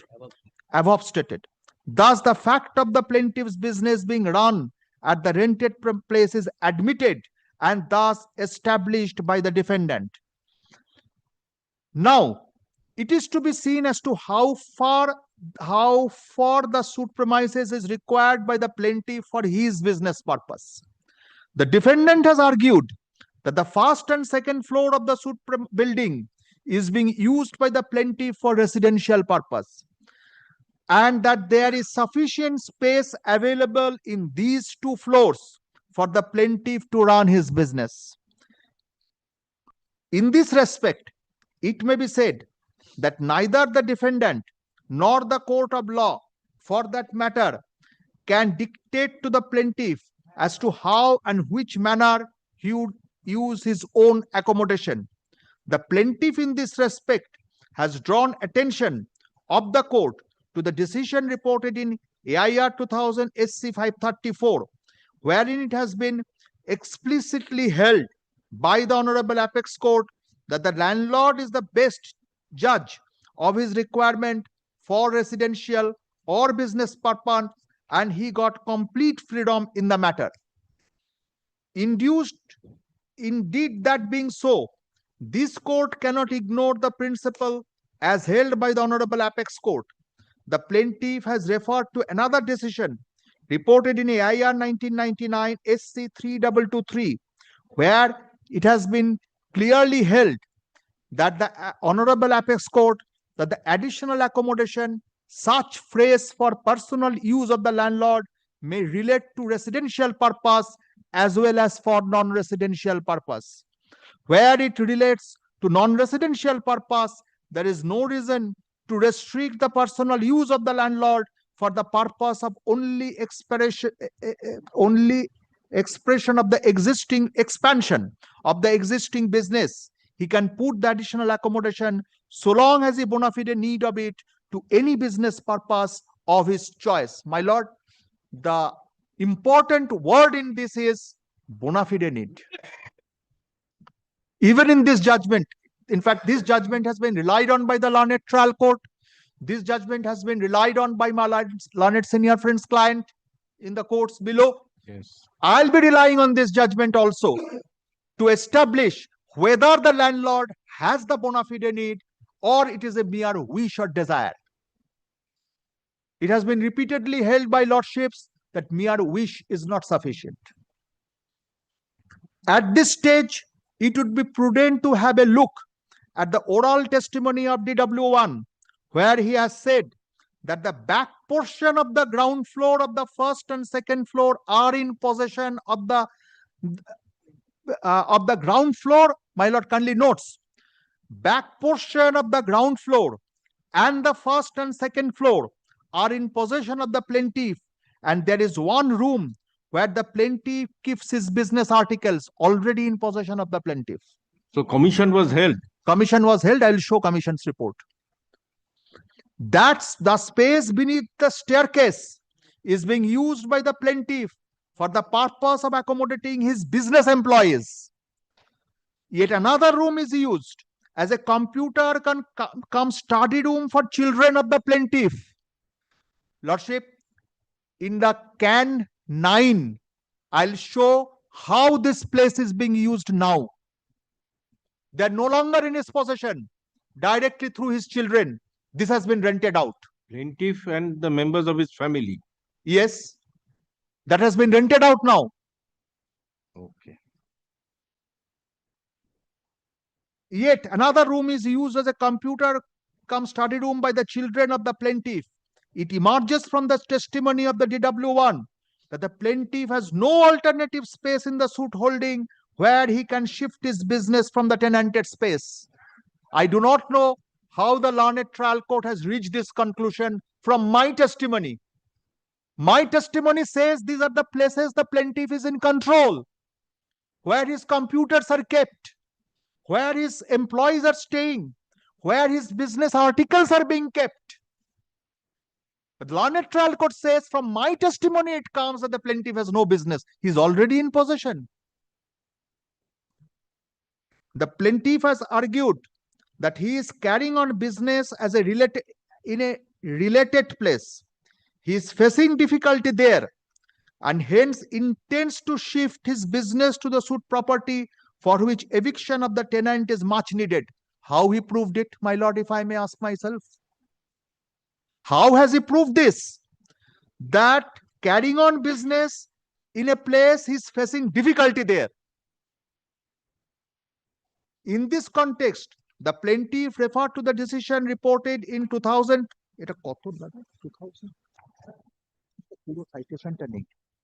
6 SCC 16, where it has been held by the Honorable Apex Court that whose landlord is carrying on business in rented premises, he cannot be compelled to do so. Lordship knows every judgment and every decision are outcome of the specific facts of that case. Right. Whether the ratio of one can be implanted into the other. Yes, whether the facts are applicable. Yes, that has to be seen. That is the rule of precedents lordships have taught us. Yes. And we are bound by that. In our instant case, it has already been established that the plaintiff landlord is carrying on business in a rented premises. From the commission report, it is evident that the plaintiff is in possession of 2 rooms on the ground floor of the premises. So 2 rooms in the ground floor of the premises. The DW1 in his evidence has admitted that the space beneath the staircase is being used by the plaintiff for accommodating his business employees. So 2 rooms are already in his possession. Apart from that, the place beneath the stair is being used for his employees. This means there is dearth of space for the plaintiff to accommodate his business employees. My lord, that is not the case which has been made out by the learned plaintiff, that I require it for my employees to stay. For his own use and occupation. That he has, maybe residential and non-residential. That he has not praised. Issue number 5. Residential and non-residential. No, my lord. For business purpose. 5A is for business purpose. Yes, business purpose is a wide connotation. 5A. 5 he has abandoned. Business purpose means it's a wide connotation. Wide connotation. So far the business is concerned. Yes. Absolutely business. Materials.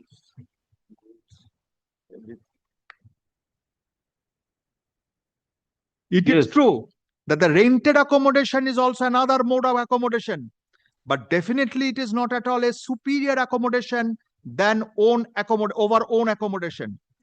In the decision stated above, the Honorable Supreme Court has held that to be an alternative accommodation relevant within the meaning of Section 12(1)(f) of the Madhya Pradesh Accommodation Contract Act 1961, it must be over accommodation, even though this section belongs to MP Accommodation Contract Act 1961. I do not know how the learned trial court relied upon this. Absolutely not German. Yet, the very principle laid down by the Honorable Apex Court in this respect cannot be given a go by any means. In the instant case, it has already emerged in the evidence that the first and second floor of the suit holding is being used by the plaintiff for the residential purpose. It has also come out from the evidence that the space beneath the staircase is being used by the plaintiff for accommodating his business employees. Thus, is enough to bring to the fray the factum of dearth of accommodation of the plaintiff for the purpose of business. My lord, in my humble submission, both cannot be correlated. He has to prove that he has to run his business from that place where I am there. This has not been proved. At least I am not getting from the trial court's judgment. I am not privy to the evidences.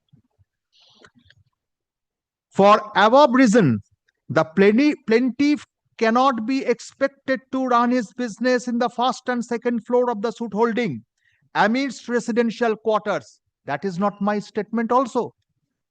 Plaintiff has in his possession sufficient space in the ground floor. And Lordship has seen the substantial question of law which has been That is the framed. observation of the Honorable Judge that there is sufficient place in the ground floor. It has he has stated how the plaintiff is, I'll show from the commission's report which I got, that how the place is being used. Anyway, let us see this. That apart, it has already been well settled that the landlord is the best judge to decide about his requirement of accommodation and mode and manner of use thereof. It is well settled. No quarrel with that proposition. That apart, it should be remembered that in instant case the plaintiff intends to shift his business from the tenanted premises to the suit premises, which is his over accommodation. Such an intention of the plaintiff cannot be taken as wishful thinking. So learned trial court was conscious that it may be the wishful thinking of the plaintiff. Anyway, according to his view, it is not a wishful thinking. Not a wishful thinking. The plaintiff, because over accommodation is always superior to that of the rented accommodation. Moreover, a business as that of the plaintiff at present, even if carried out on the first and second floor, cannot attract the same number of customers and earn the same business as a shop situated on the first floor of the building. My lord, this is without an iota of evidence. This is the learned trial court's own observation. In that view of the matter, it is time that there is a requirement of the suit premises for the purpose of business of the plaintiff. Thus, the issue is decided in favor of the plaintiff. Then issue number 2, 6, and 7. The three issues are taken up together for the sake of brevity. Nothing has been agitated by the defendant in respect of the cause of action. Hence, this issue is decided. Having considered the discussion of the above and further consideration of the facts and circumstances, it is absolutely clear that the plaintiff is satisfied to get the relief as prayed for. Thus, all the three issues are decided. So, eviction was ordered, my lord. So, this is the judgment. At this stage, my prayer is we need to look into the evidences. Now, let us come to the appellate court's judgment. Because you see, this is not a suit court, nor it is a first appellate court. Yes. The scope of this court is limited to the points formulated. Yes. Now, based upon the formulation itself, we need to look into the judgment. Yes, but limited evidences. only to that aspect. Only concurrent findings cannot be, you see, like that. Reviewed. Yes. So let us see. Clear. Absolutely. I have to show that whether I come within the parameters of the substantial question of law which has been framed. That is to be considered. So to show that, because again I will be saying that the parameter is whether the lower appellate court decree impugned herein is not based on oral and documentary evidence. So oral and documentary evidence has to be seen by my lord. And okay, let us see this judgment. Being aggrieved by and dissatisfied with the judgment and decree passed by the learned judge, Bench 6, Presidency Small Causes Court, Calcutta, in ejectment suit number 510 of 2004 on 25th February 2010, the defendant appellant judgment debtor tenant has preferred this appeal on the ground that the learned trial court has erred both in law and fact. In decreeing the suit, under the respondent plaintiff decree holder, the landlord does not require the suit for personal use and occupation. Appellant's case in brief is that the plaintiff filed a suit for eviction stating that he is the absolute owner of the suit property and Gautam Acharya was the monthly tenant under the plaintiff in respect of one room in the ground floor of the front side of the suit premises for a rent of rupees 250 per month as per English calendar month, and used to carry on the business under the name and style of Kamala Sports and the rent receipt stood in the name of the business. After the death of Gautam Acharya, his mother, the defendant appellant, became the tenant as the sole heir of the Gautam Acharya.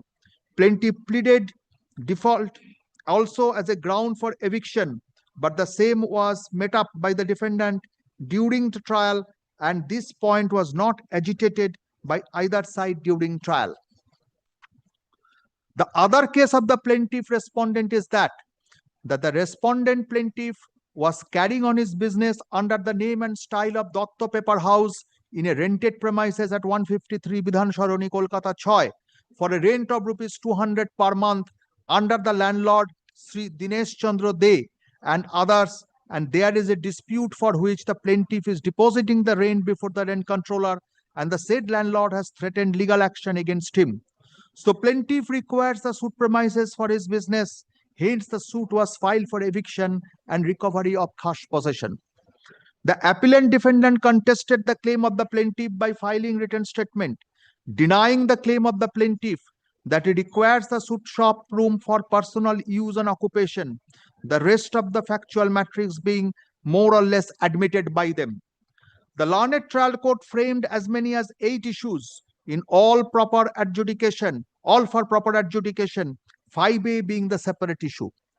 The plaintiff examined on Arun Kumar Datta as PW1, who proved his documents of title, including the deed of trust, registered transfer deed, tax bill, tenancy agreement dated 11th August 2002, counterfoil of rent receipts, advocate's letter dated 15th May 2004, trade license, income tax return, copy of ejectment notice, postal receipts, judgment and decree passed on 17th March 2005, Exhibit 1 to 17, to establish his case. My lord kindly notes, learned trial court has not listed the exhibits. Learned First Appellate Court had listed some of the exhibits, but at least from this, I am not finding that there was any notice given upon the plaintiff by his landlord to evict him. That was his case in the plaint, that I am under threat of eviction, so I need this property. Advocate's letter dated 15/5/2004. That is a notice to me. Notice to defendant. Yes. Where is his landlord's notice to him? Okay. For Plaintiff says that you see, the case will not fail. That is, his case was that I am under the threat. Anyway, that is this property. That may improve his case or may weaken his case, but case does not go. Case does not go. I was of the impression that eviction notice is not proved. Not eviction notice upon me. Anyway, that may weaken his case. Okay, after all. He has to substantiate his own case. His case is that I am under the threat. That threat is not there. Yes. He was cross-examined in full. Defendant examined her son, Aurobindo Acharya, as DW1, who proved the challan of the rent deposit, death certificate of Gautam Acharya, tenancy agreement, letter of S.K. Datta to Measures Kamala Stores, and letter issued by A.K. Datta to S.K. Datta. Point for consideration: whether the learned judge, Bench 6, Presidency Small Causes Court, Calcutta, has committed any error of the illegality in passing the impugned judgment and decree, whether the judgment impugned in appeal can be ascertained, can be assailed. I think it will be assailed. Yes.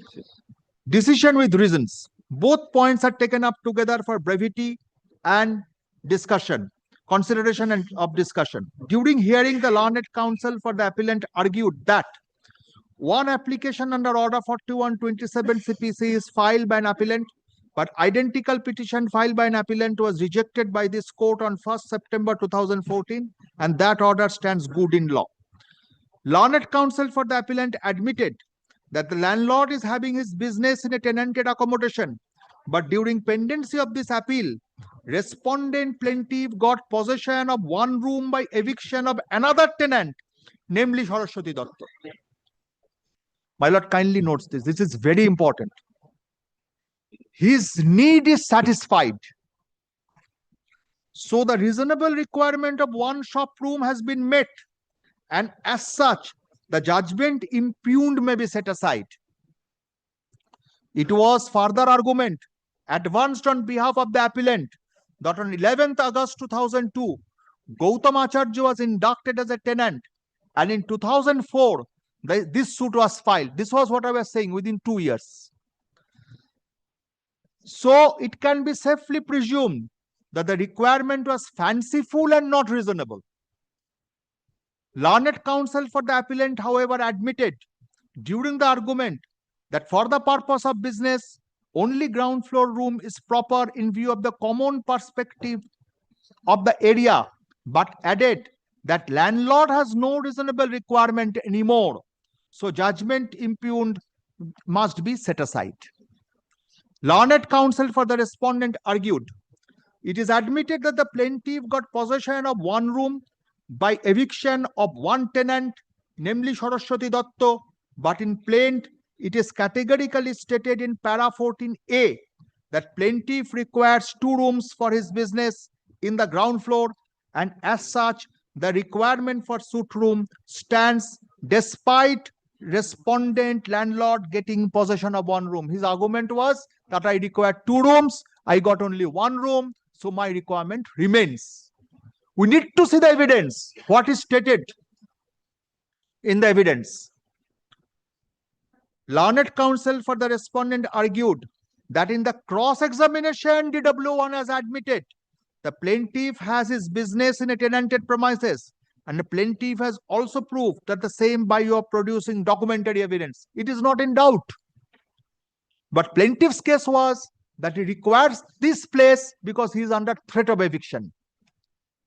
Learned counsel for respondent argued that landlord cannot be forced to carry on business from a tenanted premises when he has his own property, and as such, the suit was rightly decreed and appeal is liable to be dismissed. Learned counsel for the respondent plaintiff landlord decree holder referred to the following judgment of the Honorable Court in support of his contention. Therefore, there are as many as 7 judgments have been cited, my lord. 2010 CLJ Volume 1, Calcutta 153. Honorable Court has held that there is no necessity of holding inspection of the rented accommodation of the plaintiff. 2002 Volume 6 SCC 16. Landlord carrying on business in rented accommodation, he cannot be compelled to do so. 2003 Volume 1 SCC 462. Choice of accommodation is left to the landlord. 2012 Volume 2 SCC 155. Requirement need not be a dire necessity. Lordship kindly sees requirement need not be a dire necessity. AIR 2000 SC 534. Landlord is the best judge to decide his usage. 2003 Volume 3 CLT 2008 High Court. Landlord has full liberty to choose. AIR 99 SC 3223. Landlord has liberty to make alteration, and there is no reason to restrict his use, and he can put additional accommodation in front side row of the business for any purpose of his choice. In his response, the learned counsel for the appellant argued that during cross-examination, PW1 stated that he requires 1 room for his business. Kindly seize this. I am repeating again, my lord. Learned counsel for the appellant argued during cross-examination, PW1 has stated, it is PW1 stated that he requires 1 room for business. So he has not prayed for 2 rooms, and as such, the appeal may be allowed. Lordship, if he requires 1 room, which is stated in his cross-examination, and that room has been satisfied in page 18, Lordship, if Lordship kindly turns towards the bottom. Yes. Learned counsel for the appellant admitted that the landlord is having his business in a tenanted accommodation, but during pendency of this appeal, respondent plaintiff got possession of 1 room by eviction of another tenant, namely Saraswati Datta. Therefore, his purpose is satisfied. And through Can 9, where Order 41, Rule 27, I have preferred I'll show he got possession of further rooms during pendency of this second appeal. Lordship knows reasonable requirement is continuing. It has to be established the time when the lease finally comes to an end. So my learned friend's client needs to establish that his reasonable requirement still persists, still subsists.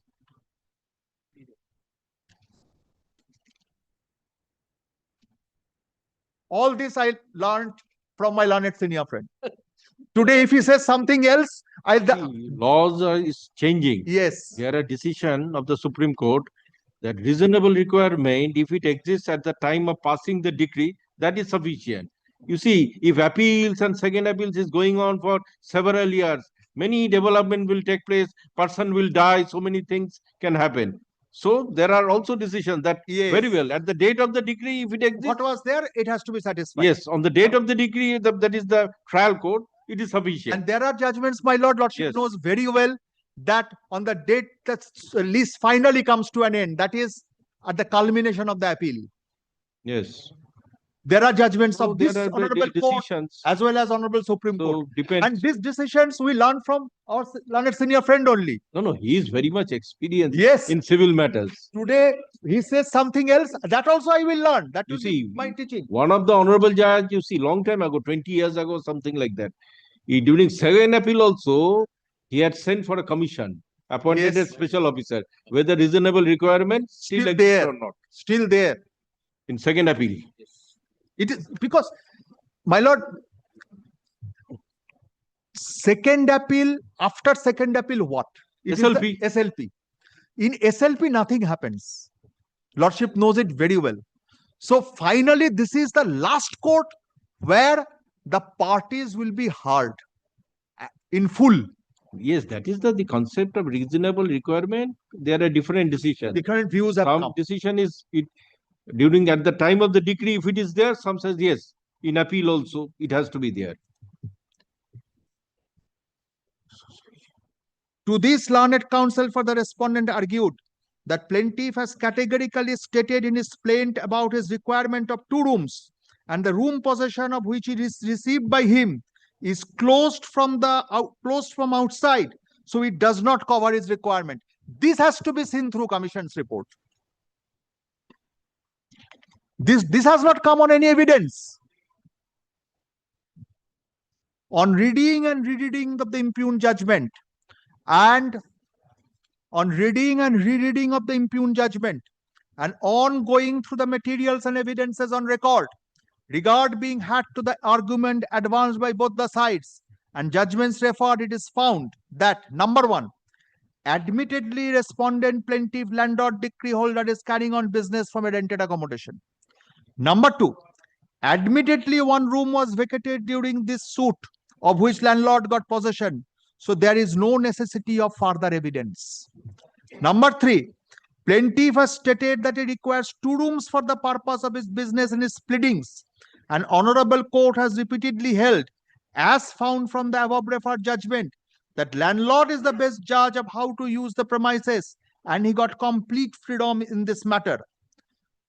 DW1 has deposed during cross-examination on 12th January 2010 that the tenancy of Regent's Port is one of which possession is acquired by the plaintiff, and that shop room is closed from outside. Lordship kindly sees another shop room, Regent's Ports, who surrendered and has gone out, which is also in possession of the plaintiff. So therefore, Saraswati goes, Regent goes. He says in his pleading, I need 2 rooms.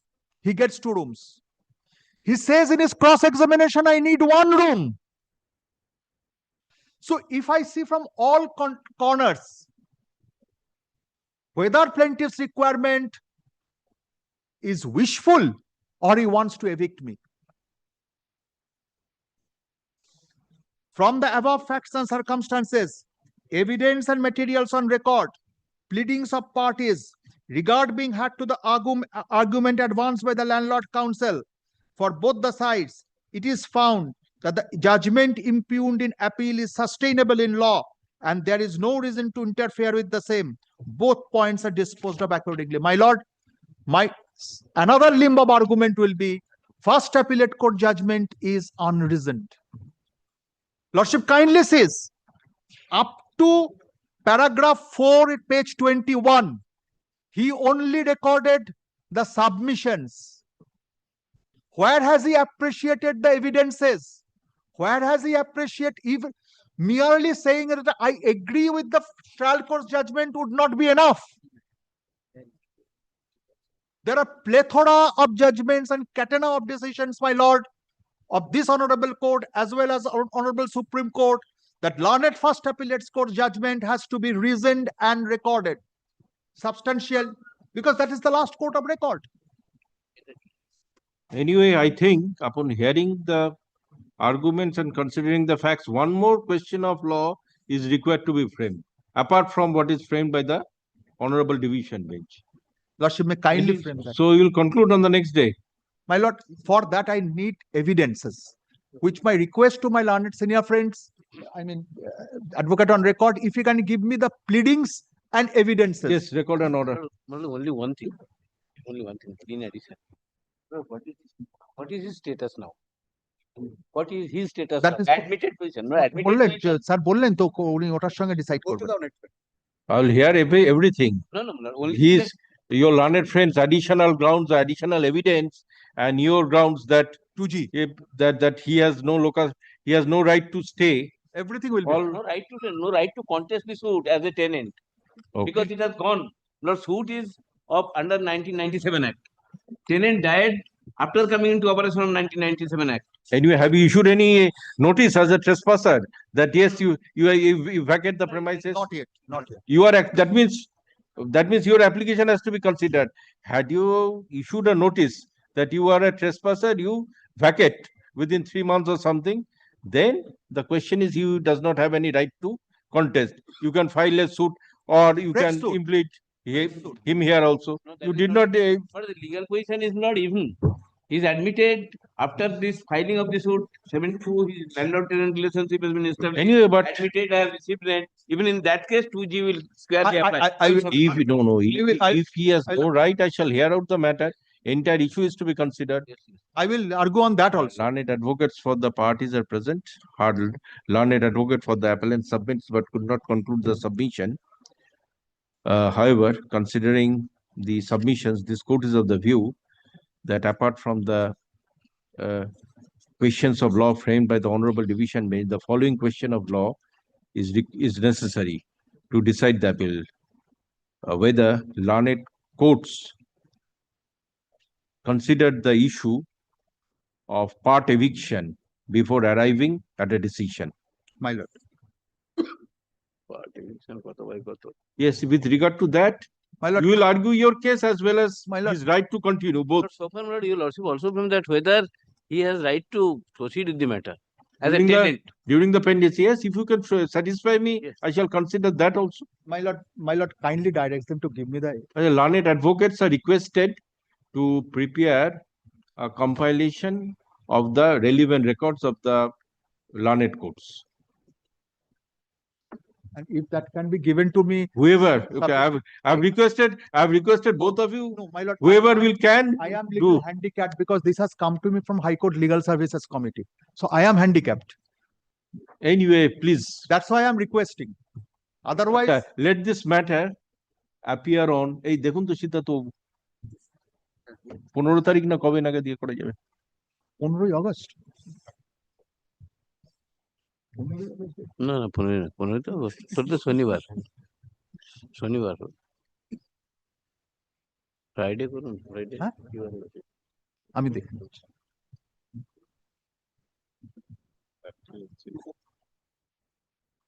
16/9/2026 at 2 p.m. 16/9, it's Wednesday. But hard in part. Anyway, hard in part. The matter be treated as hard in part. My lord. I'm so obliged.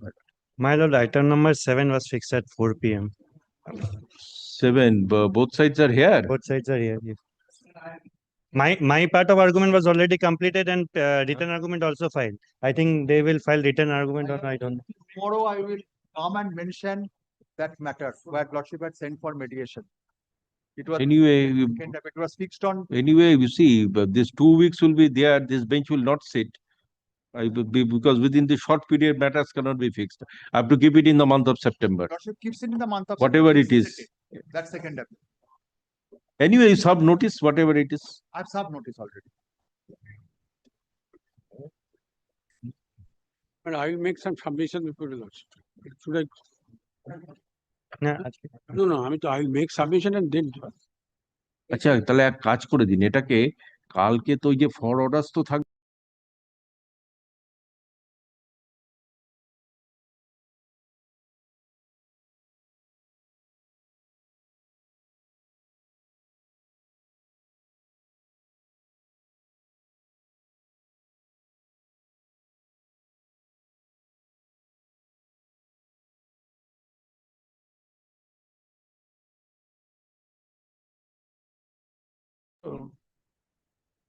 or tomorrow also at 4 p.m. আধ ঘন্টা লাগে। আচ্ছা learned advocates for the part এটা কটা দরকার নেই, কালকে 4 p.m. করে দেব।